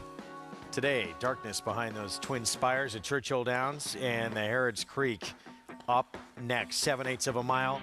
Gunite Grade 1 winner is a 2-year-old of the hopeful at Saratoga. Won the Amsterdam this year. It just missed against Jack Christopher, the Grade 1 Alan Jerkins, the last time we saw him. He's a 3-5 favorite, but he has a major challenger in that rematch with Conacher, those two meeting for the 3rd time in their careers.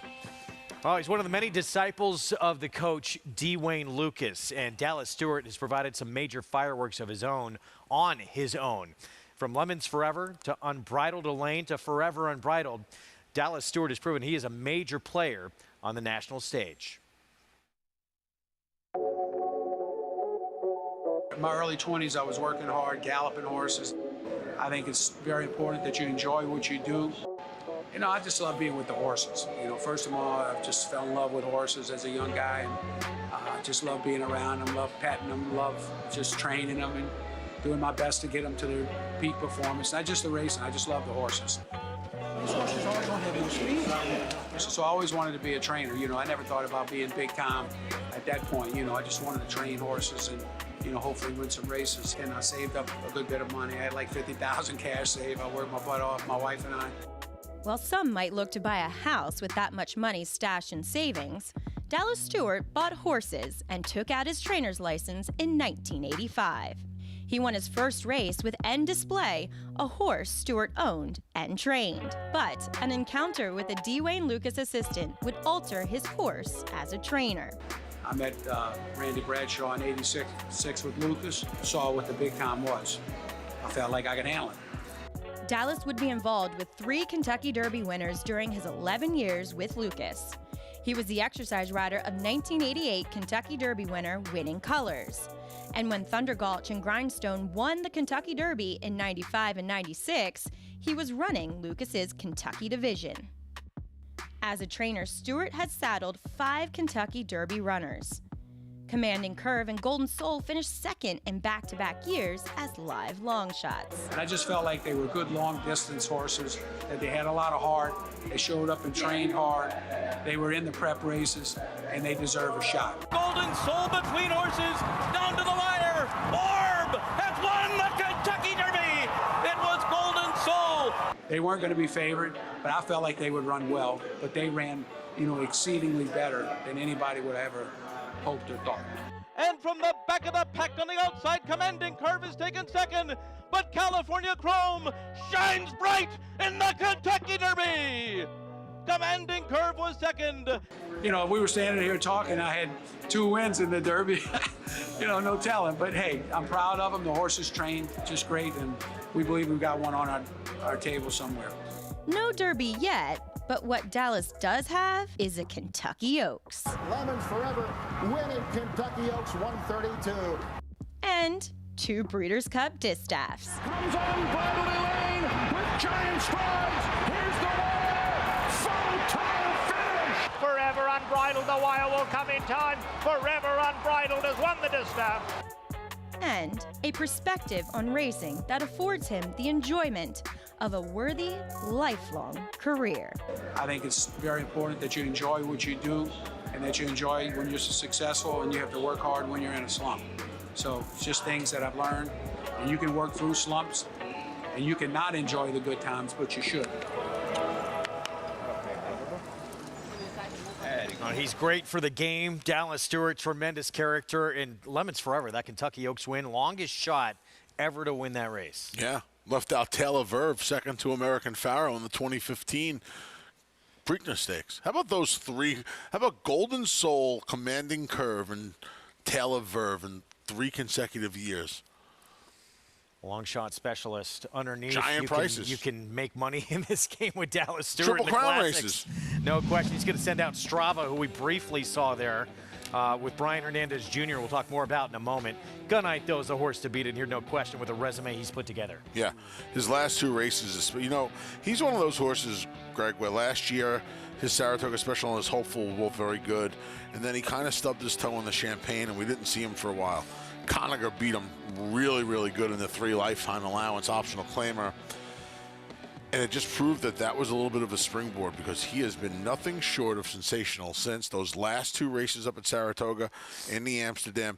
I will say this, when you look at his past performances, I think you have to ask yourself the question, is he just a better horse at Saratoga than he is anywhere else? I think the answer to that question is yes.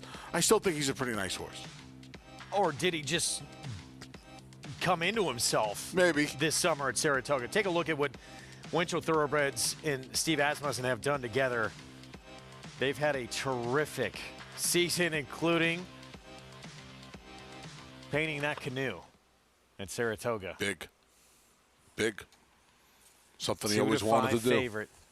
And it was really fitting that they were able to do it together, Steve Asmussen with one of his main owners. Here's Friar Lawrence, 25-1 long shot. Yeah, big win in the slop. 2 starts back at 11-1. Tried the mile of the Ellis Park Derby to no avail last out.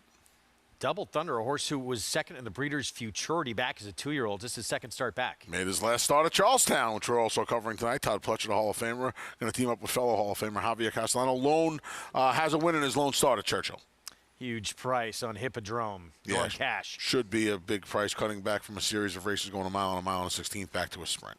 9-2, and this is a major talent here, Conager, who did beat Gunite when they met at Churchill back on June 3rd. I can't believe this horse is this price tonight. I thought they'd be much closer on the tote board. I like Conager tonight. He is extremely quick, should be in front as well. Editorial comment. The 5 at 17-1 for Kenny McPeak. Yeah, big price off a no-show performance on the turf in the Mahoney up at the Spa. This horse had won 3 straight in his native Argentina on the grass.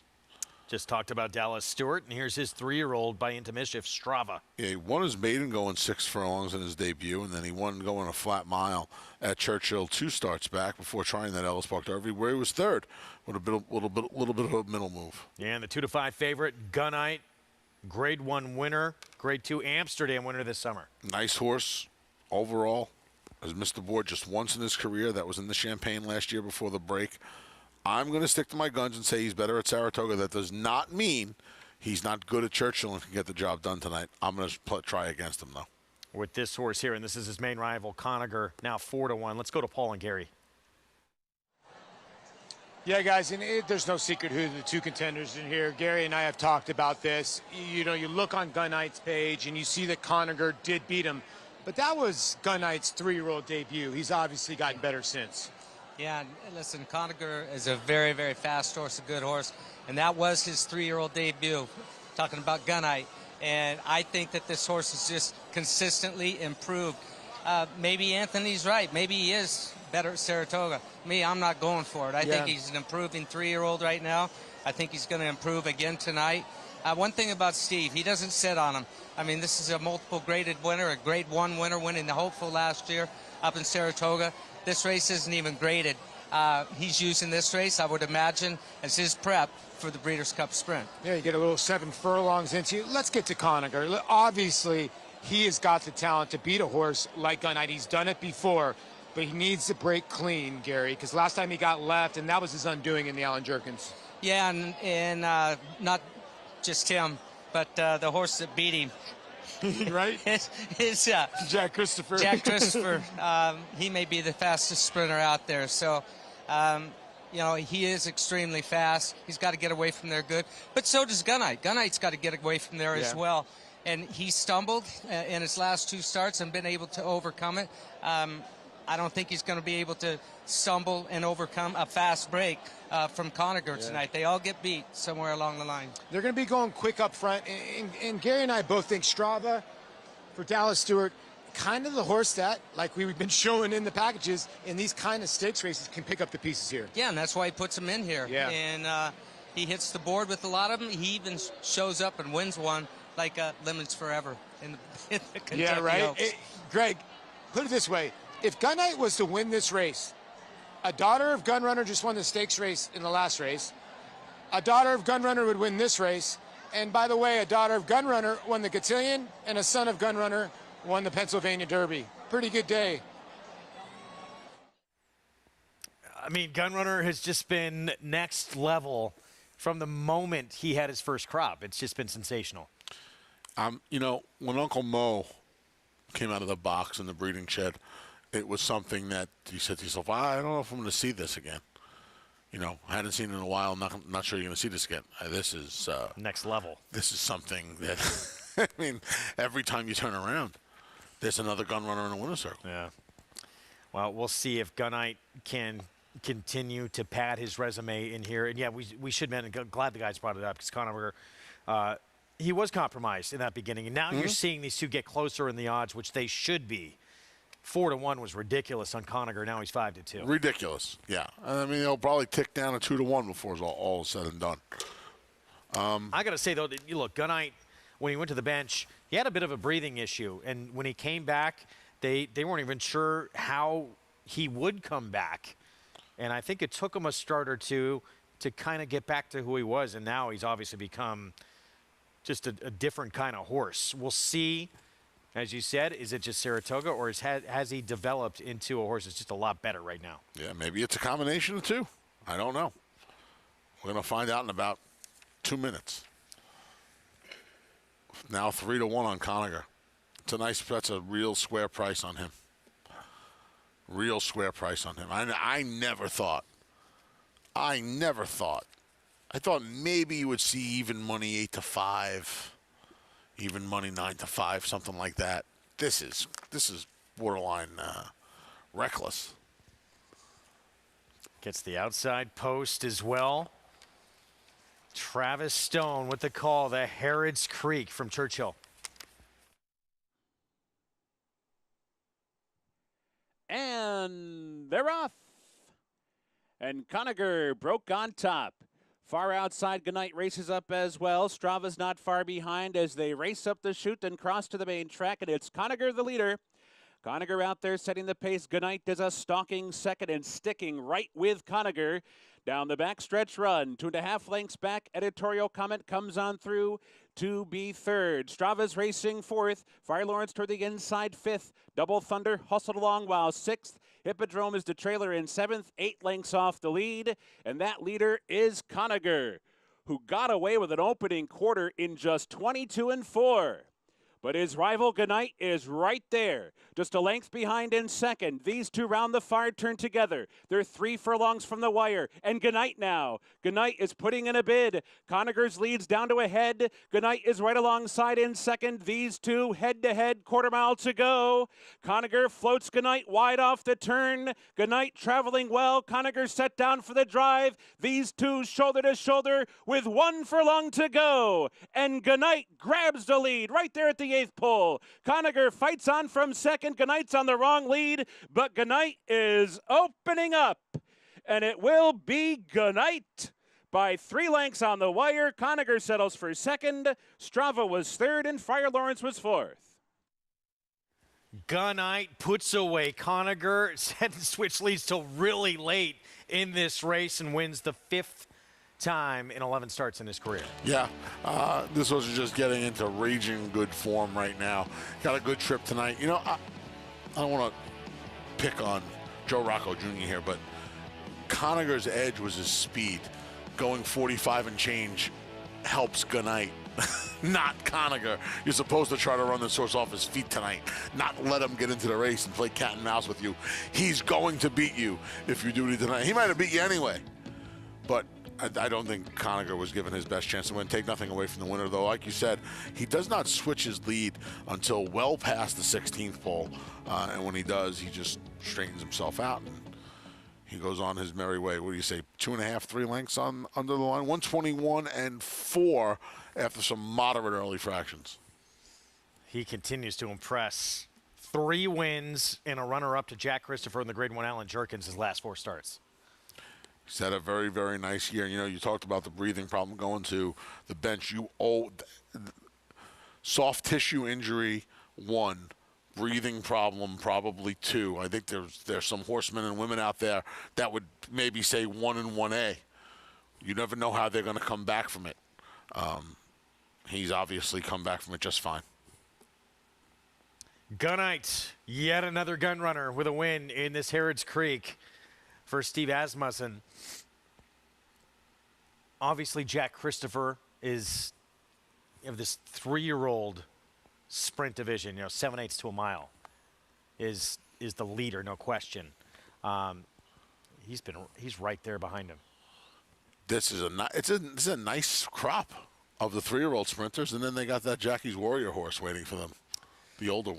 who proved he is not invincible. He's not invincible, but going 3/4, they're probably playing his game more than theirs, right? This horse is probably a little bit better at 7. Jack Christopher's probably a little bit better at 7. Probably, right? That's what I run him. I know you like to say they run them on TV, but they actually do run them on the racetrack, Greg. That's for us. They run them on TV, and that's the unfinished business. It's out there for Jackie's Warrior. See all these 3-year-olds that are going to show up and tackle him. And let's not count out the horse who beat him last time out too, because it wasn't just Jackie's Warrior getting beat, even though he did get softened up by Pipeline. Cody's Wish ran a big race. He did. Oh yeah, no, that's probably going to be the most intriguing race on the Breeders' Cup weekend. Just because there are so many really, really nice sprinters out there right now. Gunite, impressive, not switching leads till late. It did not matter. He wins at 3-5. Winchell Thoroughbreds, Steve Asmussen, their tremendous year continues. Ricardo Santana Jr., Echo Zulu, speaking of Steve Asmussen on Winchell Thoroughbreds, back in action after for the first time since the Kentucky Oaks. Scratch going to the gate in the Acorn. First time since early May. We'll see here next.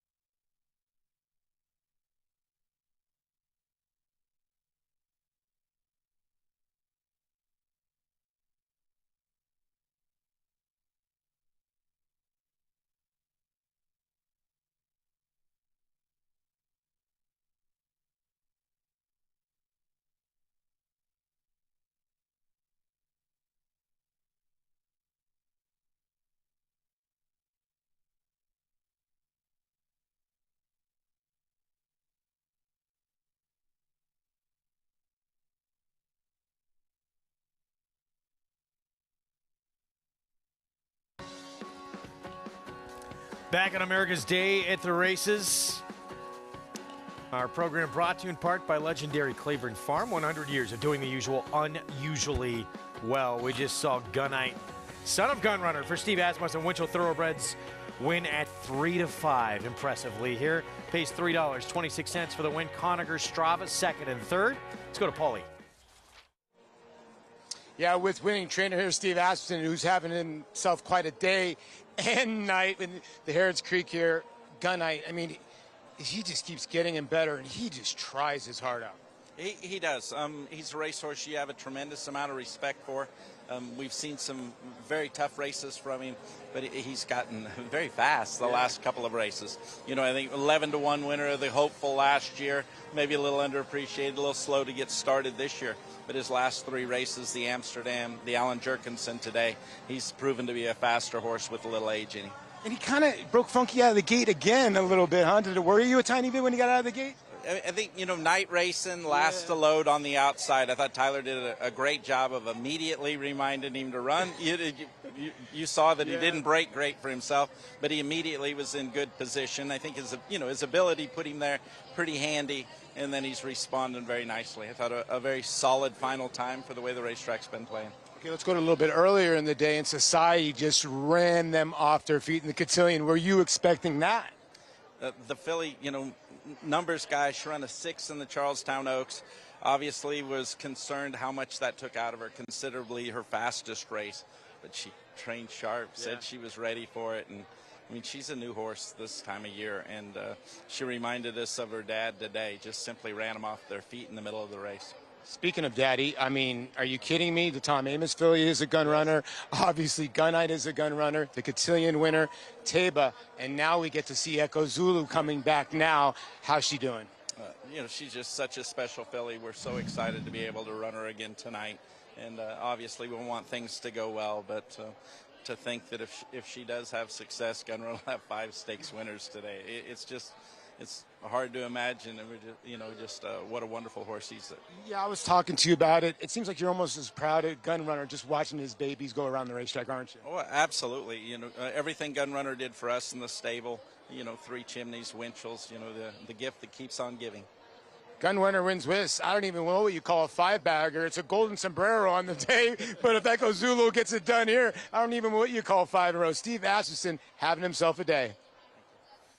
Winningest trainer in North American history in our sport, and he has, even for him, who wins a lot of races regularly, he's having a big day for himself. Yeah, having a big day for himself, and one of the best horses he's ever trained is having someday one for the thumb, I guess we can call it, Paulie. I'm stealing that from Johnny I. He uses that a lot. But, yeah, I mean, 5. It would be 5 stakes winners in one day. 2 of them already for Steve, with maybe the shortest price yet to come with Echo Zulu. 2-year-old champion filly back in action for the first time since the first defeat of her career in the Kentucky Oaks. Again, she was scratched going to the gate in the Acorn.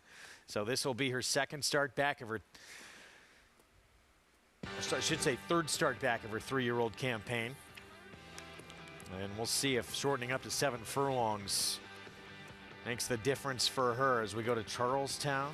I haven't had more surprising moments at a racetrack than when I heard she was a late scratch. Yeah, that was a shocker. It was basically post time, wasn't it? Yeah, 2 minutes to post, minute to post. This sixth race here, 4.5 furlongs, an allowance race for 3-year-olds and up who have never won 2 in this spot, or if you have, some various conditions in here. Yeah, you know, I'd like to go over to my Naira Bets account right now and bet against this 4-5 favorite. That might sound foolish, but I've done dumber things in my life. Showtime Cat, the number 6. A couple of turf races, one at Colonial, one at Laurel. Source is getting back to 4.5 furlongs at Charlestown. The second turn, I think, bothers him a little bit. See if him and Jose Montano could come running late at the heavy favorite here. He's the third choice at 4-1. I'll try the 6. Showtime Cat. And just to be clear, there are multiple winners in this race, including the 5, who is 4 for a lifetime. Oh, yeah. Carrying 122 pounds in here. Weight is part of that. Some of the conditions in here. Just missed at this level last time out. Yeah, he ran really, really well. I'm wondering if maybe the rail runner 50-50 or the outside runner 5 or strong might try to put some pressure on him tonight. The 7. Pick 3 starting here, right-hand side of your screen. There is the 2-year-old champion filly, Echo Zulu, getting set for the Grade 3 Dogwood. First start back since this year's Kentucky Oaks. Coming up for her, she'll have the rail with Ricardo Santana Jr. We'll get to Churchill Downs for a post parade and the champ shortly. Right now, let's go to Paul Espinoza Jr. for the 6th from Charlestown. Goes in. They're in the gate.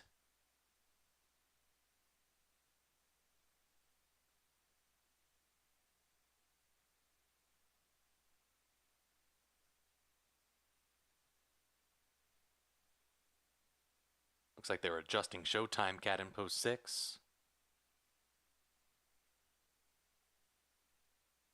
And they're off. The favorite Mathman Marco had a beautiful dispatch and heads right out to the front.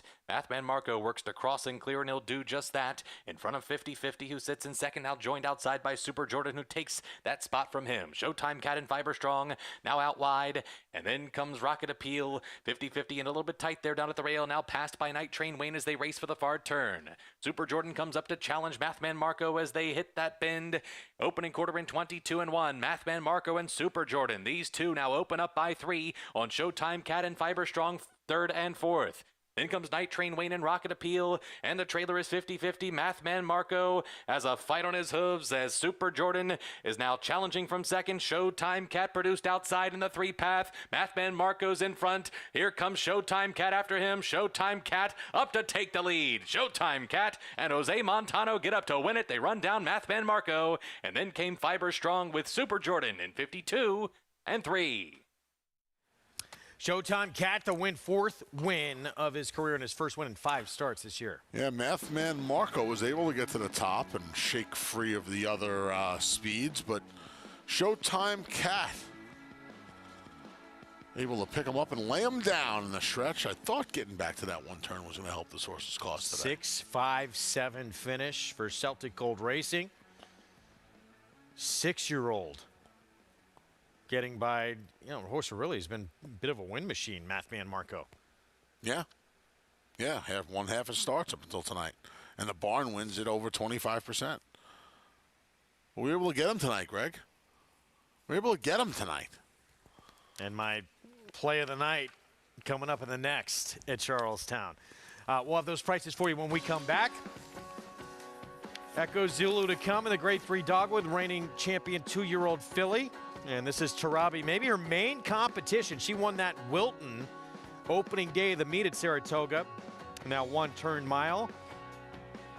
See if she can provide a challenge to the champion when we come back. Eclipse champion Blame ranks among the nation's top sires at a fraction of the price. His recent top runners include these standout performers.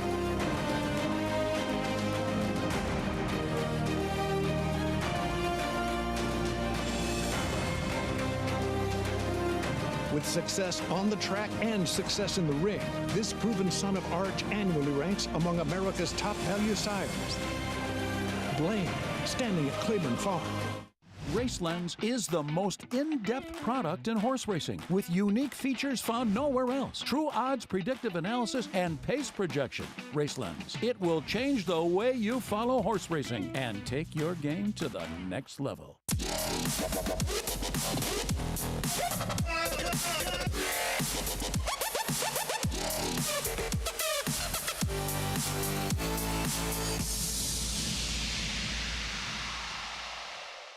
Eclipse champion Run Happy, the #1 second crop dirt sire of last year, is back and showing a new dimension with winners on turf, dirt, and all weather. Tabaline has really shouldered all the responsibility. What a deserved victory. Most impressive. Tabaline by 3 1/4. Somebody's Problem is on her way to winning the Prairie Meadows Debutante. Somebody's Problem by 2.5, 3.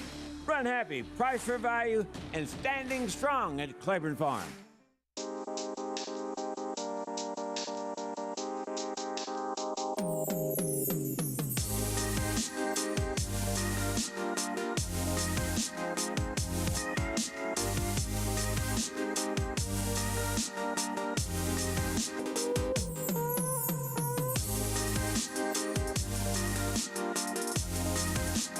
Stay fabulous. Resorts World.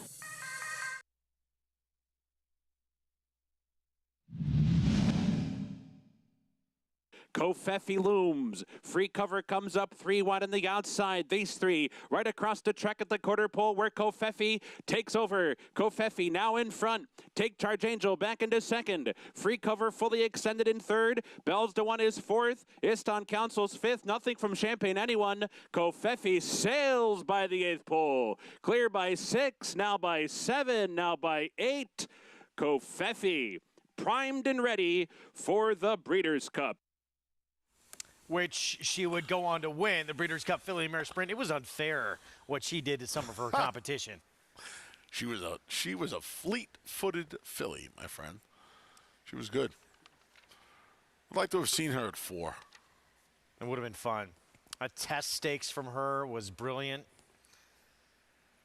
I'd like to have seen her try the test ballerina double. That would have been fun. Remember when Dream Supreme did it in the same year? That was a fun year.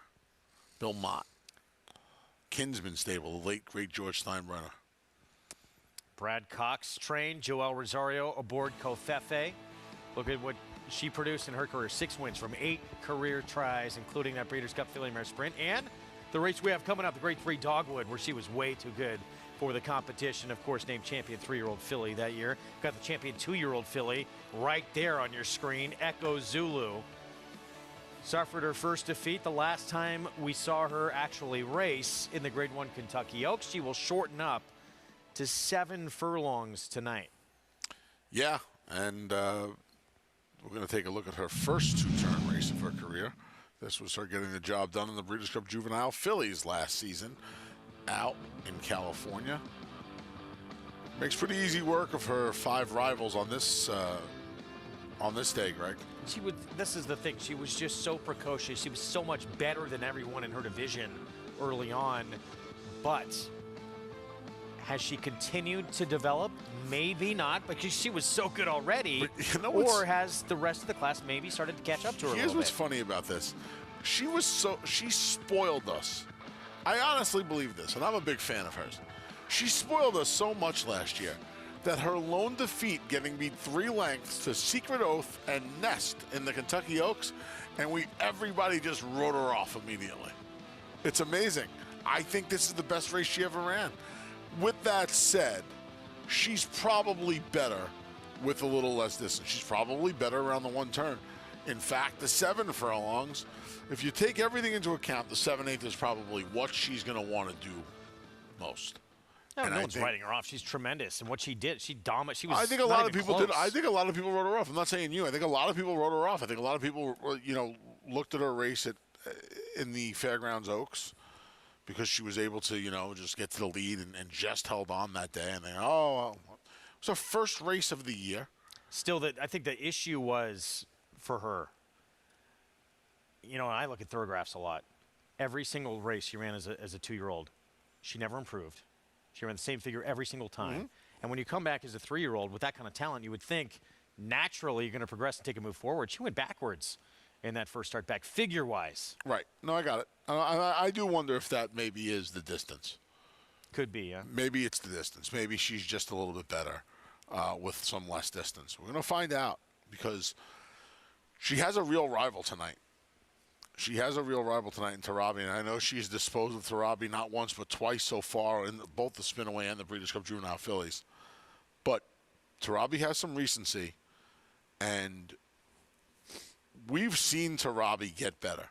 She's really gotten better with every start from August of her 2-year-old year when things kicked off last year through July of this year. So we've seen, yes, it's only 5 races, but a body of work over that almost year where she has improved each and every start. And this is going to be her 3rd try against Echo Zulu. She was obviously, everybody was far behind Echo Zulu back as a 2-year-old, but she was 2nd to her. She was 3rd to her in the Breeders' Cup Juvenile Fillies, but she, as you have said, has gotten a lot better, and she's put together 2 of her best races of her career, the last 2 starts, primed, now freshened to take another move forward. I'll say this.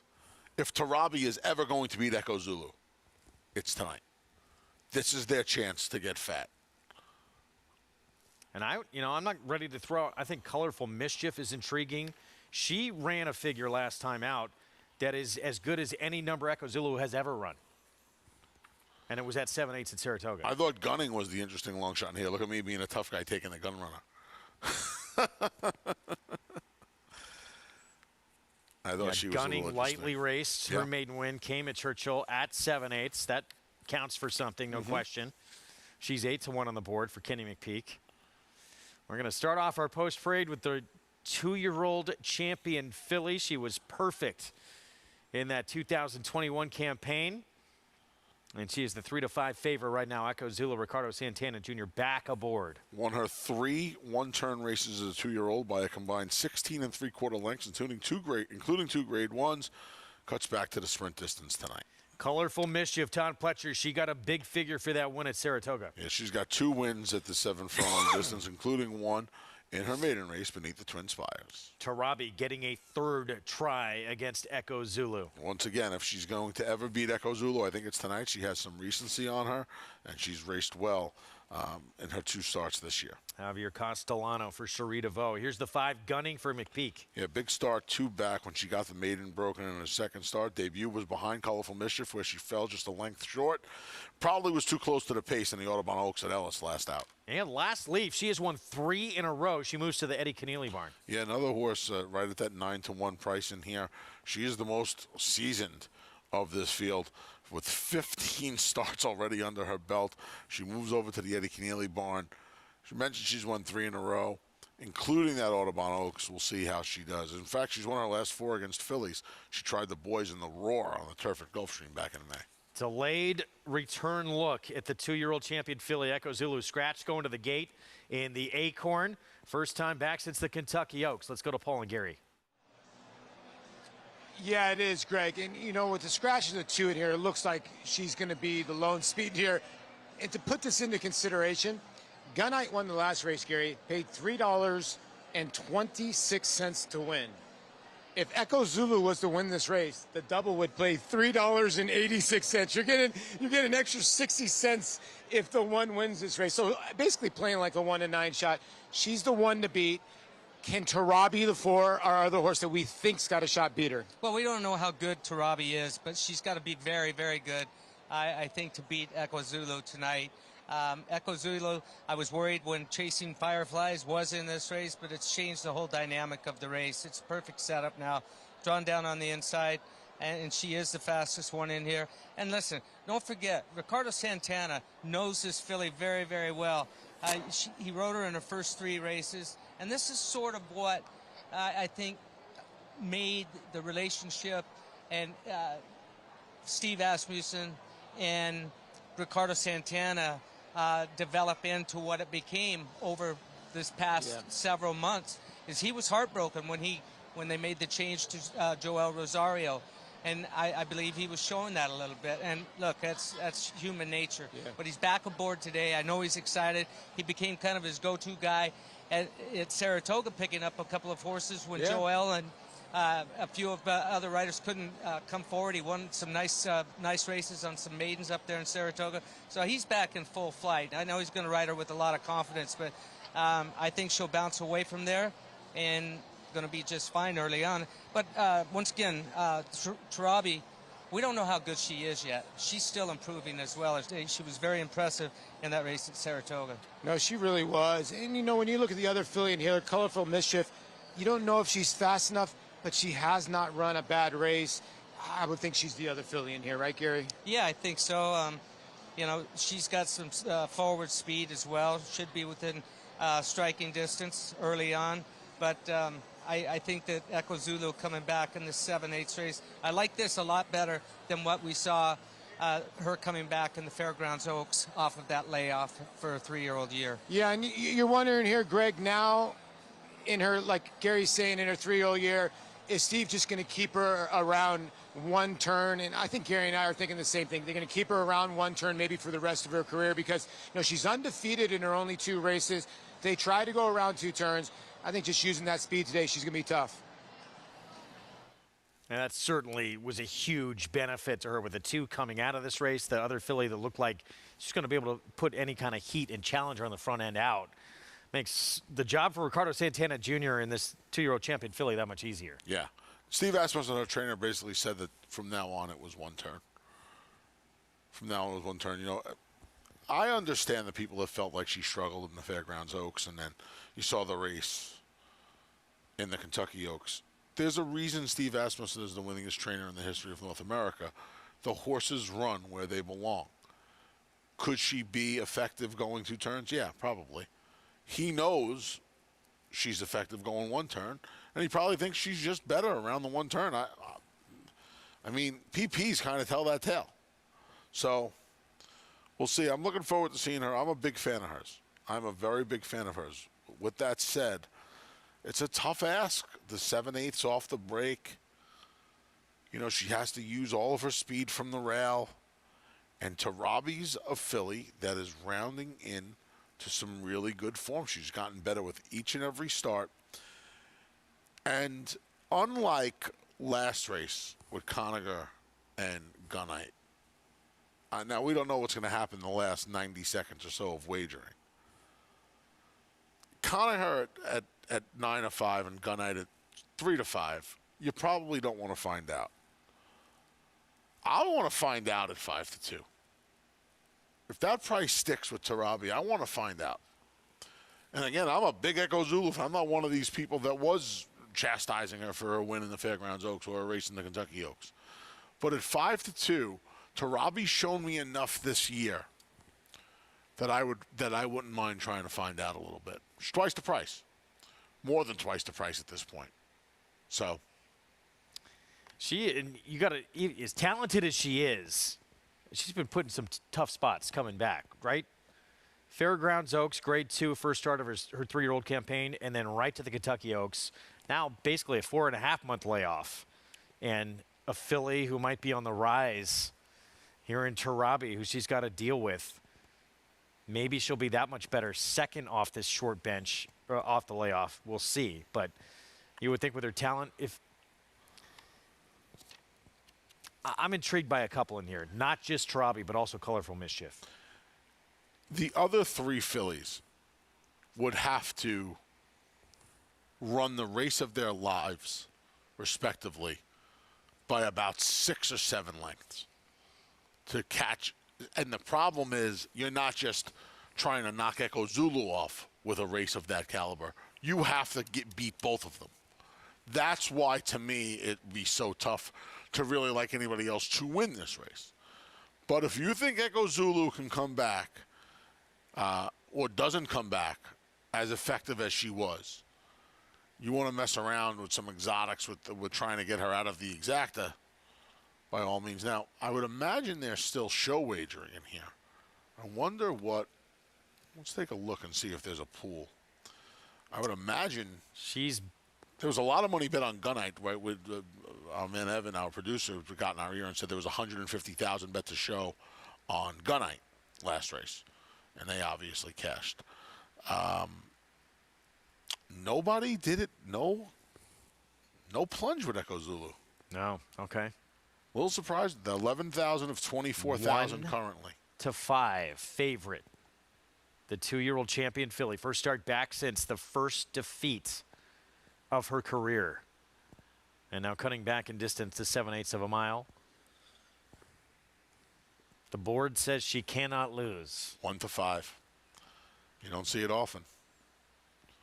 And she's a gun runner, so it automatically gives her 3 lengths. That's her main challenger stepping in. Tarabi, we saw win on opening day at Saratoga this summer in that Wilton Stakes.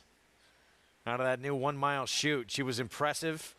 Looks like she's potentially primed to take another move forward. She would likely need to if Echo Zulu can even just repeat what she has done in the past. It is the grade 3 Dogwood. The champ will break from the rail. Let's go to Travis Stone. And they're off. Echo Zulu away okay. Last Leaf is there. Colorful Mischief broke alertly as well, but Echo Zulu is racing for the lead. As they head up the chute and they cross over, it is Echo Zulu in front. Company, though, Gunning is right up into second on the outside. Colorful Mischief is racing third. Lastly, from the outside in fourth, and Tarabi is right in behind Echo Zulu, down inside, moving up 1 spot. So down the back stretch run, Echo Zulu the leader, just under a length. Colorful Mischief comes on in between. Gunning is there, and Tarabi is fourth, but only a length behind Echo Zulu. And the opening quarter in just 22 and 4. They're on the far turn. Echo Zulu holding on to that lead. Colorful Mischief asks for more in second. Gunning on the outside third. Tarabi's working on a good trip right in behind Echo Zulu. Still in a bit tight there as they come for the quarter pole. Last Leaf is looping up with a 4 or 5 wide sweep. They turn for home. Echo Zulu off the turn in front by 2. Now it's 2.5. Now it's 3. Tarabi comes up the rail. On the outside, Last Leaf and Colorful Mischief. Final 16th, Echo Zulu, clear by 4. And what a night for Gunrunner. Echo Zulu is champion filly, returns to her winning ways. 5 lengths in the end. Tarabi was second, Colorful Mischief was third, and Last Leaf was fourth. The champ is back with a huge effort, 7/8 of a mile in 1:22 and 2, gate to wire for the win. Rated on the front end, was able to kick away from her rivals, including Tarabi off of the far turn. And you like how Ricardo Santana Jr., there is a sense of urgency when it comes to the Breeders' Cup race. She's only going to have 3 races this year, 1 race since May. You had to really get a nice little stiff blow into her. He finished up strongly. He rode her out to the wire. You needed to see this going the 7 furlongs because there's no room for error here now. This was it. She's going to go to the Breeders' Cup. She's doing it off this effort tonight. Off this effort, I vote yes. This was a nice effort tonight. Good to see the champ back. Yeah, this was great to see. I mean, she was so good as a 2-year-old, and to see her back like this at her best, this was fun to watch. That's a pumped-up Ricardo Santana Jr. too, by the way. He's got his girl back. He's got his girl back, and it was good. It's nice. That's nice to see. Started out perfect 3 for 3 on her, including 2 Grade 1 wins, and then, yes, he was replaced in the Breeders' Cup with Joel Rosario, so that had to sting. So it's got to be incredible to be back aboard filly that's, I know, meant a lot to him, and he has that great relationship with Steve Asmussen, and we're seeing them, after they parted ways a bit, working together again quite often. Yeah. You mend fences. You don't want to burn bridges in any aspect of life, but let alone at the racetrack. And, Ricardo did not take it very well. He admits, and I think he would admit the mistakes he made in it as well. He was replaced by a guy who ran Del Mar for the 5 years he was out there in Joel Rosario, and he was in the midst of a 1 for 110 when he was replaced on Echo Zulu. So by arguably the best in the game right now. By arguably the guy won the Eclipse Award. So what are you supposed to do? And the other argument is I could have rode Echo Zulu in the Breeders' Cup Juvenile Fillies last year. I would have had to start reducing in 2012, but I mean, I get both sides of it. I absolutely did. It's good that it seems to be behind them, and that he was back aboard his girl tonight at the very least. Fun to watch and see her back getting her picture taken. Echo Zulu, 2-year-old champion filly, returning to her winning ways now. 6 wins from 7 starts, 122 and 2. And she does it on the lead every step of the way. Now let's keep in mind too, about a half a second slower than Gunite. Okay. For the record, but I mean, you consider how Gunite was coming into his race and how she was coming into hers. I mean, he's coming in off career form. She's coming in off a layoff and 4.5 vet scratch. And let's keep in mind, she got things thrown away tonight. She was the lone speed in the race. Still impressive. She had a run. And 7/8 is such a tricky distance because you have to be fast enough, and then you have to have enough foundation and enough stamina as well. Well, this is the distance the filly mare sprint. Yeah. This was a very important race for her tonight. And I think she did. I don't think that her connections could be happier. I think it was a perfect race for her tonight because, again, Ricardo did the right thing too, and I'm sure that was Steve in his ear saying, "Hey, listen, we got one shot at this thing in 6 weeks." I said 10 weeks earlier. I apologize. 6, more like 6. We got one shot at this thing. Make sure she gets a stiff blow. Don't open 5 and wrap up on her. She's got to make sure she finishes and runs through the wire, and she did that tonight. This thing being the Breeders' Cup Filly Mare Sprint, for the 2-year-old champion filly. Echo Zulu, she is back. Impressive performance. Here in the Grade 3 Dogwood, we're going to take a timeout. We'll be back with the prices And the Bourbon Trail is next.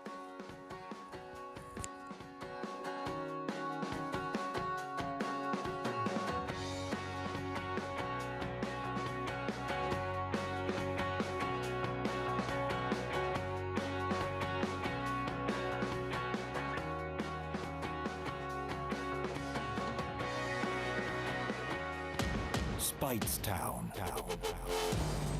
Munning. Echo Town. It's Echo Town for Joe Alamo, and Echo Town raced away. And Echo Town is drawing away in the stretch. Echo Town wins the Allen Turkin Stakes. A sire line so prolific, it repeats itself. Echo Town.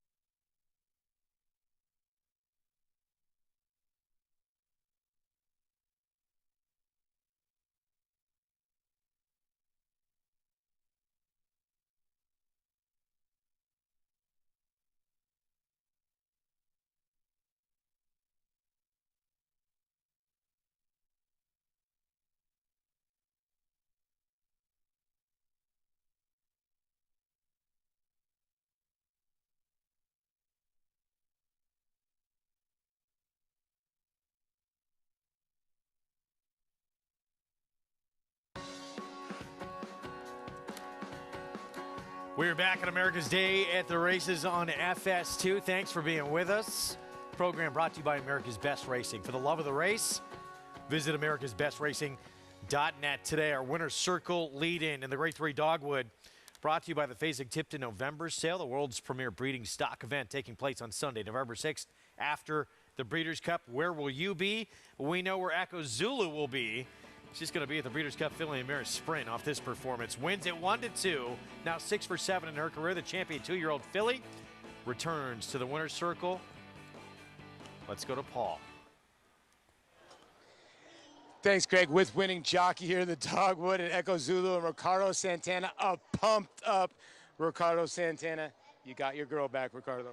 Well, first of all, I need to say thanks, God. You know, everything go well today in the race. Thank you to Mr. Steve, and the owners that give me the opportunity to back in such an amazing feeling. And, since I saw it in the overnight, man, my heart was so happy, be back in such an amazing feeling. And she showed you guys today. Now you rode her first 3 or 4 starts, and you're undefeated on her. You've never lost on her. I mean, how much has she grown up? I mean, she was in cruise control. Did you think you were going that fast on the front end? Well, she's the filly that when you don't even feel it. When that filly, you have to be used a good passenger with her.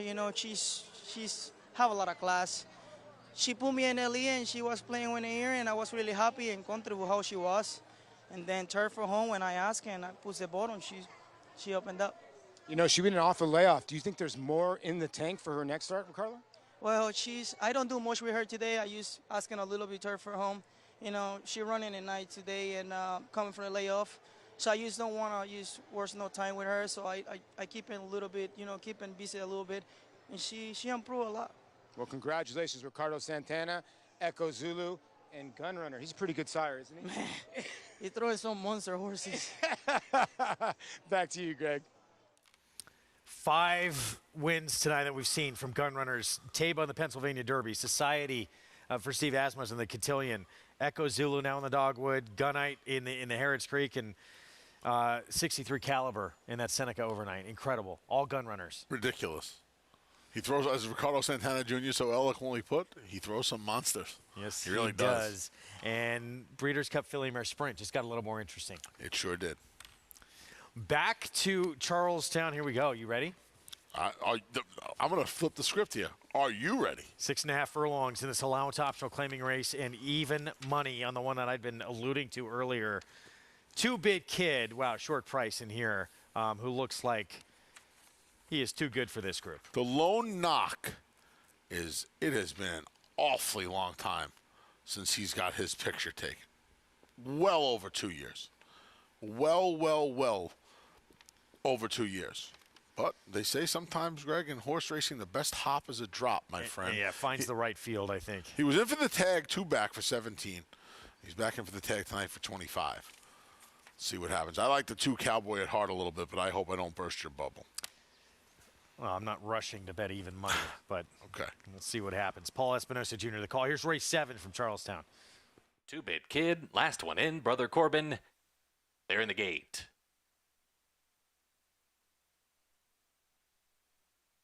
And they're off in a very awkward step shortly after the break for the favorite 2-Bit Kid. He is off next to last. Cowboy at Heart heads out to the front. Sugar Daddy showing good early speed as well. Kenny had an ocean right there in the mix, and Tip for Tap is caught out in the 4-path as they hit the clubhouse turn. Then comes 2-Bit Kid, who now rushes up, making up for lost time after that awkward beginning, and the distant trailer is Charitable Visit, has to be 15 lengths away from the speed of Cowboy at Heart, who carved out a 23-1 first quarter. They're less than a half mile from home with Cowboy at Heart running the point. He's in front by a half length from Sugar Daddy in second, and then comes 2-Bit Kid, who is outside. Kenny Had an Ocean is in fourth, then comes Brother Corbin fifth down at the rail. Tip for Tap is sixth, and Charitable Visit still a distant trailer as they head for the far turn. 46-3, the pace has been contentious, and it's Cowboy at Heart still in front by 3 parts of a length. Sugar Daddy is his closest pursuer in second. Then comes 2-Bit Kid, who's asked for his run down at the inside, still 2.5 lengths away. And then comes Tip for Tap with Kenny Had an Ocean and Brother Corbin. 1 furlong to go. Cowboy at Heart is still there, but he's desperate on the front end. Here comes Sugar Daddy, and outside 2-Bit Kid putting in his bid with a 16th to go. Here comes 2-Bit Kid overcoming that trouble after the start. 2-Bit Kid up in time to win it by a neck. Much the best win for 2-Bit Kid. Then came Cowboy at Heart. Close for third, final time 1:19.4. 2-Bit Kid gets it done anyway, despite leaping up in the air out of the gates. Picks up the 5th win of his career. Now up over 2 for 2 at Charlestown. I'll tell you what, it might have been a blessing in disguise, because once that happened, Greg, Rashawn Latchman was able to just dive down to the inside and save all the ground. You know, this horse doesn't have a ton of speed. He was destined to be wide into that first turn. Instead, he was able to save a bunch of ground and move up the iron. Real running began. He swung him to the outside, and he was able to get up over the pesky Cowboy at Heart, who was loose on the lead. Never in doubt, right? Well, early on with that jumping straight up in the air, it did not look good for 2-Bit Kid. But yeah, in the end, might have helped him a little bit here. 5th win of his career, 2 for 2 at Charlestown. Trained by Ben DeLong. Ben's a good horseman. Ben does a lot of different things in the business, and Ben's a good horseman. And got the job done tonight with the. He was even money, I think, when he went to the game. He was, yeah. 6-year-old. Now 2 for 2 at Charlestown, winning at a short price. Another stakes race coming up at Churchill Down. 3-year-olds in the Bourbon Trail. There is St. Tappet for Todd Pletcher, undefeated. He looked very good at Saratoga this summer when he beat Older Company to get through his first allowance condition. His stakes debut is coming up.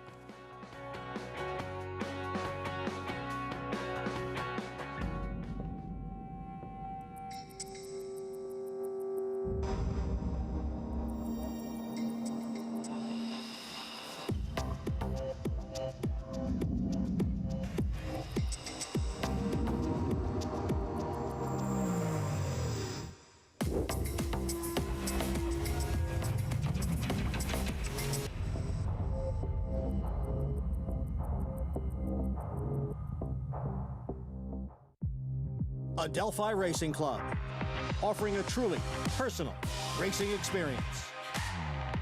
I would just say that it's a smaller, tighter-knit group. Everybody has a common interest. We spend a lot more time together than some of the bigger operations, and I very much enjoy that. We're not just a syndicate, and our members aren't just investors. We are partners. Contact us to get a taste of the Adelphi racing experience, and let's win races together.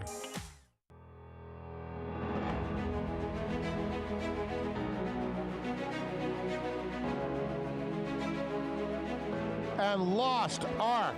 Big, powerful strides. Puts him away in the sapling. And Forte, and the two of them are right together. It is Forte to grab the lead now from Belfort. It is Forte in front.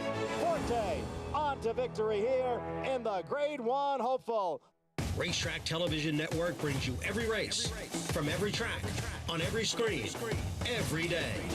With monthly packages starting as low as $5, RTN gives you great value and access to more live HD streaming and race replays than anyone. Visit RTN.tv today to sign up and watch on almost any device, including Roku and Amazon Fire. RTN has packages that start at $5 per month.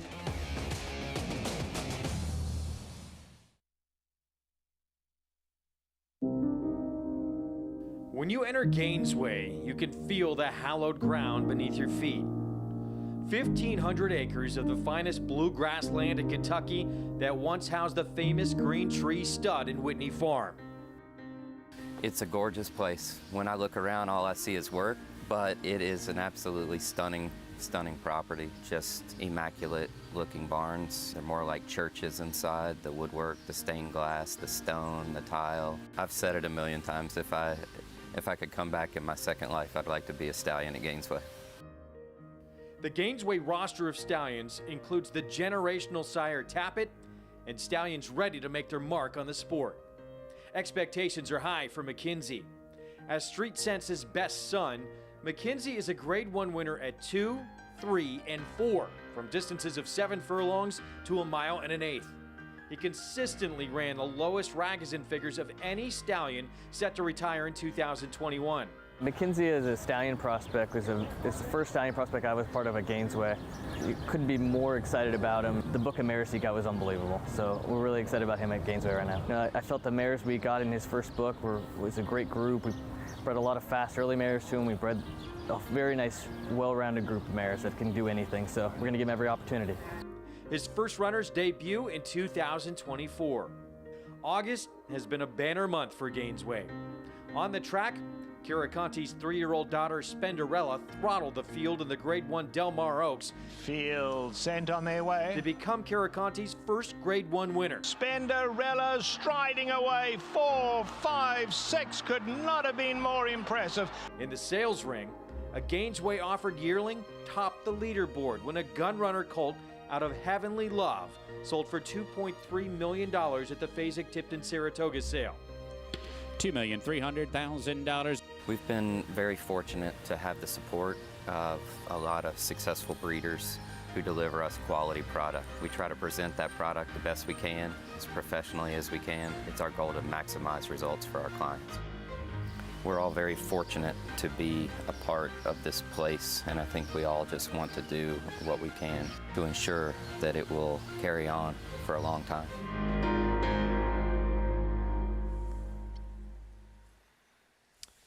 Up next, Bourbon Trail, and there is an undefeated son of Tappet for Hall of Fame trainer Todd Pletcher. St. Tappet, Tyler Gaffleone will ride. He's probably the non-stakes horse, well, up until tonight, obviously, that I'm most interested in watching run in this country right now. I got a big story on this horse when he broke his maiden first time out. And this is up at Saratoga. Now, this track changed during the day. The rain came. This was Whitney Day. The rain came. It got a little, as you can see, the track was off. I don't think he handled this track, Greg. I think he struggled with this track. And I think his class just oozed out of him. And that's why he got the job done. Again, he's getting back to dry ground tonight. He runs like a horse that's going to want more ground. And I think that's corroborated by the fact that Todd Pletcher's run him 6.5, 7, and now a 1 3/16 when he could have run him in New York, at Churchill, in a two other ends go all the time. Going a mile, you know what I mean? Yeah, tap it out of a St. Liam mare Havre de Grace, who is a horse of the year. So you would think he can run all day long. So the first two-turn test coming up. Meanwhile, there is Homebrew, the 2 for Brad Cox. Looking for the 3rd stakes win of his career. He'll add blinkers today. Yeah, and you can certainly dismiss the West Virginia Derby try. He's 0 for 3 on wet tracks. He's 4 for 4 on dry tracks. He's done nothing wrong. The blinkers going on is interesting to me because I don't think his last race is a good gauge or a testament to how talented he is. Right? He kind of had some trouble at the start, and it was a sloppy track. His other really bad race was in the Smarty Jones over a sloppy track, a sloppy sealed track. The blinkers going on, and I'm going to tell you another thing that bothers me about him. He's 6-1 right now. He is dead as disco on the tote board right now. Well, there's a couple. He was never going to be 5-2. There's a couple of horses in here that we knew were going to take all the money. St. Tappet, one of them, and then obviously Warrior Johnny with that monster race. Yeah, he ran last time out. If Warrior Johnny can somehow repeat what he did last time out, everybody, even St. Tappet, is running for second. I just don't believe he can do it. He's never come close to it since. That was otherworldly, that race that Warrior Johnny ran. Yeah, never been there prior, but it'd be hard to imagine. And I would wonder what Big Blue Line from the 9-hole is going to do with Martin Garcia. He's almost going to have to put some pressure on Warrior Johnny.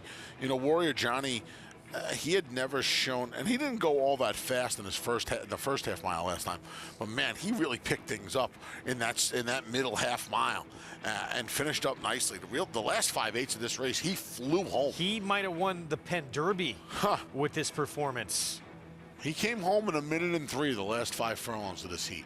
And I mean, he's geared down in the Junior Alvarado the last 75 yards. Can he do it again? That's the big question.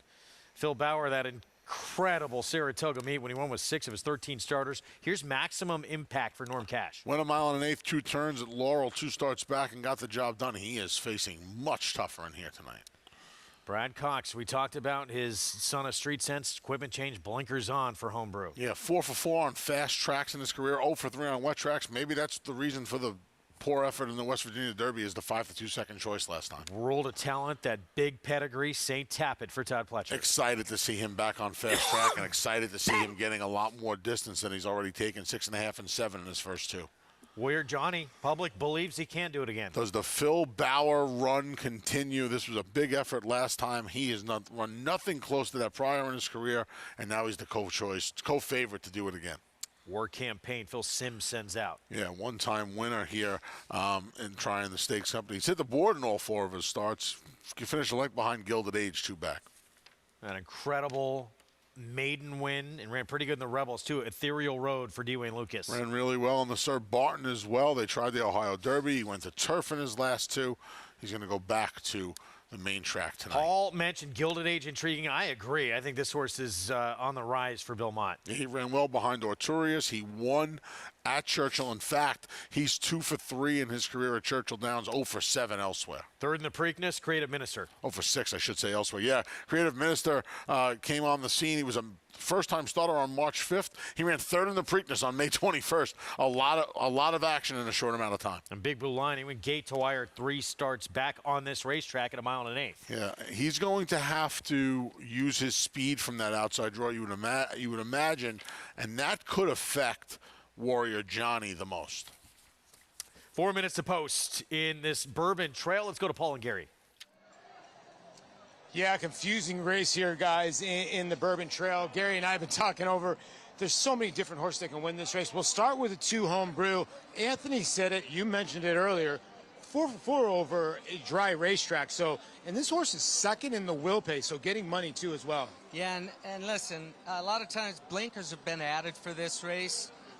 Don't know exactly why, other than to get him enthused early on. He must have worked well with him. But Brad Cox, you see a lot of guys when they're just throwing darts at the wall trying to solve a problem. Well, you can't solve a problem if a horse doesn't like a wet track. and he obviously doesn't do his best running on a wet track. But the blinkers go on. Brad Cox, he hits at 22% when he makes this kind of move, taking the blinkers off. So, you know, I'm pointing towards this horse a little bit, but then St. Tappet, what do you do with him? That guy's saying, you know, he's eligible for 2 other than right now. What's your thought process? Why go in the mile and 3/16? Now, you did tell me this earlier. Todd obviously puts stamina into his horses. This horse is regally bred. What's their thought process here? Do you think maybe just getting a mile and 3/6 you couldn't find it somewhere else? Maybe not, but maybe he's thinking about the Clark in November here at Churchill Downs. Yeah, Get a race over this racetrack. But you know, he pumps a lot of stamina into these horses. You know, you see the 5/8 mile works and whatnot on him, but started him at 6.5 furlongs, second out 7 furlongs. Was impressive in both of them and ran fast in both of those races. We can't ignore Warrior Johnny. No. He absolutely was monstrous. I actually ran into Phil Bauer earlier. I said, how Warrior Johnny doing? He said, he is ready. A lot of people think he's going to regress off that effort, but if he regresses a tiny bit, he's still a major player in here. I'll just tell you, he was the first one walking past us into the paddock before they entered the paddock. He looked like he was on his game, Paul. What about the 7 and the 8 here? We do know Creative Minister put himself on the map by winning here. Gilded Age does like this racetrack. Is Gilded Age going to be too far back, though? I don't know if he's going to be too far back. If something happens, let's say that St. Tappet goes to lead, Homebrew makes a mid-move, even Warrior Johnny, you know, he's got speed. I don't think he's probably got St. Tappet's type of early speed with Gaffleon aboard. But if there's an early move going into that far turn, it's going to set things up perfectly for Gilded Age. So you're thinking Gilded Age or Homebrew? Who's your selection here? If you had a tepid selection. If I got to make a pick, it's going to be Homebrew. Just reading into things a little bit. It's Homebrew. You? You know what? I think I'm going to go with Creative Minister just because Kenny McPeak is so unpredictable and the horse won over this racetrack. And this is such a difficult race. I am excited to see the 3 run. It's a good betting race. I mean, if you like something in here, I'm not going to talk you off of anything. No, not at all, Greg. If you guys like anybody in this race, I think there's 5 or 6 chances in here. I'm just excited to see how this plays out in here. St. Tappet with that regal pedigree and Warrior Johnny off the race he ran last time out. So excited to see both these 2 horses run the 3 and the 4 respectively. And the start before for Warrior Johnny when he really didn't fire off a huge maiden win. Phil Bauer took all the blame for that. Said he just wheeled him back too quick. It was his fault. Gave him a little more time, and we saw what he did with that time. He ran the race of his life. Yeah. Now he gets 5.5 weeks just about to come back to another big effort. Like I said, when horses start running so much better than they ever had before, and the barn just went on an insane run at Saratoga, when they come back, I want to see them do it again. And it's twofold for me. I think the world of St. Tappet. I agree with Paul and Gary. I wouldn't be surprised if he's running him here to get him ready for a race like the Clark. I was given a giant story about this horse before he won his first start. A giant story. So made some money with him. It always intrigues me. I like to follow these horses along because besides it, before anything else, we're fans, right? So I'm a fan. It helped that he made me some money, but you like to be right, and you like to, you feel like you had this story. You get tips sometimes. I'm sure you get a bunch of tips. I got like a 6-minute story on this horse, and last time out, it was last time on that wet track at Saratoga. He may have been more impressive because to me, he did not like that track one iota, and he still got the job done. And now he's doing what he's bred to do, and that's go long. I mean, he has a pedigree. He's got I was told he's got a pretty big engine under the hood. Yeah, that's the report, is that he can run all day long and bred to be a star. Tappet out of a champion, Horse of the Year, Havre de Grace. And he is your favorite right now, St. Tappet. Start number 3. Look, it's a big ask. Not huge ask. Not near impossible ask. It's a relative, deserves to be in this spot. You're not jumping into a grade 1, but you're jumping into a stakes company against a lot more seasoned horses. And you're asking him to go 5/16 of a mile further than he's ever been. That's a big ask. There he is. Is he up to the task? Tyler Gaffleone for Hall of Fame trainer Todd Pletcher. Homebred for Whisper Hill Farm. There is Warrior Johnny, the 4, off that incredible effort at Saratoga last time out. Can he back it up again? It is the Bourbon Trail at 1 mile and 3/16. Let's go to Travis Stone. They're in the gate. And they're off. Homebrew asks for speed right off the mark. War Campaign is there. St. Tappet is forwardly placed as well. Big Blue Line for the downside post is tugging at the rider and races up to join the leaders. 4 across the track bias the first time. Big Blue Line for the downside post will get stuck wide to the first turn. Homebrew holds that spot down toward the rail. These two go on with it now. St. Tappet backs off to track them from 3rd. War Campaign comes away 4th. Warrior Johnny down inside 5th in the early going. Ethereal Road is racing in 6th. Creative Minister down inside 7th. Then it's a massive margin of about 9 or so back to Gilded Age, and 3 more back to Longshot Maximum Impact, who's 15 off the lead. And the opening quarter in 23 and 3. 5 furlongs to go now, and Big Blue Line shows the way down the backstretch run and crosses over to the rail for the run to the half-mile pole. St. Tappet is now 2nd, and Homebrew is an up-close 3rd while saving ground to the far turn. War Campaign within range on the outside 4th. Warrior Johnny's right there in the thick of it. 5th and only 2.5 lengths off the lead. Ethereal Road starting to muster up a rally. Creative Minister in tight and behind. A brief tap on the brakes there. Farther back, Gilded Age is finding his best stride. 6 lengths behind Big Blue Line, who hits the quarter pole at a big price. Big Blue Line turning for home. War Campaign to the attack. And here comes Creative Minister down the center. And Homebrew's coming up the rail. And Ethereal Road fights on. Gilded Age trying to pick him up late. 1 furlong to go. Homebrew digs in toward the rail. War Campaign in between. Creative Minister on the outside. These 3 to the wire together. Homebrew, War Campaign, Creative Minister. Photo!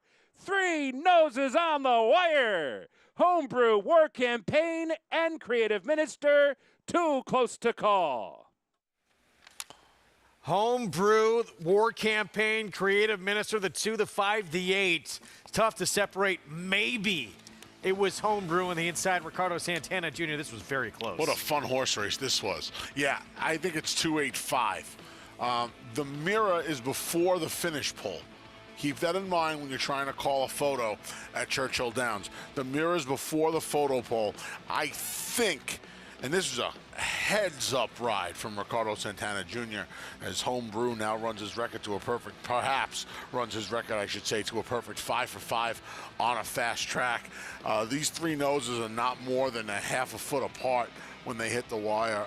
I think, yeah, it looks like 285 to me, but we'll let the photo finish camera give us the official results in a few moments. 5 to 1 on the 2 Homebrew. 6 to 1 on the 8 Creative Minister. 9 to 1 on the 5 War Campaign. Favorites didn't fire. Wow. Did St. Tappet and Warrior Johnny back out of it? Warrior Johnny was never really in any kind of contention. St. Tappet made a move on the long shot leader, Big Blue Line, and was never able to get within really a length of him. And he called it a day off of the right around the midway point of the far turn. He was backing up. Tyler Gaffleone was pumping to nowhere. Warrior Johnny never really in any kind of contention. The Gilded Age was just way, way too far back, and you can't even say he didn't get any pace. They went 47 and some change, so he had plenty of pace to run at. Favorites just didn't show up, and yeah, 2857 is how they hit the wire. Yeah, it's been posted unofficially. Homebrew the 2 with your win. Down on the fence on the inside here. Horse who already was a multiple stakes winner now wins his 3rd stake at his 3rd different racetrack. Yeah, nice horse, fun horse. Again, a horse who keep beating that drum. He's 5 for 5 now on fast tracks. I think if you see any rain in the forecast, it's a big scratcherino at this point. You don't want to keep banging your head against the wall or his head against the wall in this instance. The race 2 back at Monmouth and the Pegasus was really good. And this race tonight, this was a gutsy effort winning this 3-horse photo. So 2-8-5-7. And Homebrew, Gary liked this horse. Nice call, Gary Stevens. 5-1 winner. And Brad Cox, Gary and Mary West, Ricardo Santana Jr. Santana.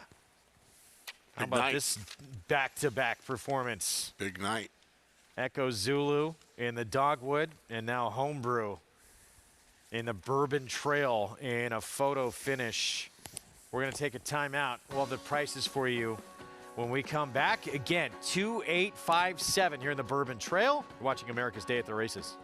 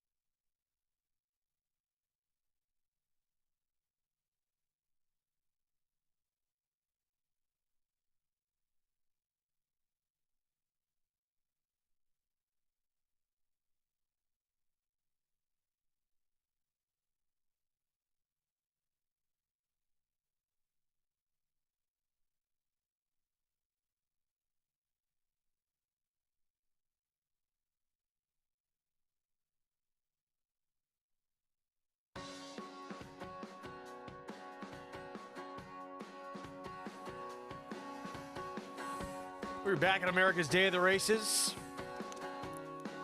Program brought to you in part by America's Best Racing. For the love of the race, visit americasbestracing.net today.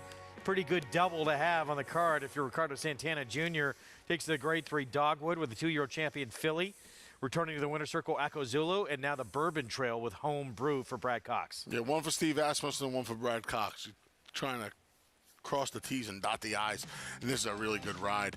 Saved all the ground in here. Was able to hustle this horse up the inside and win this big-time stretch duel. This was a fun horse race. Working hard down the stretch. 3-horse photo and Homebrew. 4th win, last 6 starts. We mentioned 3 stakes wins now, all 3 different racetracks. Just a gutsy horse. Yeah, really nice effort tonight. Really, really nice effort. Pretty good final time, too, for the mile and 3/16. Let's go to Charlestown and bring you the finale on their Saturday evening card. They're going to close things out with a state-bred maiden special weight. 4.5 furlongs in Honeyquist, the 8, as you can see on the board. Even money. Wow. Son of Nyquist. For 30% barn. Start, though, with, well, the one went by Colt Rock by Motown. And here's Reverend Jack. 34 and 3 gate breeze at Mountaineer ships up to Charlestown for the debut. Yeah, that's moving. Pink Dinghy. Yep. Nice work tab. Barn wins at about 20%. Bob Zapper went by 36-1. Here's Hazed and Confused. Yeah, but another by Juba. Twitter rejoice. Should Hazed and Confused get the job done at 18-1. Winter start 7-1 first time out. One of just 2 of the 10 runners in here that has a start, was 7-1, made up some ground late, maybe needed the first start. A slow break in that debut. Denizetti by Dennis of Cork. Got a couple of Dennis of Cork. The other Dennis of Cork, yeah. Slow work tab. We'll see how this horse is ready to run first time out for a bond that can put over a firster. The even money favorite. Paid $170,000 for this son of Nyquist. He debuts in the middle of a Saturday night at Charlestown.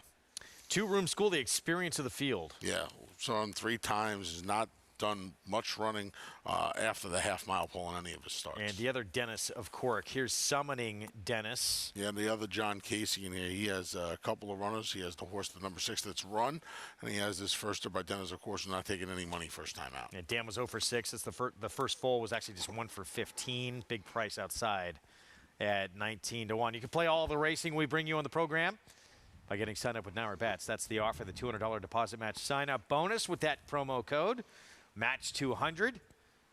Get signed up at NYRBets.com and bet any track, anywhere, anytime. You mentioned earlier, Dennis of Cork second in the Belmont Stakes. Actually was third in the Kentucky Derby as well. Yep. Behind Big Brown and 8 Bells, the late 8 Bells. That Declan Carroll's dad trained him? 3-horse really acting up, by the way. Wow. Oh, yeah. Feeling good. 7-2, taking some money as well. Pink Dinghy. Nice job by Carlos Lopez just to stay aboard there. Rearing up repeatedly. If this is the same Carlos Lopez, he won a couple of races for my dad back in 1999 with Fountain of Speed and Truth Value. How about that? From the old Carlos Lopez family, from the patriarch was rider in the Meadowlands in Monmouth for a lot of years, and Carlos had a bunch of kids. I think a couple named Carlos, and I believe this is one of them. So 4-1 Pink Dinghy, first time out, but a little unsettled on the racetrack. A little is putting it nicely. You've had a lot of ties to these Charlestown races tonight. Yeah, I mean, my dad had horses up and down in Jersey and Pennsylvania when I was a kid. So these guys and gals, they find their way to the smaller tracks, and yeah, it's a lot of fun though. Monmouth, the old Meadowlands, they're racing at the Meadowlands, the new Meadowlands now, on all turf. A few weeks of all turf racing, but the original Meadowlands, one of my favorite racetracks of all time. Absolutely love the original Meadowlands. Great place. What's bucket list for you of where you've not been? You want to know here's the wildest thing. I've never been on an well, that's a lie. I was on an airplane to go to Acacia's wedding.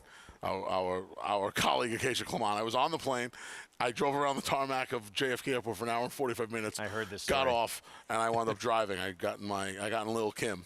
I got in my CX-5, and I drove down there. I want to go to Australia. I cannot drive to Australia. I want to go to Australia. I would love to go to the Melbourne Cup. We're going to have Melbourne Cup coverage, I'm pretty sure. The race that stops a nation. As big of a fan as I am, as all that racing's done for me and horse racing's given me, I got to go to a race where they tell you it stops a nation. Yeah, I've talked about it several times about making plans to go. I would love to get to that race. Told the Cox Plate's a lot of fun too. Cox Plate's 2 weeks before, mile and a quarter. That's a race. Hap. I don't know. We talked the second time Hap's coming up tonight. Hap was going to go over there in 2001 because Hap was a little bit of a tweener. He wasn't as effective at a mile or a mile and a half as he was at those middle distances, and he was going to go over. And then, unfortunately, the tragic events of 9/11 happened, and the trip was scrapped. But Alan Paulson and Bill Mott were going to take Hap over to try to Cox Plate back in 2001. That's something I wouldn't. I would love to get over to Australia. I have a good friend of mine who lives down there. I haven't seen her in 10 years. Been to Australia, but I did not make it to a racetrack. But Wow. I didn't make it to Melbourne. But, yeah, I would love to get to that today. Royal Randwick, Moonee Valley, stateside. Flemington. Yeah, man, I want to get to all of them. Yeah. This race coming up, it's been even money favoritism on the 8 Honeyquist throughout the wagering here. And we still got the nightcap coming up at Churchill Downs as well. We'll tell you real quickly. Restricted maiden race, one of those groups that horses sold for $50,000 or less at auction. That's going to close out their card. I love that we see more of those, by the way. 6 furlong event, yeah. It encourages, you know, I think it encourages the folks at the sales to maybe play at a little bit of a lower level. I think it allows people who can't play at the you know, the multiple hundreds of thousands and $1 million level to get involved, have a legitimate chance at making some money back. I mean, these horses, some of these horses, they earn themselves out first crack. And that's important, you know. You kind of feel like you're playing with a little house money. Guy or gal can turn around and sell the horse for a little bit. So I think it's, I love these restricted races. I think it's important to try new things, right? This game's been around hundreds of years, but it's important to try new things. And look who's favored in the nightcap, by the way. Brad Cox, Ricardo Santana Jr. Sunday card at Belmont, Grade 2 Gallant Bloom. The feature, 5 filly and mare field, but it's really 2 that are going to be taking all the attention here. Kamari was just brilliant last start. Biggest figure she ever ran in her career by a mile as a 5-year-old mare. Got a nice setup, and she was kept in the clear by Joel Rosario, and everything went right, and she got the job done. I would imagine, you know, I know a lot of people feel like Lady Rocket's going to get loose tomorrow, but I think there's some other speed in there, and I think Lady Rocket's at her best when she can control more moderate paces. I don't see that happening tomorrow. I think Kamari is going to be tough to take some beating, was the old Daily Racing Form comment for a filly like this. She's 4 to 5 on the morning line. She'll probably be shorter than that, and she probably should be. Now, this was next level from her, and it was off the bench too, so she's had time to recover. It's not like she's wheeling right back. Room to move forward, maybe take another step forward if she can. It's gonna be very, very dangerous in that race tomorrow for Wesley Ward. Joel Rosario back aboard. Lady Rocket, speed is her game. Yeah, speed is her game. Like I said, this is her in the Chicago at Churchill Downs, getting to the front end and setting a pretty moderate pace and just being able to parlay that easy trip on the front end into a gate-to-wire win. Ballerina, I don't know what happened in the Ballerina, Greg. She just didn't break. Yeah. And then, like I said, that becomes her undoing. When she's not able to just go and control, she's got grief, and Chitara has some speed tomorrow with her. All right, so that's race 9 on the card tomorrow. As we get back to Charlestown. By the way, real quick, too, we start at 12:30 Eastern tomorrow on FS1. I'll remind you again at the end of the show. 3 to 5 now on Honeyquist here at Charlestown, the 8th. I think you see that gaudy price tag and say to yourself, people are saying to themselves, why is this horse debuting at Charlestown? No offense to Charlestown. You know, it's a West Virginia bred, and the horse is based at Laurel with a barn that wins pretty prolifically, 26% on the year, 30% at the meet. Pot's pretty good. Only 3 works, 1 back in June, and then 2 in September. We'll see if this horse is fit enough. It's only 4.5 furlongs. That might be the key as to why this horse is running at Charlestown first time out. 4.5 furlongs, still this late in the year. Paul Espinosa Jr., the call finale on this Saturday card from Charlestown. 2-room school goes in. Last one to load will be Summoning Dennis. Full field of 10. West Virginia bred set to close things out. Another week of racing here at Charlestown. Summoning Dennis moves up and in. They're in the gate.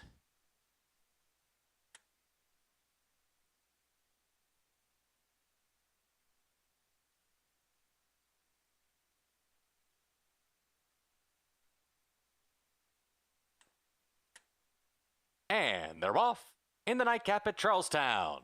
And there goes Bob Zapper out to the front. Honeyquist had a good beginning, and 2-room school is right there too. Pink Dinghy is 4th down at the fence. Then comes the Gray Hazed and Confused in 5th, followed by Summoning Dennis back in 6th. Colt Rockets going after a tardy beginning. Then comes Windsor Star. Reverend Jack in the trailer is Denizetti as they sort themselves out in that run up the backstretch. Honeyquist finds the front and is in front by a length as they hit the far turn. 22-2 for the opening quarter. Pink Dinghy hot on his heels from 2nd. Then 2-room school. Colt Rocket advances down to the inside from 4th.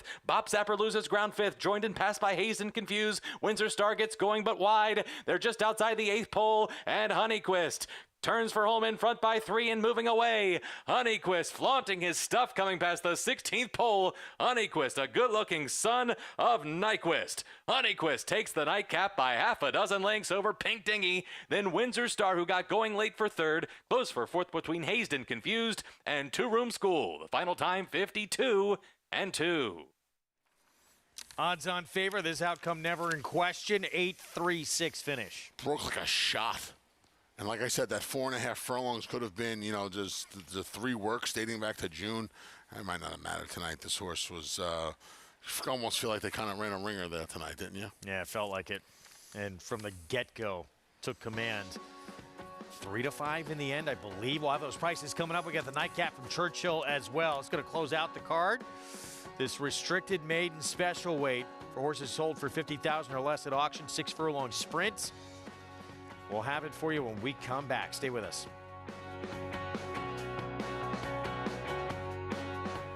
DeMarchelier offers breeders a rare opportunity as the only son of Dubawi standing in Kentucky.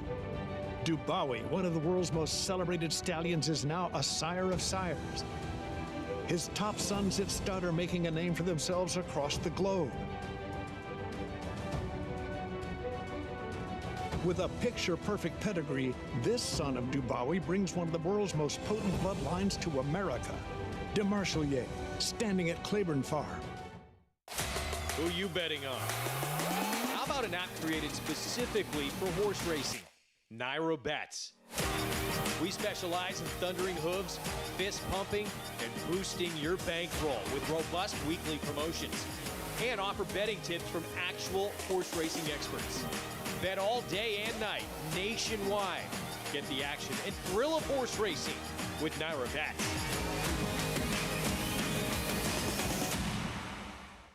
Spun to run. In the Breeders' Cup Dirt Mile, he defeated a loaded field that included multiple Grade 1 winners Omaha Beach and Improbable. His brilliant speed figures were among the fastest of any 3-year-old at a mile or more. And he hails from the legendary Danzig sire line. Multiple graded stakes winner, millionaire, Breeders' Cup champion, spun to run, standing at Gainesway.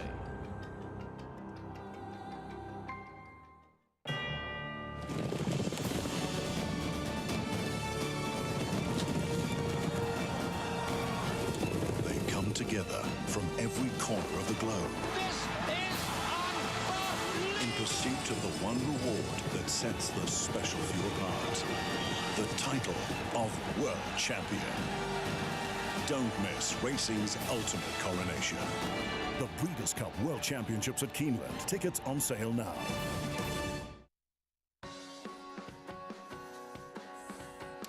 We're back at America's Day at the Races on FS2.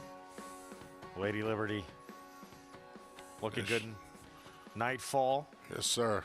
We got one more coming up at Churchill Downs. And going to close out the card with a restricted maiden special weight under the Twin Spires. First prices back at Charlestown and Honeyquist. Every step looked like a winner. Made every pole a winning one. Yeah, never in doubt. Price tag, $520. What? This horse was 2-5 right before How about this broke. exacta? They're the 2 favorites. The thing paid $27.80. What are we doing? Wow, what a huge switch late. Yeah. Maybe somebody took money. Pick 6 carryover at Charlestown, 58 dimes. Arnaldo Bocachico aboard for the win. That guy wins like 200 races a year up there. All right, back to Downs After Dark for the finale on their Saturday evening card. We're going to begin with Frost Delicious, who was a big price on the turf. First time out at Horseshoe Indy. Yeah, comes in from Horseshoe Indy, daughter of Frosted. Dam was 4 for 8 overall. 2 of those wins came on the turf, which means she was 2 for 3 on the main track. And gets Chelsea Bailey, the 5-pound apprentice, in the boot. Yeah, who made a big impact at Oaklawn earlier this year. She out in California for the summer? I think she was. Peaceful Moment, Kenny McPeak, first-time starter by the Preakness winner Cloud Computing. Yeah, Dan was 1 for 8, got a bullet work at Keeneland back in early September. Rider change on the 3. It's Jack Gilligan, 23-1. Yeah, son of Connect. Dan was perfect in her one start. This work tab just came in from Colonial, having trained there this summer. Starsky and Hutch fans, Dale Roman's runner, Do It. Yeah, apparently Paul has a little push on this horse. Here's Cosmic Reward. 22-1 for John Ortiz by Accelerate. Big price here, 30-1 on the 6. Yeah, only horse in here, only one of two in here with 2 starts. Didn't do much running in either against restricted races at Churchill and Ellis so far in her career. Ring twice, Francisco Arrieta. Dan was 1 for 10. 6 of those starts came on the grass. Work tab's kind of quiet. She's quiet on the board at 20-1. Through the cracks, ran decent in the dirt debut at Louisiana Downs. Yeah, turf try first time out, no running at all. Got beat just a half length after making a middle move last time. Taking a little money in here, 10-1. Birdie Rose, the 5-2 favorite. It's Brad Cox, first-time starter. He has Ricardo Santana Jr. aboard. Right on the cusp at $50,000. Daughter of Cairo Prince. Nice work tab, bouncing around the Bluegrass State. Makes a nice appearance on the track for the debut as well. Blaze Beauty next door, we'll see at 22-1. Big price, yep. Comes in for Daughter of Tapiture, comes in with just 3 works over at track in St. Louis. And we know those silks. Mattress Mac, James McInville with a Run Happy filly, trained by Laura Wohlers. Yeah, she's been training nicely over at the training center. Dan was 1 for 7, did all of the running on the turf, so we'll see what how this Daughter of Run Happy takes to the main track first out. And Tyler Gaffley on outside Pioneer Parade. First-timer for James DeVito. Taking a lot of money. This horse had a pretty good work tab over at Ellis Park dating back to August 7th. And is one of 3 in here taking the bulk of the money at 7-2. Daughter of Carpe Diem. Tyler looking for his second winner of the night. Let's go to Paul Duca. Yeah, let's see if we can end this night with a W as the 2-ball got up for Brad Cox and just beat out Creative Minister in a thrilling finish in our last race. To close out this card, it looks like the Brad Cox runner here, the 9, is getting all the money. And I will say this, you know, out of all the horses that came through the post parade, she really was composed. She seemed like she was just really laid back. They broke away from the pony. Ricardo Santana, obviously in a tremendous mood. He was talking to the fans on the way going by, and she looks tremendous on the racetrack. So I would talk nobody off this horse. I will say this, though. When you go to the outside horse Pioneer Parade, I think Jimmy DeVito or James DeVito, a Chicago-based trainer that a lot of people may not know much about. Obviously, with Arlington Park closing down, Jimmy DeVito has been shipping some horses here. He's been running some horses at Colonial Downs. He's phenomenal when it comes to 2-year-olds, and he's very good first time out. It's the son of Carpe Diem, who did his best running as a 2-year-old, and I think at that price has got a solid look. Okay, let's go to the Steam Horse, the 4, Do It. Yeah, Starsky and Hutch, great movie. Joe Talamo gets aboard, and this is the horse that everybody's been talking about. It seems like there was 2 horses that were talked about throughout the day. One of them was, I think, in the first or second race, did not run well. This one has been talked about in the morning, being fast out of the gate. The problem that you always have with these horses, you know they're probably going to go show speed, but they've only been working 4 furlongs, so can they go the whole distance around the whole 6 furlongs? So, you know, when you look at this race, it looks like 4, 8, 9, and 12, and the reason why I'm going to throw the 8 in there, and you have to bet the 8, and I think the 8 at 10-1 is ridiculous. This horse has got a number. Victor Del Cid rode this horse at Louisiana Downs. I get it. Smaller circuit. But now we're entering an RNA type race where horses that are $50,000 purchase or under can enter in this race. This horse has got a proven number. I understand it's at Louisiana Downs, but at 10-1, I'll take it. If Brad Cox beats me at 5-2, the Chalkies and Weasels can have it. Go for it, Paulie. Yeah, I mean, look, the horse has 2 starts in the afternoon, and there's no substitute for experience. One of them was on the turf, but the dirt start, even though, yeah, it was a lesser racetrack, softer circuit, ran a very good race at the level. So we'll see 11-1 right now on the 8. Yeah, it's probably too big of a price. Probably too big of a price. But I got to say, Birdie Rose did look very good on the racetrack. Yes, she did. That's the favorite from Brad Cox, the 9. I like 9s and 11s in here, Birdie Rose and Happy Secret. Little 4, Do It. Do it. Do it. Do it. Ben Stiller. I just saw that scene the other night. We see the Run Happy and those Silks of Mattress Mac waiting to load. The 11, Happy Secret. Farron Peterson. Happy Secret. I like that name. It's a very, it's a positive name. A Happy Secret. And this 5 not being a great actor at the gate right now. No. Cosmic Rewind. Finally gets in. Ray Lou gets him in. We'll see if Paulie can go out with a bang here with the 8 through the cracks and was quick early too in that dirt start. We'll see if shows more quickness here today. 2-year-old filly by Bolt Doro. Let's go to Travis Stone.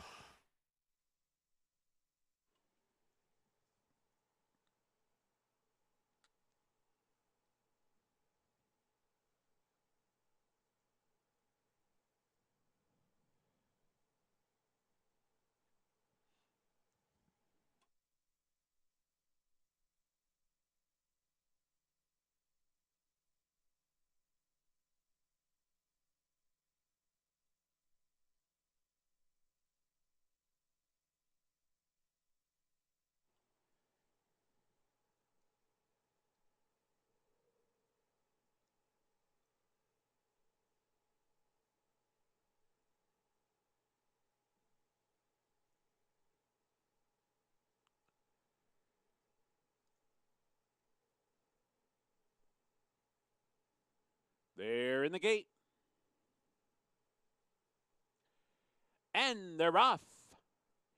Late in. Good beginning. Pioneer Parade is there. Frost Delicious comes through down toward the rail, and she's in front early. Frost Delicious out to set the pace. Pioneer Parade running in second. Do It advancing in between while third. Cosmic Rewind racing fourth. Late in is back into fifth. And then it's Happy Secret on the outside, 6. Birdie Rose is now 7th. Ring Twice, 8th toward the rail. 5 back through the cracks, moving up into 9th. Peaceful Moment down inside, 10th. Blaze Beauty, 11th. The trailer is Tribal Spirit. The leader is Frost Delicious. Tore through that quarter, 21-1. At 30-1, it's Frost Delicious with a 3-length lead heading for the quarter pole. Do It is a tracking second. Pioneer Parade is third. Happy Secret comes up on the far outside from fourth.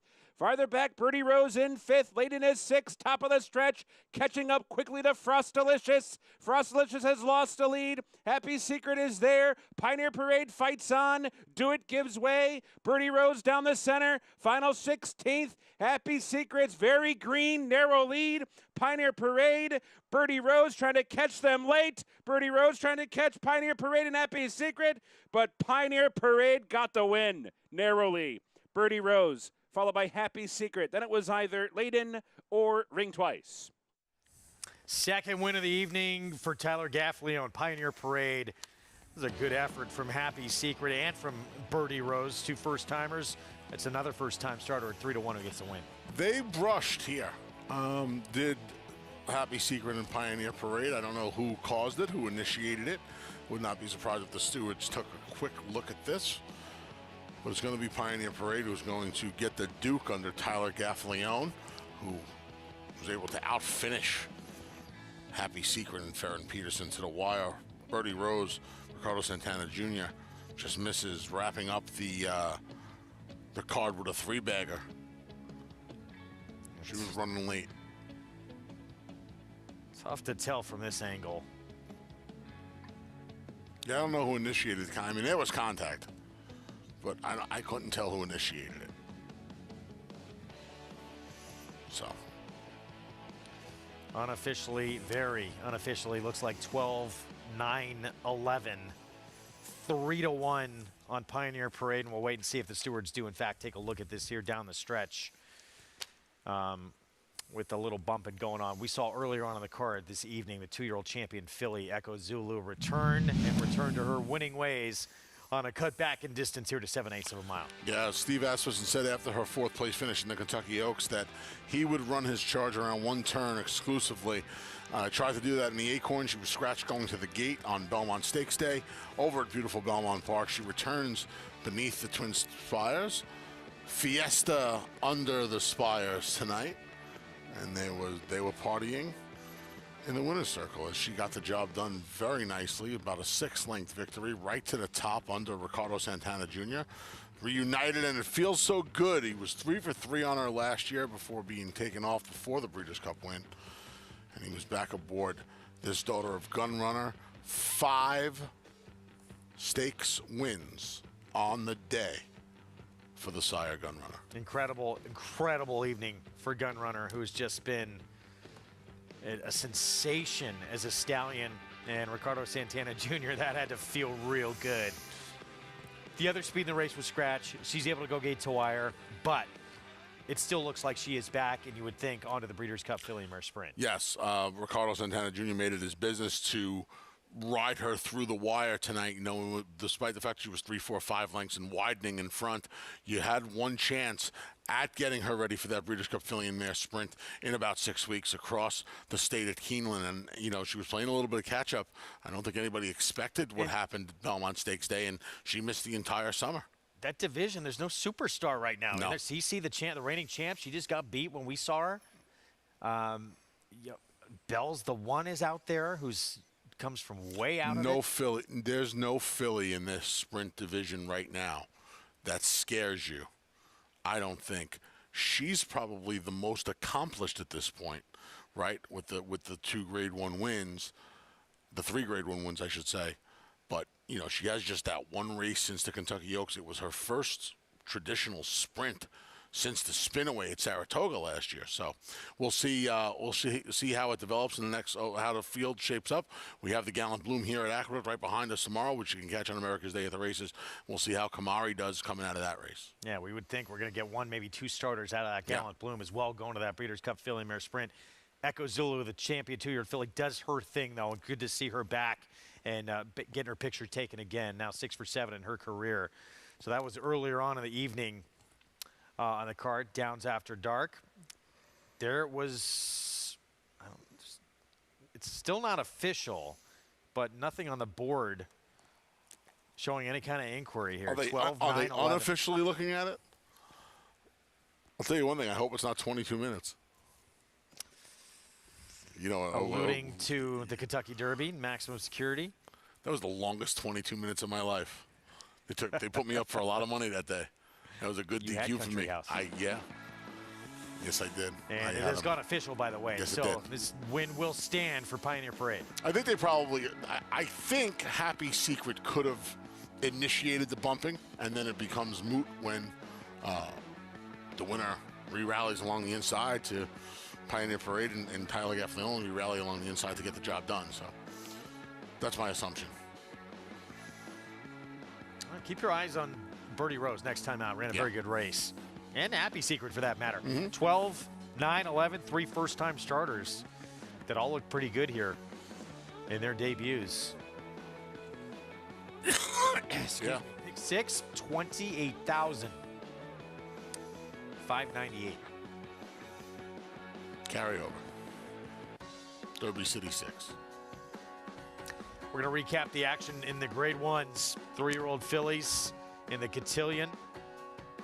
And Taba, now a 2-time Grade 1 winner. Take a look back at both those races when we come back on America's Day at the Races.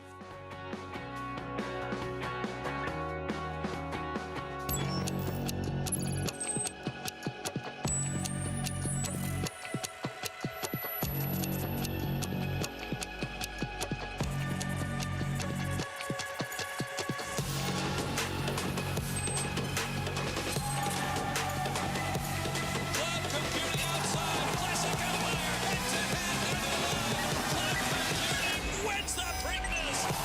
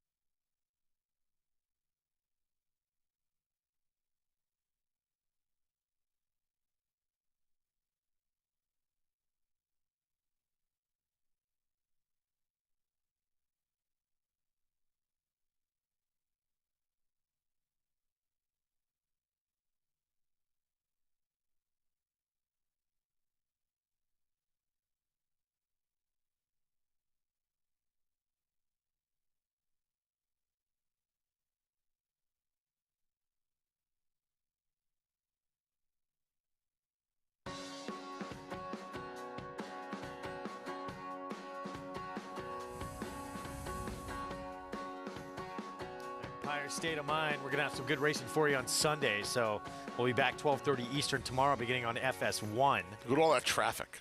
City that is crazy, City isn't that it? never sleeps, my man. The city that never sleeps. Program brought to you by Naira Bets, where you can play all the action. Card in the books, Charlestown and at Churchill Downs. We'll take a look back at Parks from earlier today. 2 grade 1s on the card in the 3-year-old and 3-year-old filly division. Pennsylvania Derby, just about everybody except Epicenter showing up in here.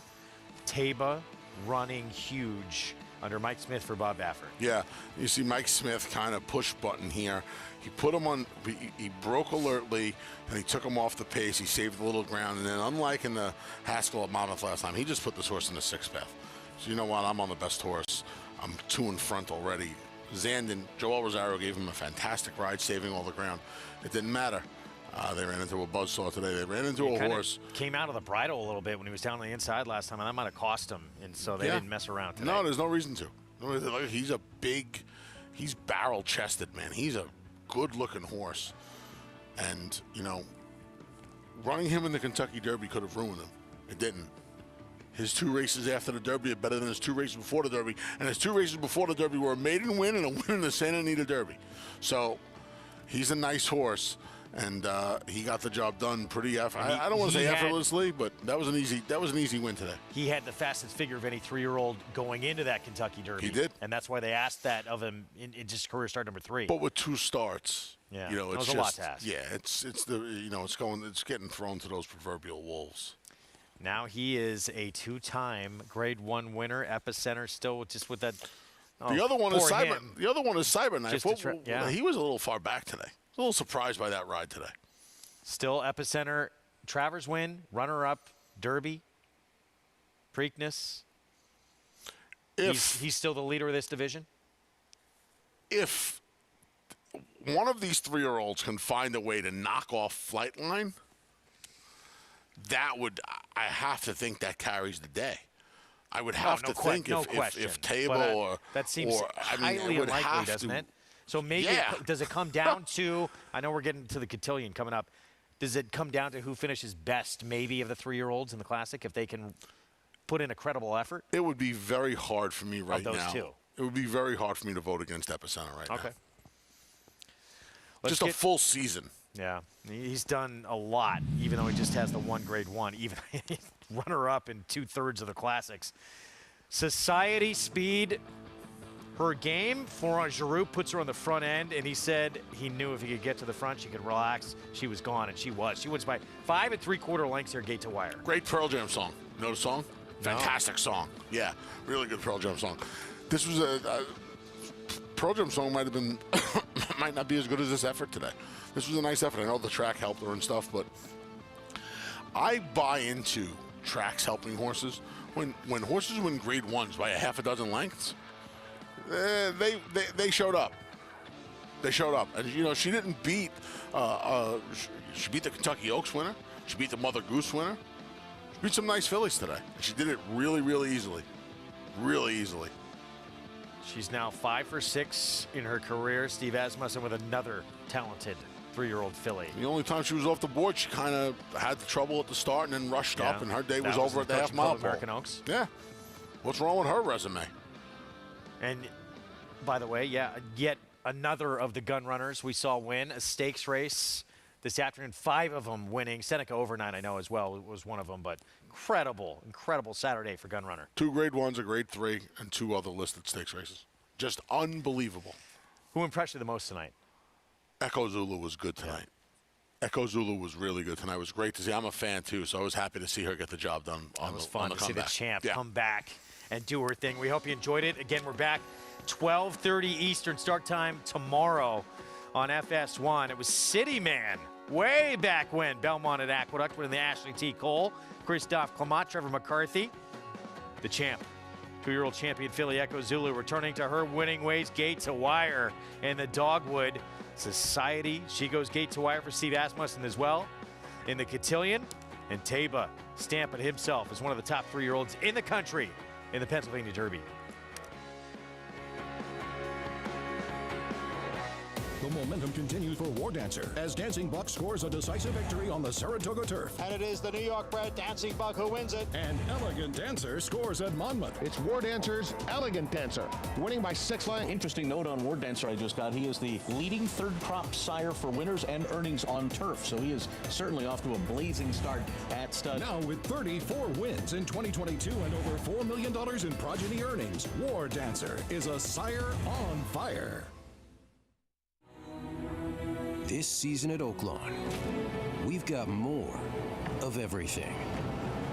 More of the top thoroughbreds in the world. More days of live racing. And the largest purses in our history. All at a completely reimagined Oaklawn. Come be a part of this historic season at Arkansas's only casino resort. Eclipse champion Run Happy, the #1 second crop dirt sire of last year, is back and showing a new dimension with winners on turf, dirt, and all weather. Tabaline has really shouldered all the responsibility. What a deserved victory. Most impressive. Tabaline by 3 1/4. Somebody's Problem is on her way to winning the Prairie Meadows Debutante. Somebody's Problem by 2.5 3. Run Happy, price for value, and standing strong at Claiborne Farm. Racetrack Television Network brings you every race, from every track, on every screen, every day. With monthly packages starting as low as $5, RTN gives you great value and access to more live HD streaming and race replays than anyone. Visit RTN.tv today to sign up and watch on almost any device, including Roku and Amazon Fire. RTN has packages that start at $5 per month.